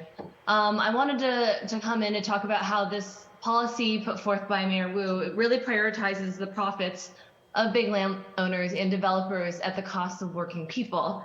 I think as others have mentioned before, this housing could cost, new housing costs more than ever. Tenants could feel pressured to, renew leases or accept large increases to rent if they're not sure if there are going to be better alternatives out there. And this policy will also make it so landlords have even more control over setting prices. So these things are extremely harmful. Working people aren't making 10% more every year. In the past decades, we've seen working people be more productive than ever, 70% increase since 1980. And yet minimum wage has actually gone down since 1980. People are struggling. And yeah, I just want to also point out, Boston City Council and the mayor, they did give themselves a 21% increase over the next 3 years recently, at the end of last year. When you're making 100, 200K, 21% increases are a lot. And I think the city council actually pointed to how working people in Boston aren't making that kind of money. So what do we actually need? I think, we at the Independent Socialist Group think that a meaningful rent control policy would involve a rent freeze for the next 3 years, with long-term rent control to fight skyrocketing rents. Minimum wage actually makes it so you can pay for any of these. MIT living wage calculator says that for a single person to be able to afford living in Boston, they would need to be making $22 an hour. So we need to make sure that people who work in our city can actually afford to live in our city. That's twice as much, by the way. You need to be making twice that much if you have a kid, if you're one person with a kid. Rent should be capped at 30% of minimum wage. We need to be taxing the rich in this state. There's a flat tax rate. We need to be taxing MIT, Harvard, these large corporate higher ed landlords that have been part of the gentrification that's happened in Boston. They don't pay their fair share of taxes. We need to be building public housing by the tens of thousands, honestly, and that needs to be affordable for working people. We saw a 60% decrease in approved construction in this past year. To fight for these things, I know a lot of us are here looking for answers to the housing problem. And I think we need to get organized on this if we're going to win any gains.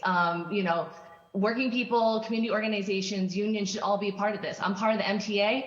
Our union should be part of this fight. Yearly, we get maybe a 2% increase. That's effectively a pay cut. For so many years, we've been facing this. We can work with the nurses union, and we can work with the Teamsters, grads, workers who've also been fighting their universities, who are both their landlords and their employers. There's immense amount of power, and we need to get organized. We need to start mobilizing. We need to break from the Democratic Party as working people and build an independent workers' party that can fight in our interests, that we can put forth candidates, build a platform, put forth policies that can actually benefit working people. Housing should be a right, not a privilege. And under capitalism, it will always be treated as a commodity for something to be bought and sold to make a profit off of. So if you're interested, we need to move toward socialist solutions. Check us out, Independent Socialist Group. Thanks. Thank you, Ms. Wang. Freyna or Freyas?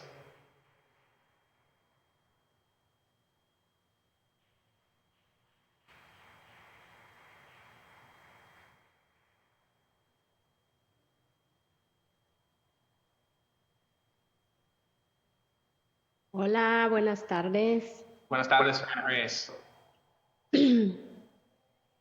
Mi nombre es Reina Reyes. Gracias por tenerme en este espacio. Vivo hace 18 años aquí en East Boston. Ahora quiero hablar por todas las comunidades afectadas, pues estamos compartiendo experiencias y problemáticas comunes. Ahora mismo estamos sumidos en una lucha en contra del desplazamiento masivo de nuestras comunidades. La gentrificación ha venido a socavar la economía de nuestra comunidad, perdón, con exorbitantes precios en renta. La zonificación está segregando la comunidad. He visto con mis propios ojos cómo... Un momento, Reina.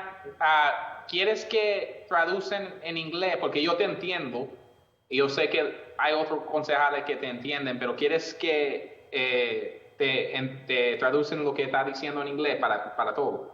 Oh, pensé que me estaban traduciendo, perdón. No en el mismo tiempo. Así que si quiere hacer eso, tiene que darle tiempo para decir lo que tú estás diciendo en inglés. Okay.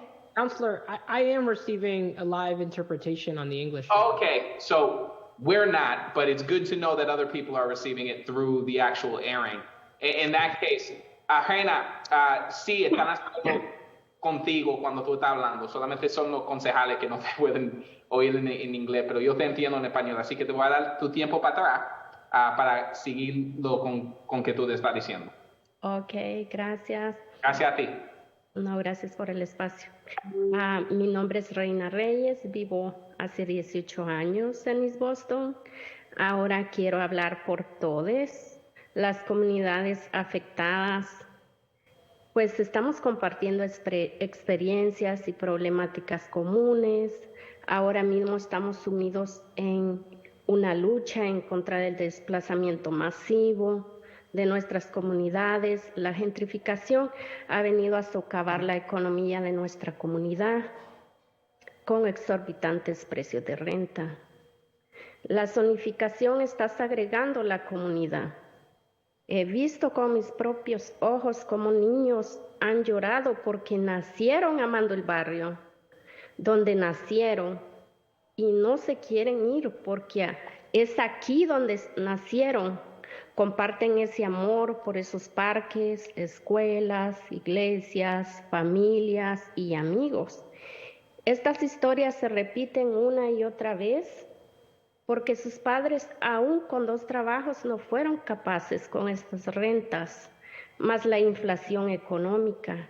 Ellos no fueron capaces de pagar el alto incremento de renta y decidieron irse a otras ciudades suburbiales. Y esto viene a provocar traumas en los niños. Ellos quieren continuar viviendo donde nacieron. Por eso estamos agradecidos con la iniciativa al apoyo de control de renta a nuestra alcaldesa Agu. Pero queremos dejar bien claro que no estamos de acuerdo con la tasa propuesta al 6%. Lo continuamos considerando demasiado alto.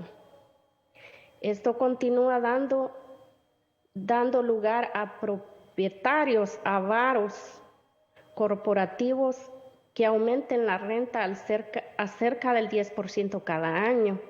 Esto también continúa dando paso al desplazamiento de nuestras comunidades, como ha venido sucediendo año tras año. Queremos que el Consejo Municipal de Boston, junto a la alcaldesa Wu, hagan esta propuesta más favorable, que vincule la tasa de inflación del 2% al 3% cada año al control de renta. El control de renta tiene que venir a beneficiar nuestras comunidades menos privilegiadas, BIPOP, y poner en alto la justicia de vivienda. Y no vaya a suceder lo contrario.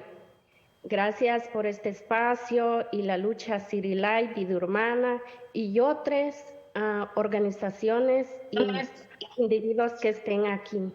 Con gratitud, feliz tarde, Reina Reyes. Thank you for that.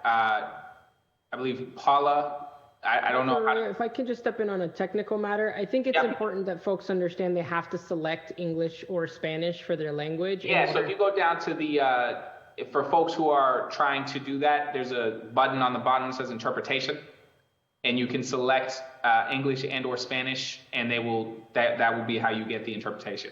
And I'll just say that if it's okay in Spanish. Para aquellos que estén escuchando en español, tienen que seleccionar el idioma en la parte de abajo de su pantalla en Zoom. Van a poder ver que pueden escuchar, seleccionar idioma y escojan o inglés o español, dependiendo en qué lenguaje quieren escuchar.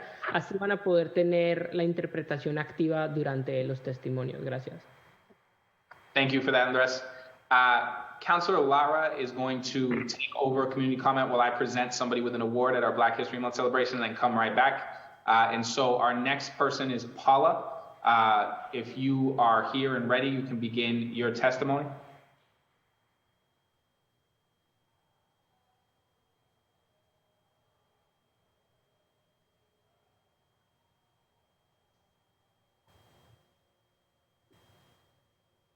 Whenever you're ready, Paula.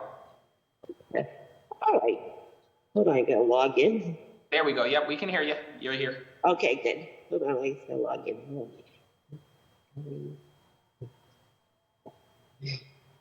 Okay. All right. Hello, my name is Paula Thor.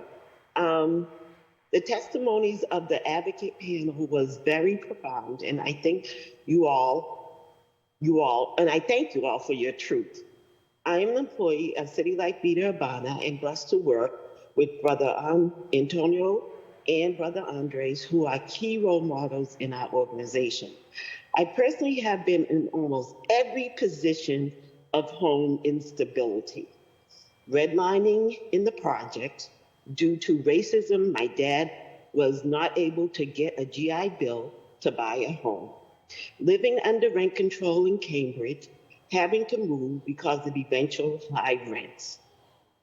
To my family losing, my family losing 2 condos and a 3-family home due to the 2008 bubble. To being eventually evicted by the homeowners of 2 apartments for no-fault evictions. I involved myself with City Life and during these 2008 and prior crises, as I volunteered to attend actions and demonstrations for other tenants in the community, particularly Roxbury.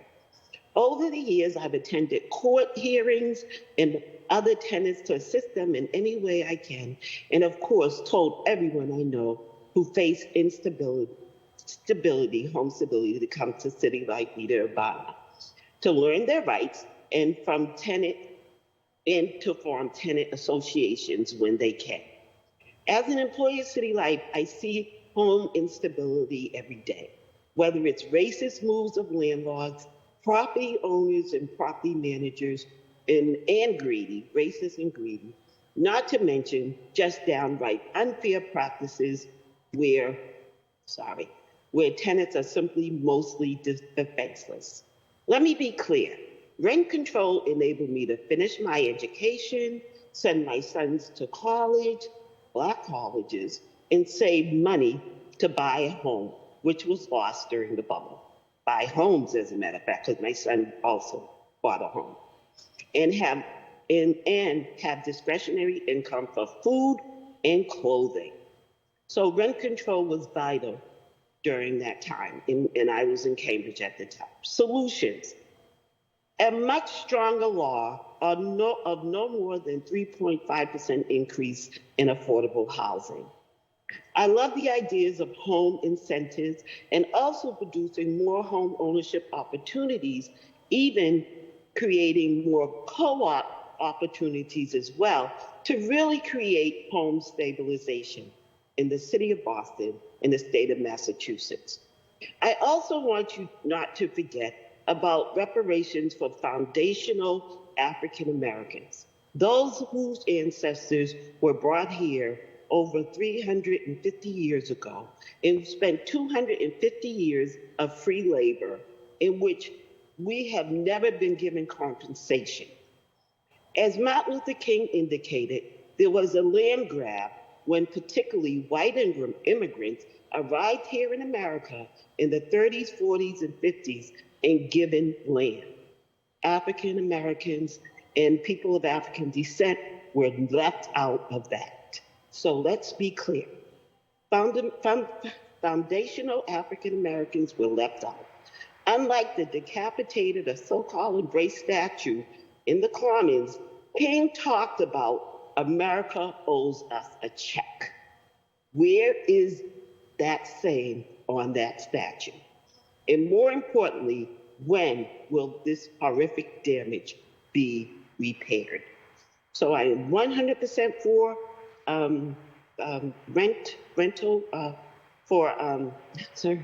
rent control, and also for fairness for Black and brown people of African descent who were instrumental in building this country. Thank you. Thank you so much, Paula, for your testimony. The person that is next up is Masuka Berry. Masuka Berry, if you're here, we should have let Masuka in. Hello. There we go. The floor is yours. Hello, my name is Mitsuka Berry. I am currently a resident in Cambridge, although I've lived throughout the greater Boston area for a majority of my life. And I am also a local creative and educator here. I moved out of my home at a very young age to escape the systems that made a lot inaccessible to me. And the space that I found the most peace in was my creative practice.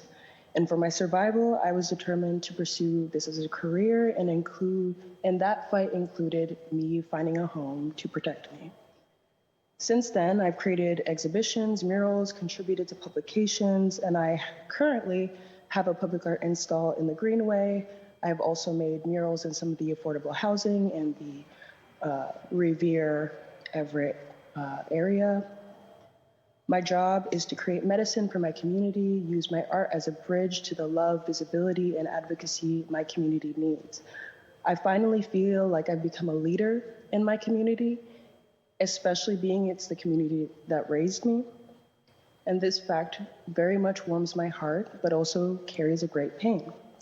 Because in the same way I've been empowered to fight for my dreams here, the city has made me feel like it'll slip away from me. At any moment, despite my immigrant parents bringing me here for a better opportunity, as I get older, the weight of reality gets hard to ignore when it dictates if you are allowed to eat.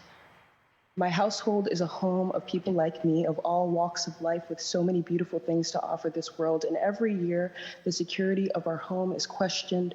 Rent has been constantly raised each year as the jobs we all rely on decline. I speak to you as a new apartment complex is being built next door.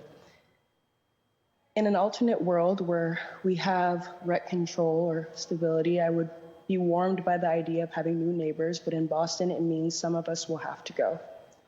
I've fought for Boston in so many ways, but I've come to see that the scarcity in Boston's ability to fight for those who create the culture here is going to be its demise. How is it that the very people who created everything you praise the city for are at risk of houselessness? How is it that we claim to be a city of opportunity, beauty, and liberation if we walk amongst people we deem disposable during an economic collapse, during a pandemic?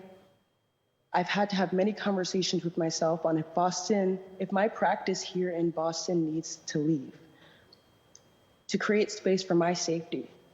I've begun 2023 already trying to create a plan for potential displacement, and many people in my community have pondered the same. What will Boston claim as theirs once the very foundation of love in the city disappears? That looks like healthcare workers, artists, teachers, etc., the very soul of the city. I advocate for a system created that harmonizes the needs of both tenants and landlords because I believe in a real future, one with empathy, safety, and integrity. I ask you to call in those intentions and contribute to a human experience we can actually be proud of. There needs to be some kind of structure. There should be alternative housing for those who have been displaced. There should be protection for housing for those who have been unemployed, especially during this time.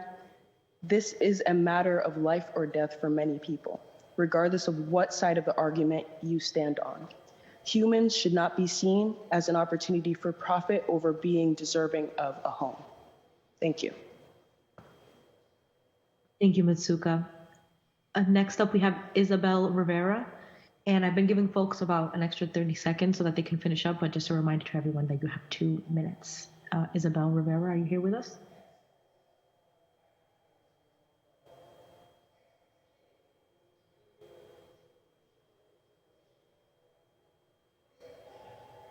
Okay. Hola, ¿me escuchan?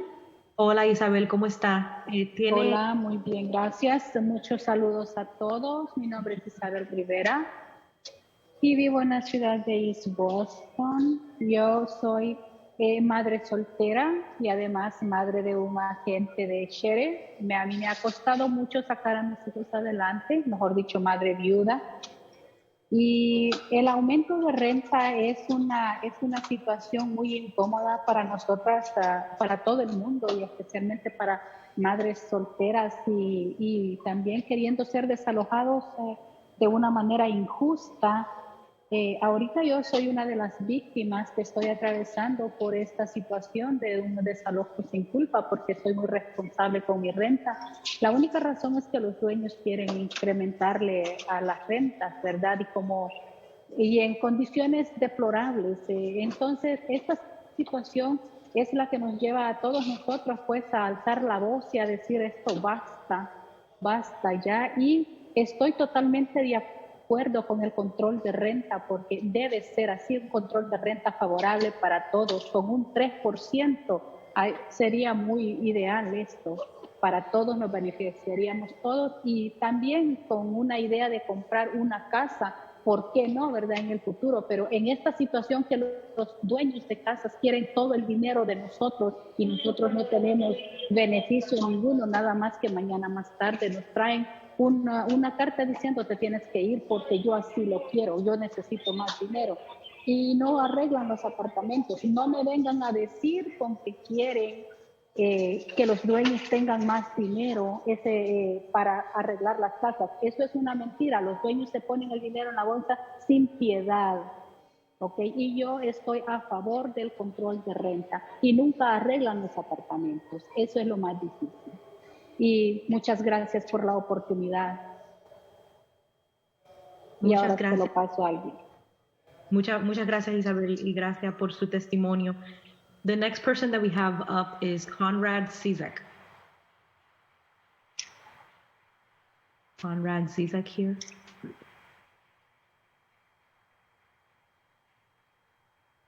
No, Isabel came under time. Is Conrad Zizek? Yep. Can you hear me? Yep, I can hear you, Conrad. You have the floor. You have 2 minutes.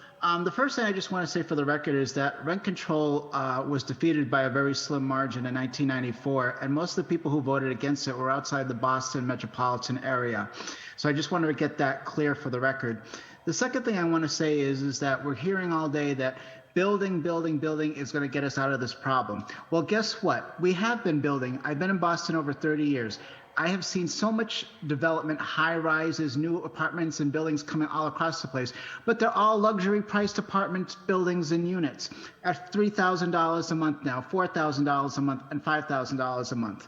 So given the speculation of the market, it drives the prices up of all the other properties around here. So building is not going to be the solution to the housing crisis.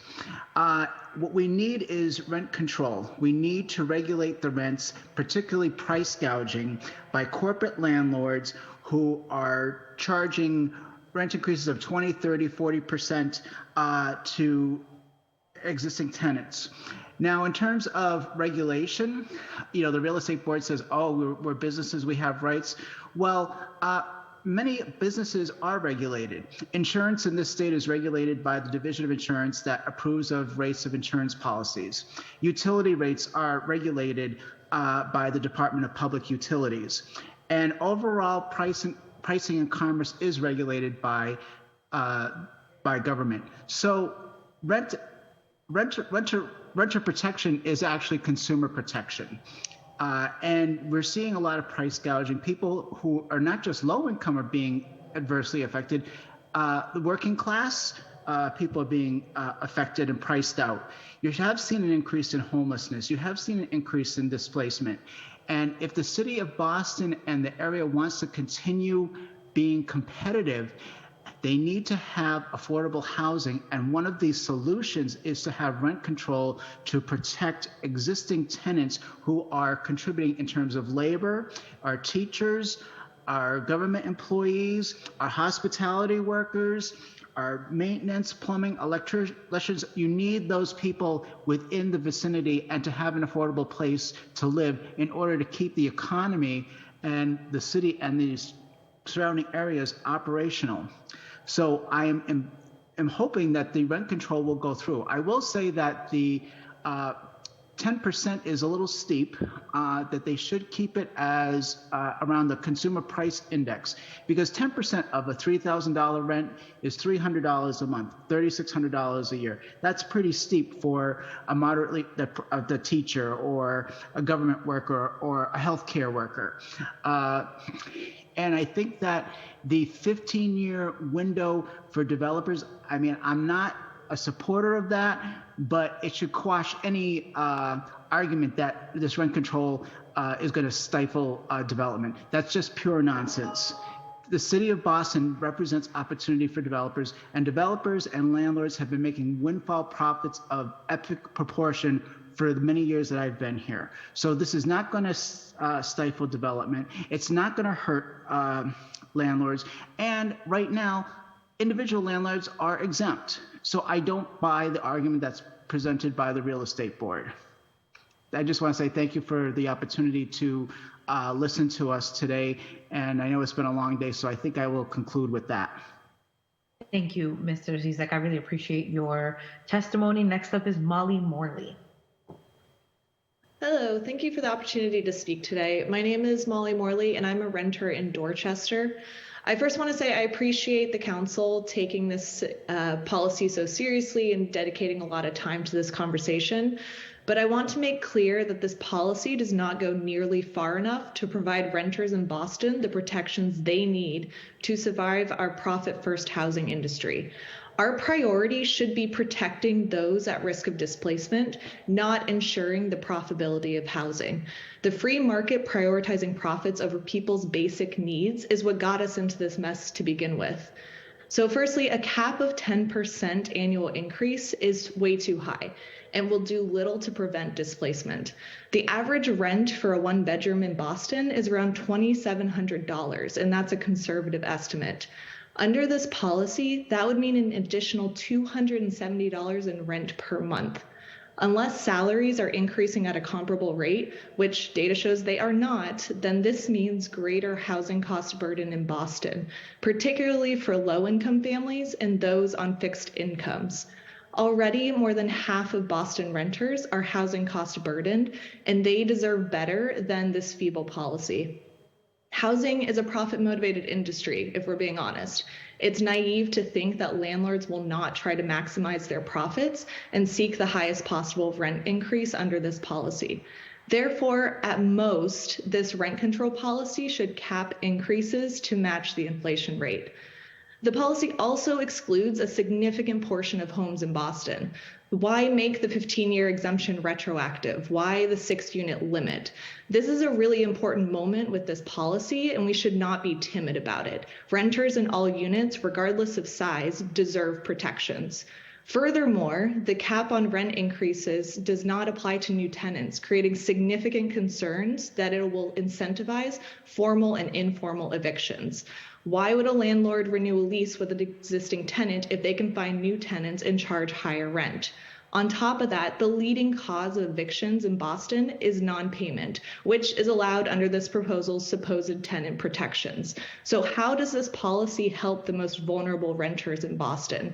The concern over formal and informal evictions is especially concerning considering that tenants don't have a right to counsel and housing court, leaving them more vulnerable to abuse. So I hope the council will take these concerns into consideration and strengthen this policy into one that actually protects those most at risk of displacement. Thank you.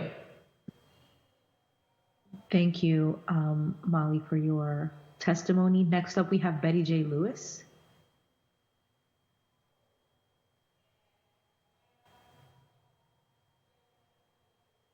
Is Betty J. Lewis here with us? Hear me? Yep, there we go. Thank you. Hi, my name is Betty Lewis. Thank you for having me. Good evening, good afternoon. My name is Betty Lewis. I live in Fallon Estate, AKA Thoma at the T in Mattapan. I've been here for 40 plus years. And my community have been going down because of the high increase of rents that have been imposed upon us by the new landlord who purchased this property in 2019. So our high rents increases, and my rent's from $300 to $400 a month. As a tenant in Boston, I'm already spending too much money on my rents, on housing. I definitely support the rent control bill in Boston, and I appreciate Mayor Wu for introducing this proposal, but it also needs to be stronger. City like Vita Bonner fights for collective bargaining contract with a max of 3% on rent increases.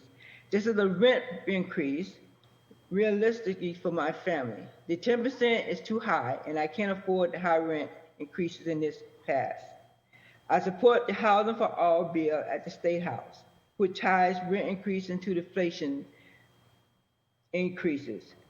So it will only be allowed 2% to 3% and a max of 5%. We need rent control to protect us from inflation, not worsen it. I would like to see Boston City Council and Mayor Wu make this stronger and tie it into an inflation rate no more than 2 to 3% each year.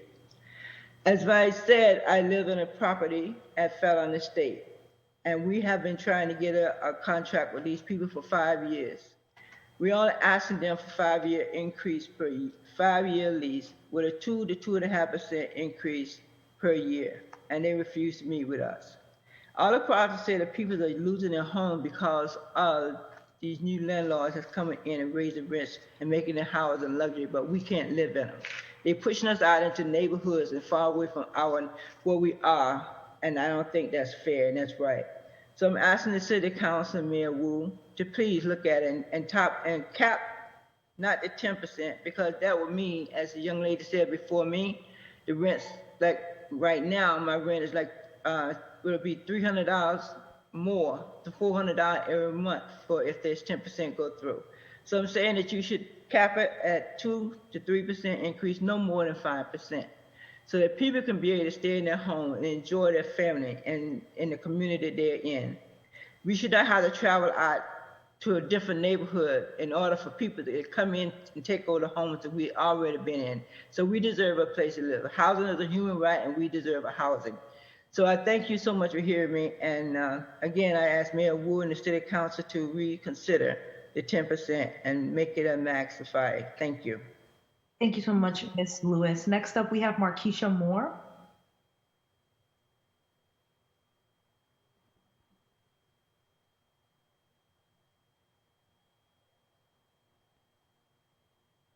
Is Markeisha here?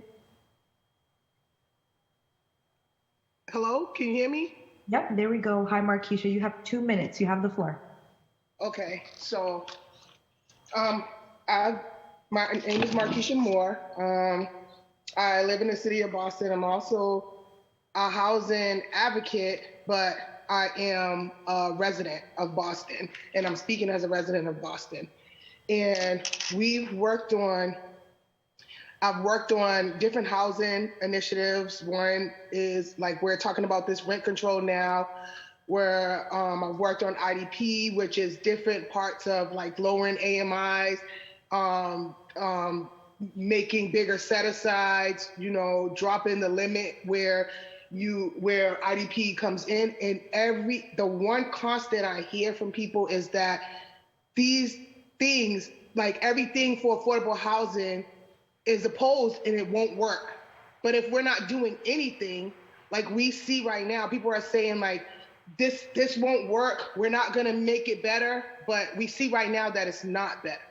And I am glad that we are having this conversation and trying to do something about rent control, because as other people have mentioned, and from what I've been seeing, housing has become an investment for people, and that therein lies the problem.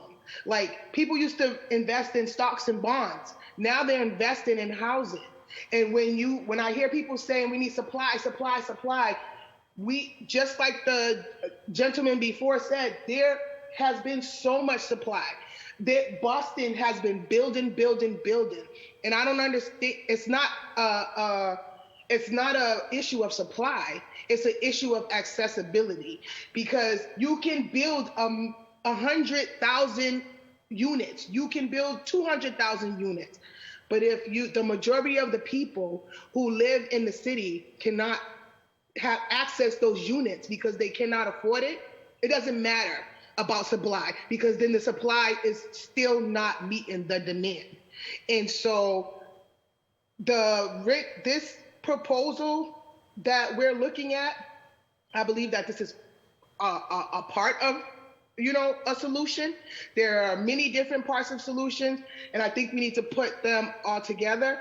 But I think that when we come up with solutions, we can't go on the front end with, this is a change that we're going to do to make this policy, and then coming on the back end and negate that change with things back there. So in saying that, I'm saying that the 10% increase, we heard from Tim in the beginning, which I would also like to get where they get their numbers from. Tim and Sheila, I would really love to look at the numbers that they look at to come up with their data.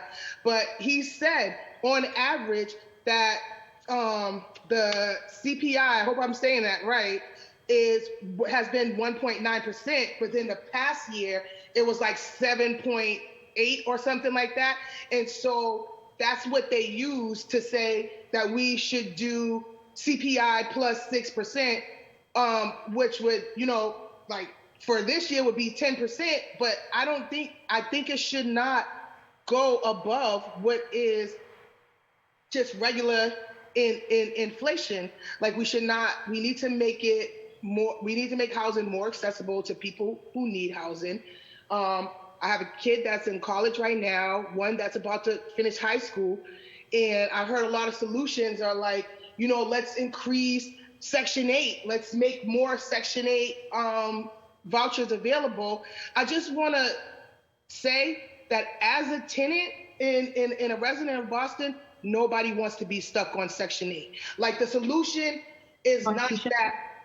I'm sorry to interrupt you, but you're at about almost 4 minutes, so I'm going to have to stop you if you have one last sentence to say before we can move on to the next person. Okay, yeah, just really quick. The solution is not about making sure that the people, those who have, continue to have, and the only way that other people profit is that they have to get help. People want to be self-sufficient, and so I feel like this is one step in that direction. Okay, thank you so much, Ms. Thank you. We're going to move on to Alan Tainer next.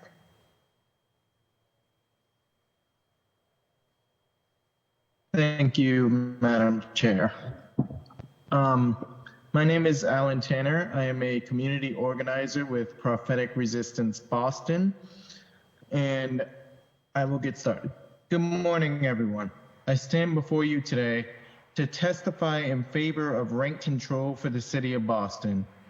As you know, rent in the city has been and continues to increase at exponential rates, and this makes it very difficult for tenants to be able to pay their rents.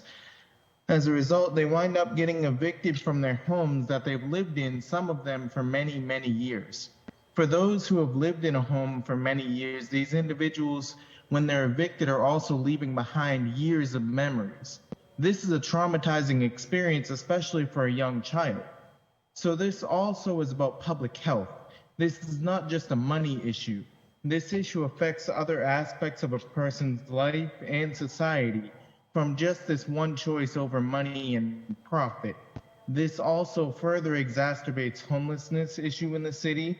So I say it is time that we stop putting profit above people and implement rent control now. Personally, I've been in a situation when I lived with my mother where our rent had increased due to an increase in my income, as my mother was on Section 8. This happened during the height of the pandemic, and though my income had increased, my mother's did not. This caused undue stress and burden on her, even with my help of paying over $1,000 in rent. Even for me, this was hard because rent was not my only expense or bill. Housing to me is a basic necessity and a right, not something that should be looked at as a commodity.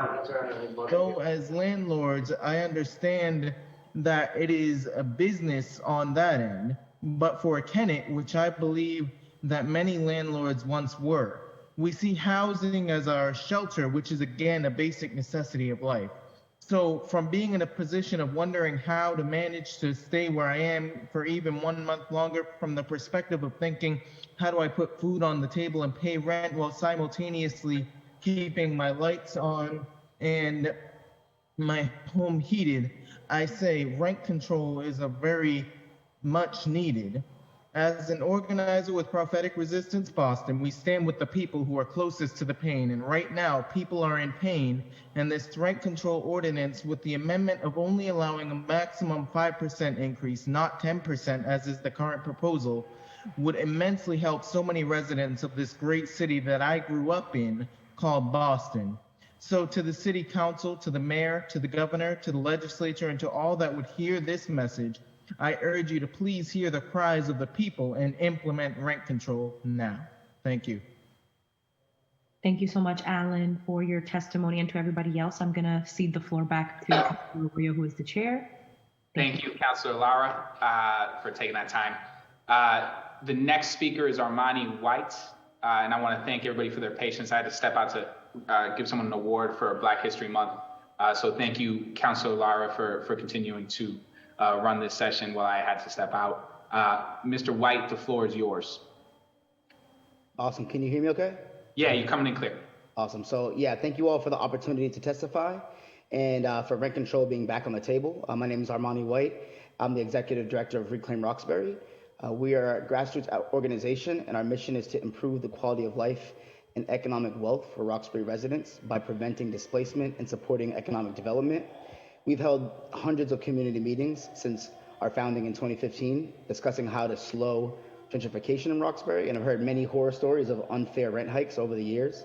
In all of our meetings, folks ask, like, why don't we have rent control? What happened? And we've had to explain how it was unfairly taken away, and how we are researching about how to bring it back and a part of this larger movement to reinstate it. And it's clear our communities need rent control. In 2018, I represented Reclaim Roxbury as a panelist on then District 7 City Councilor Kim Janey's gentrification panel in Roxbury, which had so many people turn out, and not just folks from Roxbury, right? It was folks from all over the city who came to testify in support of the need to fight gentrification with rent control.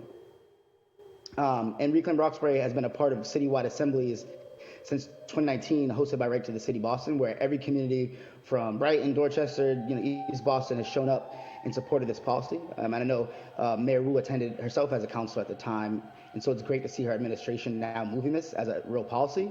And it really is truly a big moment, and I know we need to move fast. We need to make sure this is done right. And with that being said, just this past summer, we spoke with hundreds of residents as we knocked doors to get out the vote. And we're still hearing the demand for rent control and stories about longtime residents and elders having their rent increased by $800, $1,000. And then we also hear stories of slower rent hikes of $100, $200 every year that has pushed residents out over time and has broken their budgets while wages have not increased proportionately.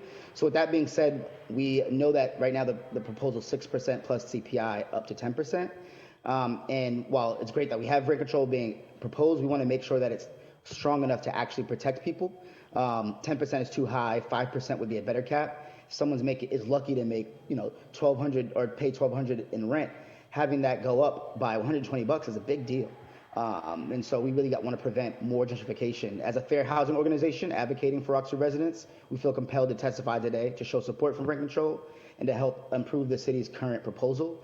And while there are a number of great elements, while providing a stronger cap, we'll continue to see Roxbury and other working class communities gentrified and displaced. So thank you for your time, and I'm looking forward to seeing this policy improved. Thank you, Mr. White. Our next other comment is going to come from Maria Cristina Blanco.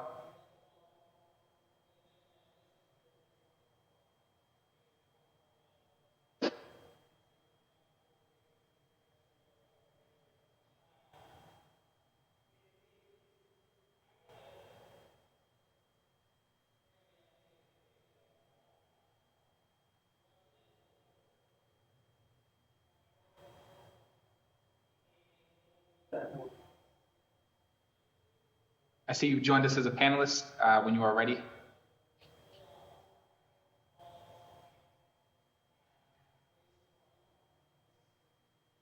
Hello, sorry.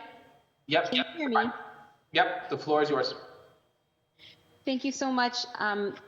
My name is Maria Cristina Blanco, and I live in Jamaica Plain in a deed restricted BRA, covenanted condo unit. And so I'm a homeowner, and I am here in support of strong rent control measures and of not allowing increases that are disproportionate to our income and our cost of living increases. And so I wanted to come out and show my support as a homeowner and to point out that I have in my deed restriction terms that say that I can only have my property appreciate at like 5% per year, which I personally think is fair. I wish that we had a lot more control over the speculative market, and that maybe like all housing should, have some type of a restriction so people can't be flipping housing and just,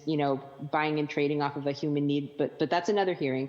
But, if I'm able as a homeowner to be subjected to, these limits, then I feel like why should the landlords in this new policy, be allowed to have up to 6 and 10% of increases per year be allowable?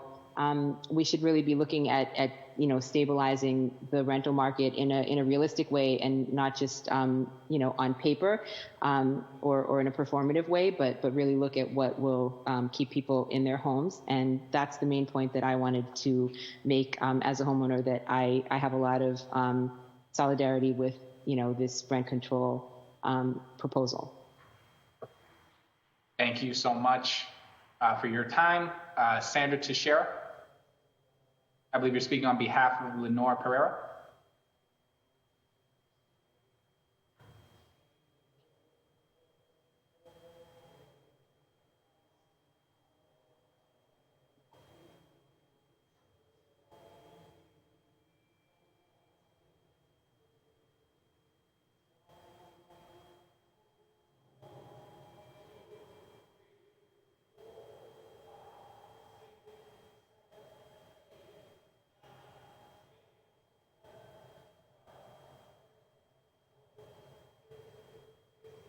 When you're ready, you can start. I see you're joined us.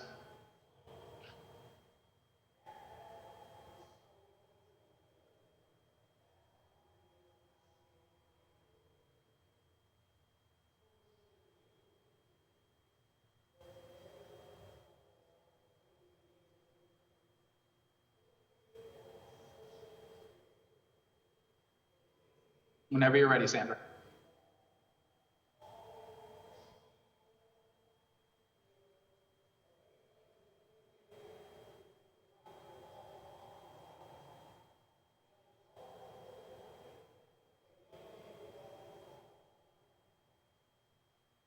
Hello, can you hear me now? Yes, there you go. Oh my goodness.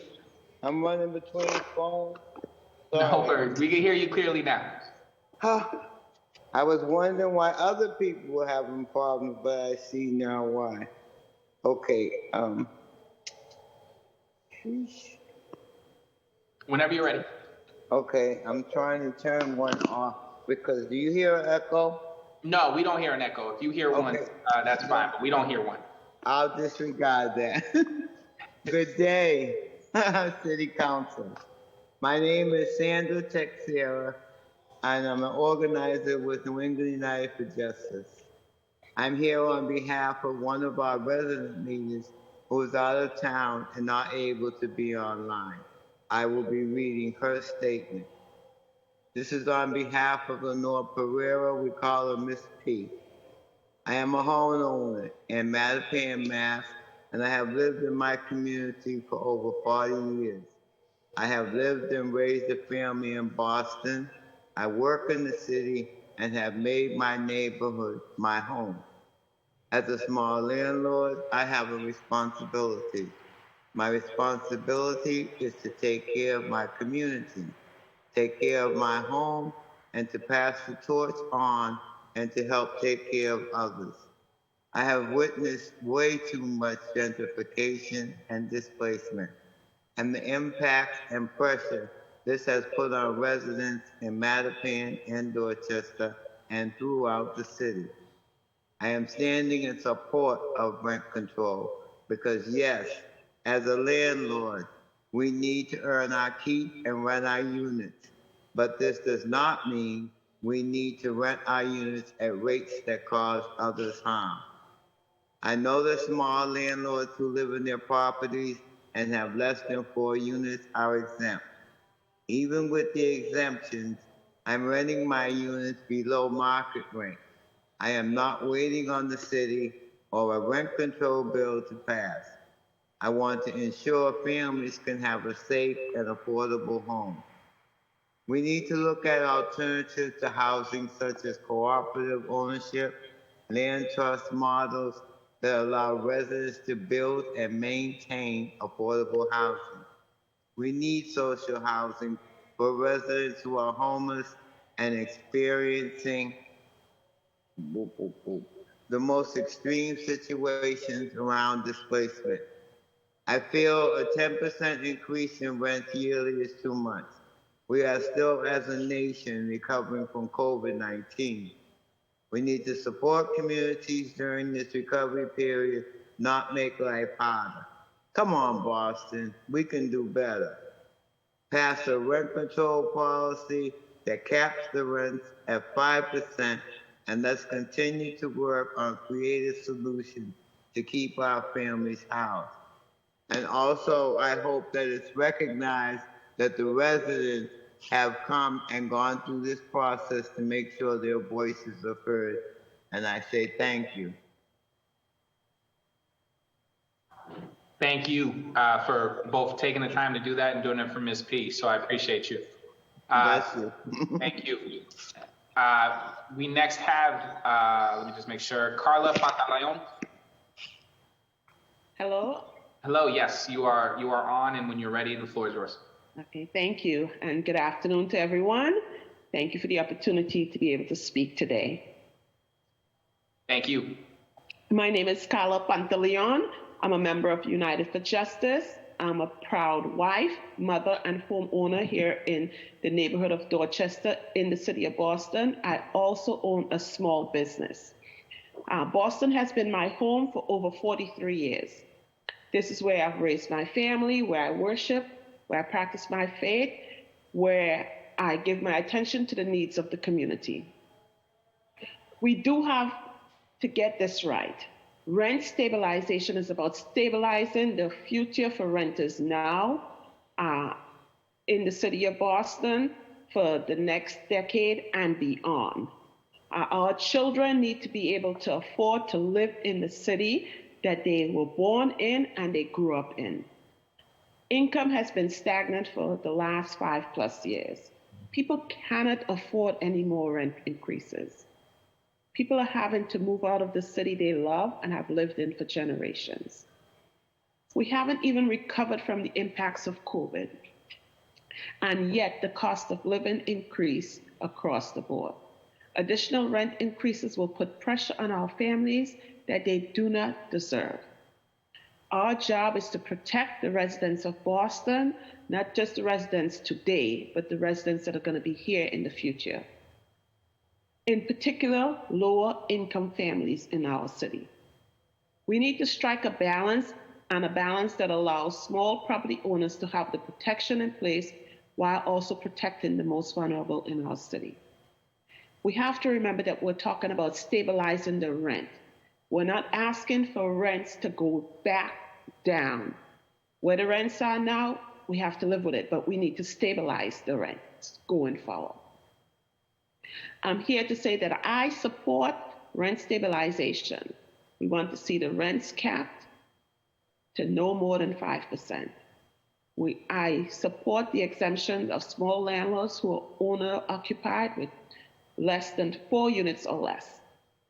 I support development exemptions, but also want to see a change to 5 years, not 15 years.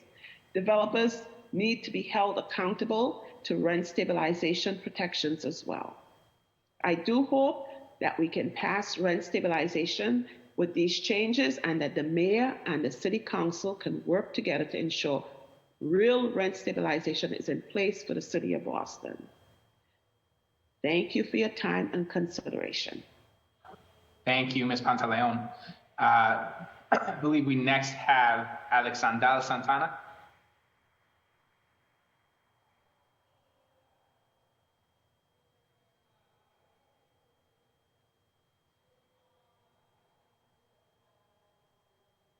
I'm just making sure you guys can hear me. Yep, you're coming through clear. All righty, smooth. Okay. Good afternoon, city councilors. Good afternoon. And thank you for allowing the community time to express our voice on this important issue. I really appreciate that today. My name is Alexander, and I'm a renter in Dorchester. I want to share my story and experience with you and open up a bit about my personal experiences on this matter. I have had many times where I've experienced homelessness, and I had moments where my survival meant the need to sleep at a friend's house. I've also had moments where I've had to move out of Boston, even though I've been, fortunate enough to hold down a job. I couldn't always afford to stay in Boston. Another experience in my life where my family and I lived in a car during winter months, where the car was my home, where I was able to get dressed, where I laid my child's head to sleep, where we had shelter. I'm grateful and thank God for good friends who were supportive, because being unhoused, balancing work and a family, and even taking care of my own health, it's not an easy thing to do. My story is not unheard of where I come from. I am also not sharing this just to present another story. I've seen my mother struggle. I'm seeing my sister struggling. I see my neighborhood struggling to ends meet. Increases in rent and cost of living continue to be on the rise. Rent control would make me feel a bit more secure and less stressed or depressed, or worrying if tomorrow's rent might rise to a point where I can't remain in my own home. The decisions to pass a strong rent control policy is in your hands.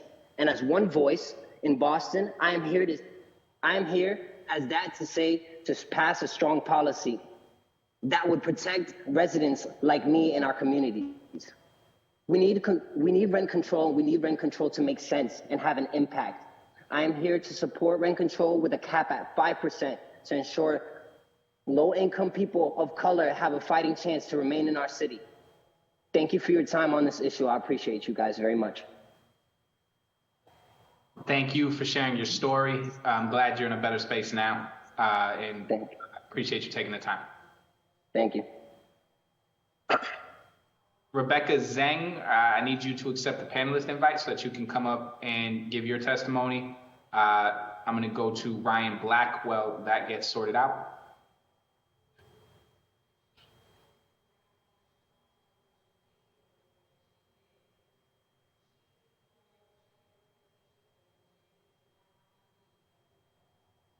Hello, am I audible? Yes. Thank you, Counselor. Hello, Council members. My name is Ryan Black, pronouns he, him, his, and I've been a renter in the greater Boston area for the last 5 years. During each of those years, there hasn't been a lease of mine where I haven't been paying at least 40% of my income towards rent. It's usually been more. And of course, there are many people in the Boston area who pay a far greater share of their income towards housing costs. So yes, we absolutely need rent control, but unfortunately, the current proposal is not nearly strong enough. As an aside, rent control, of course, alone is not nearly sufficient to address the problems that stem from a basic human need like housing being a commodity. We also need far more public dollars going towards the creation and upkeep of social housing, for instance. But back to rent control. Such a measure needs to limit increases to no higher than inflation each year. I think I've heard other speakers bring that up. Also, the current proposal excludes too many buildings. For example, we shouldn't be excluding owner-occupied buildings with 6 dwelling units. Additionally, the proposal's market reset aspect, or lack of vacancy controls, introduces a real risk of incentivizing landlords to find a reason to kick out existent renters so as to find higher income ones. We can't have it so property owners can just reset their rents by kicking out residents. Also, any rent control policy and its just cause protections need to protect tenants set to be evicted for non-payment of rent, as that's why the majority of evictions in the Boston area even happen. Furthermore, like others, I would push back against the idea that the housing crisis is fundamentally one about supply. Yes, we need more housing and density, again, like social housing, but that framing that we can simply build our way out of this crisis is more than anything about serving real estate interests' desire for more and more profit.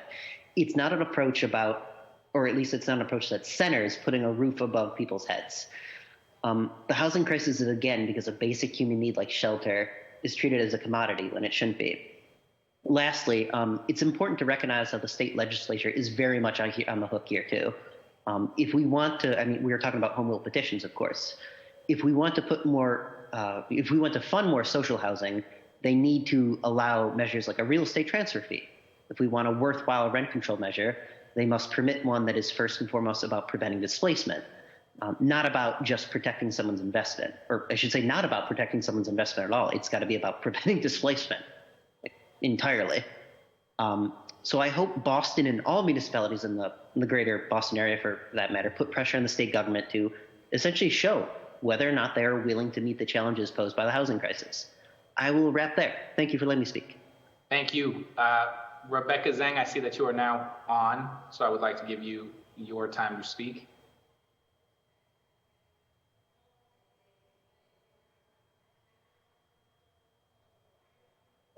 I see you've joined us as a panelist, so just if you're ready.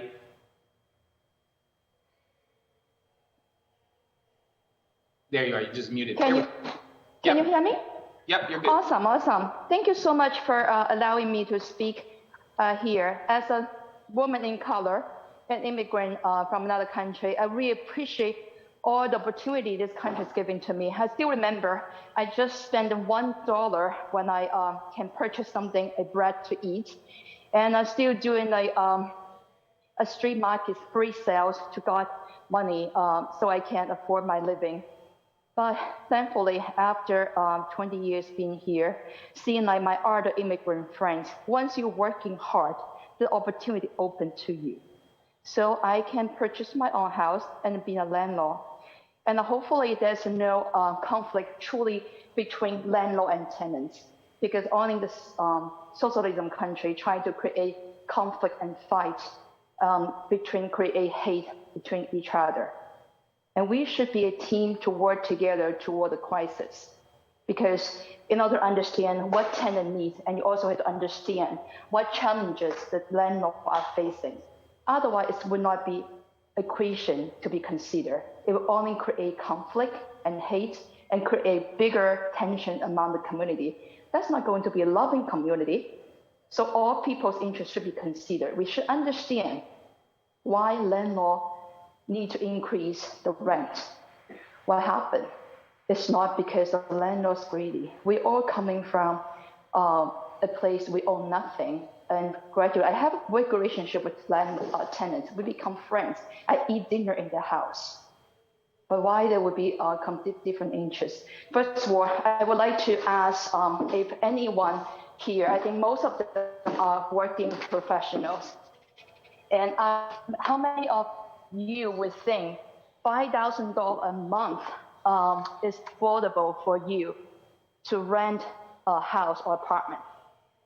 I guess the very reasonable believing it has to be minimum $200,000 annual income in a family to afford that $5,000 rent. And I see, and our landlord group see, the housing authority in Boston offer $5,000 voucher to a family, a woman with 3 children, to rent in the whole statewide. And I'm still questioning, what do the government to do with our taxpayers' money? And if the money to do good as a welfare to help them overcome the difficulty, I understand. But this is well beyond necessity. That is becoming a luxury. Our whole. You've muted yourself. Giving such voucher. And also, it's not a secret. Even I've had many Black landlords tell me they're seeing the government paying 80 or 90% of the rent, while the tenants only pay 10% or 20%, and they start not willing to pay. And many of them would know. I don't know if our government incentivize a single mom with 3 child, because otherwise, why we've seen so many of the people getting the voucher and the father not legal living there, but the physically living there. There's so many loopholes the government welfare created. I think I'm mom of 3. We always know we could not spoil a child. The only good thing we can teach them, work hard, do not find excuses, and understand each other, being respect, and understand what caused all the issue. As a landlord perspective, if anyone do not understand why the landlord increased the cost significantly, the interest rate have been increased 100% in the matter of few months. And who's going to digest or shelter the landlord's burden?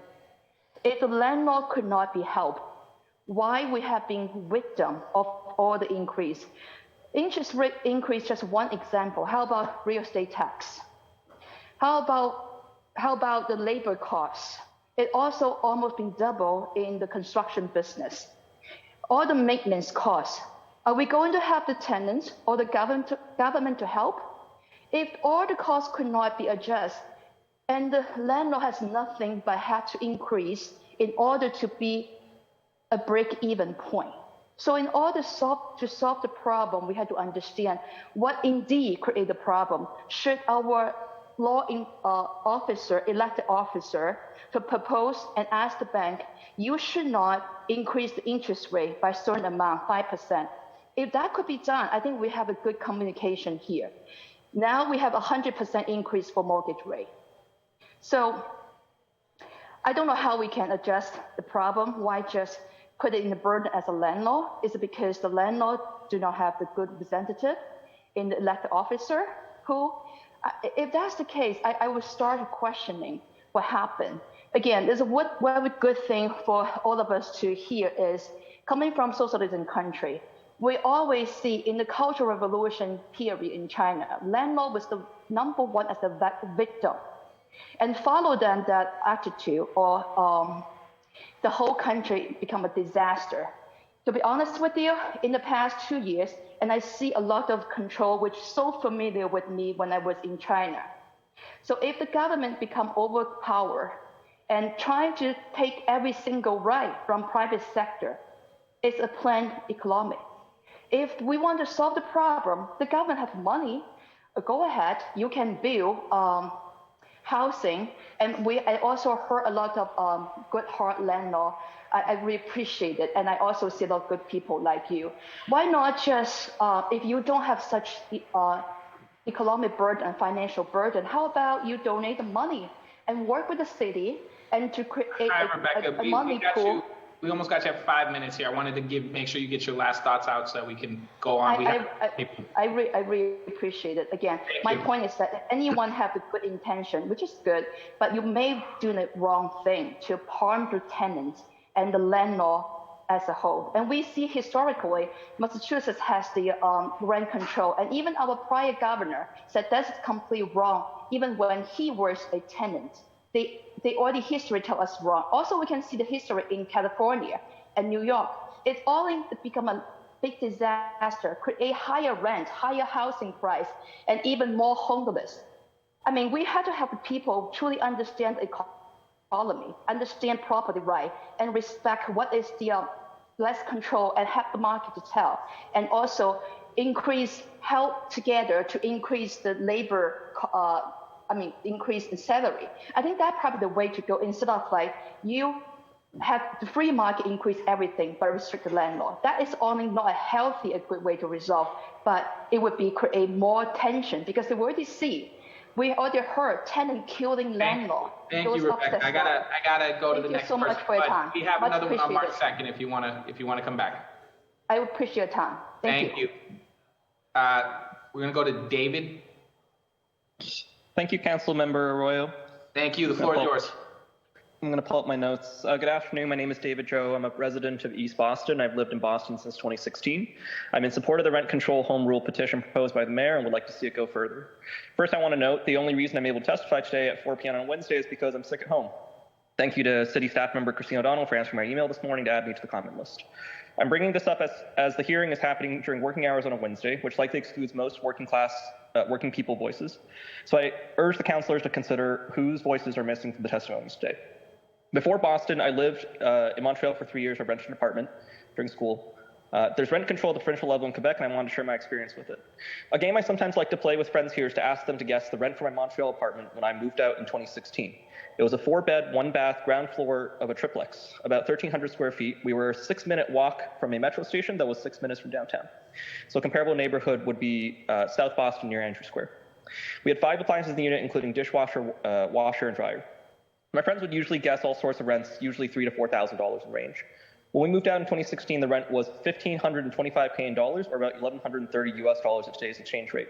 To be clear, that's the rent for the entire 4-bed, 1-bath apartment, not one room. I lived in that apartment for 3 years and had 2 lease renewals. Each year, rent went up by $25. So at the first lease renewal, our increase was 1.7%. This was actually technically above the provincial guideline for an apartment with our characteristics, but by a few dollars, but we're willing to live with that. There are 2 takeaways from my experience I want to emphasize. First, our landlord was fairly decent. All of my friends had warm relationships with landlords who were courteous and prompt with repairs. One time, the pipes at my Montreal apartment froze and I lost water. My landlord came over in under an hour and cleverly disconnected the dryer exhaust tube and pointed at the water pipe.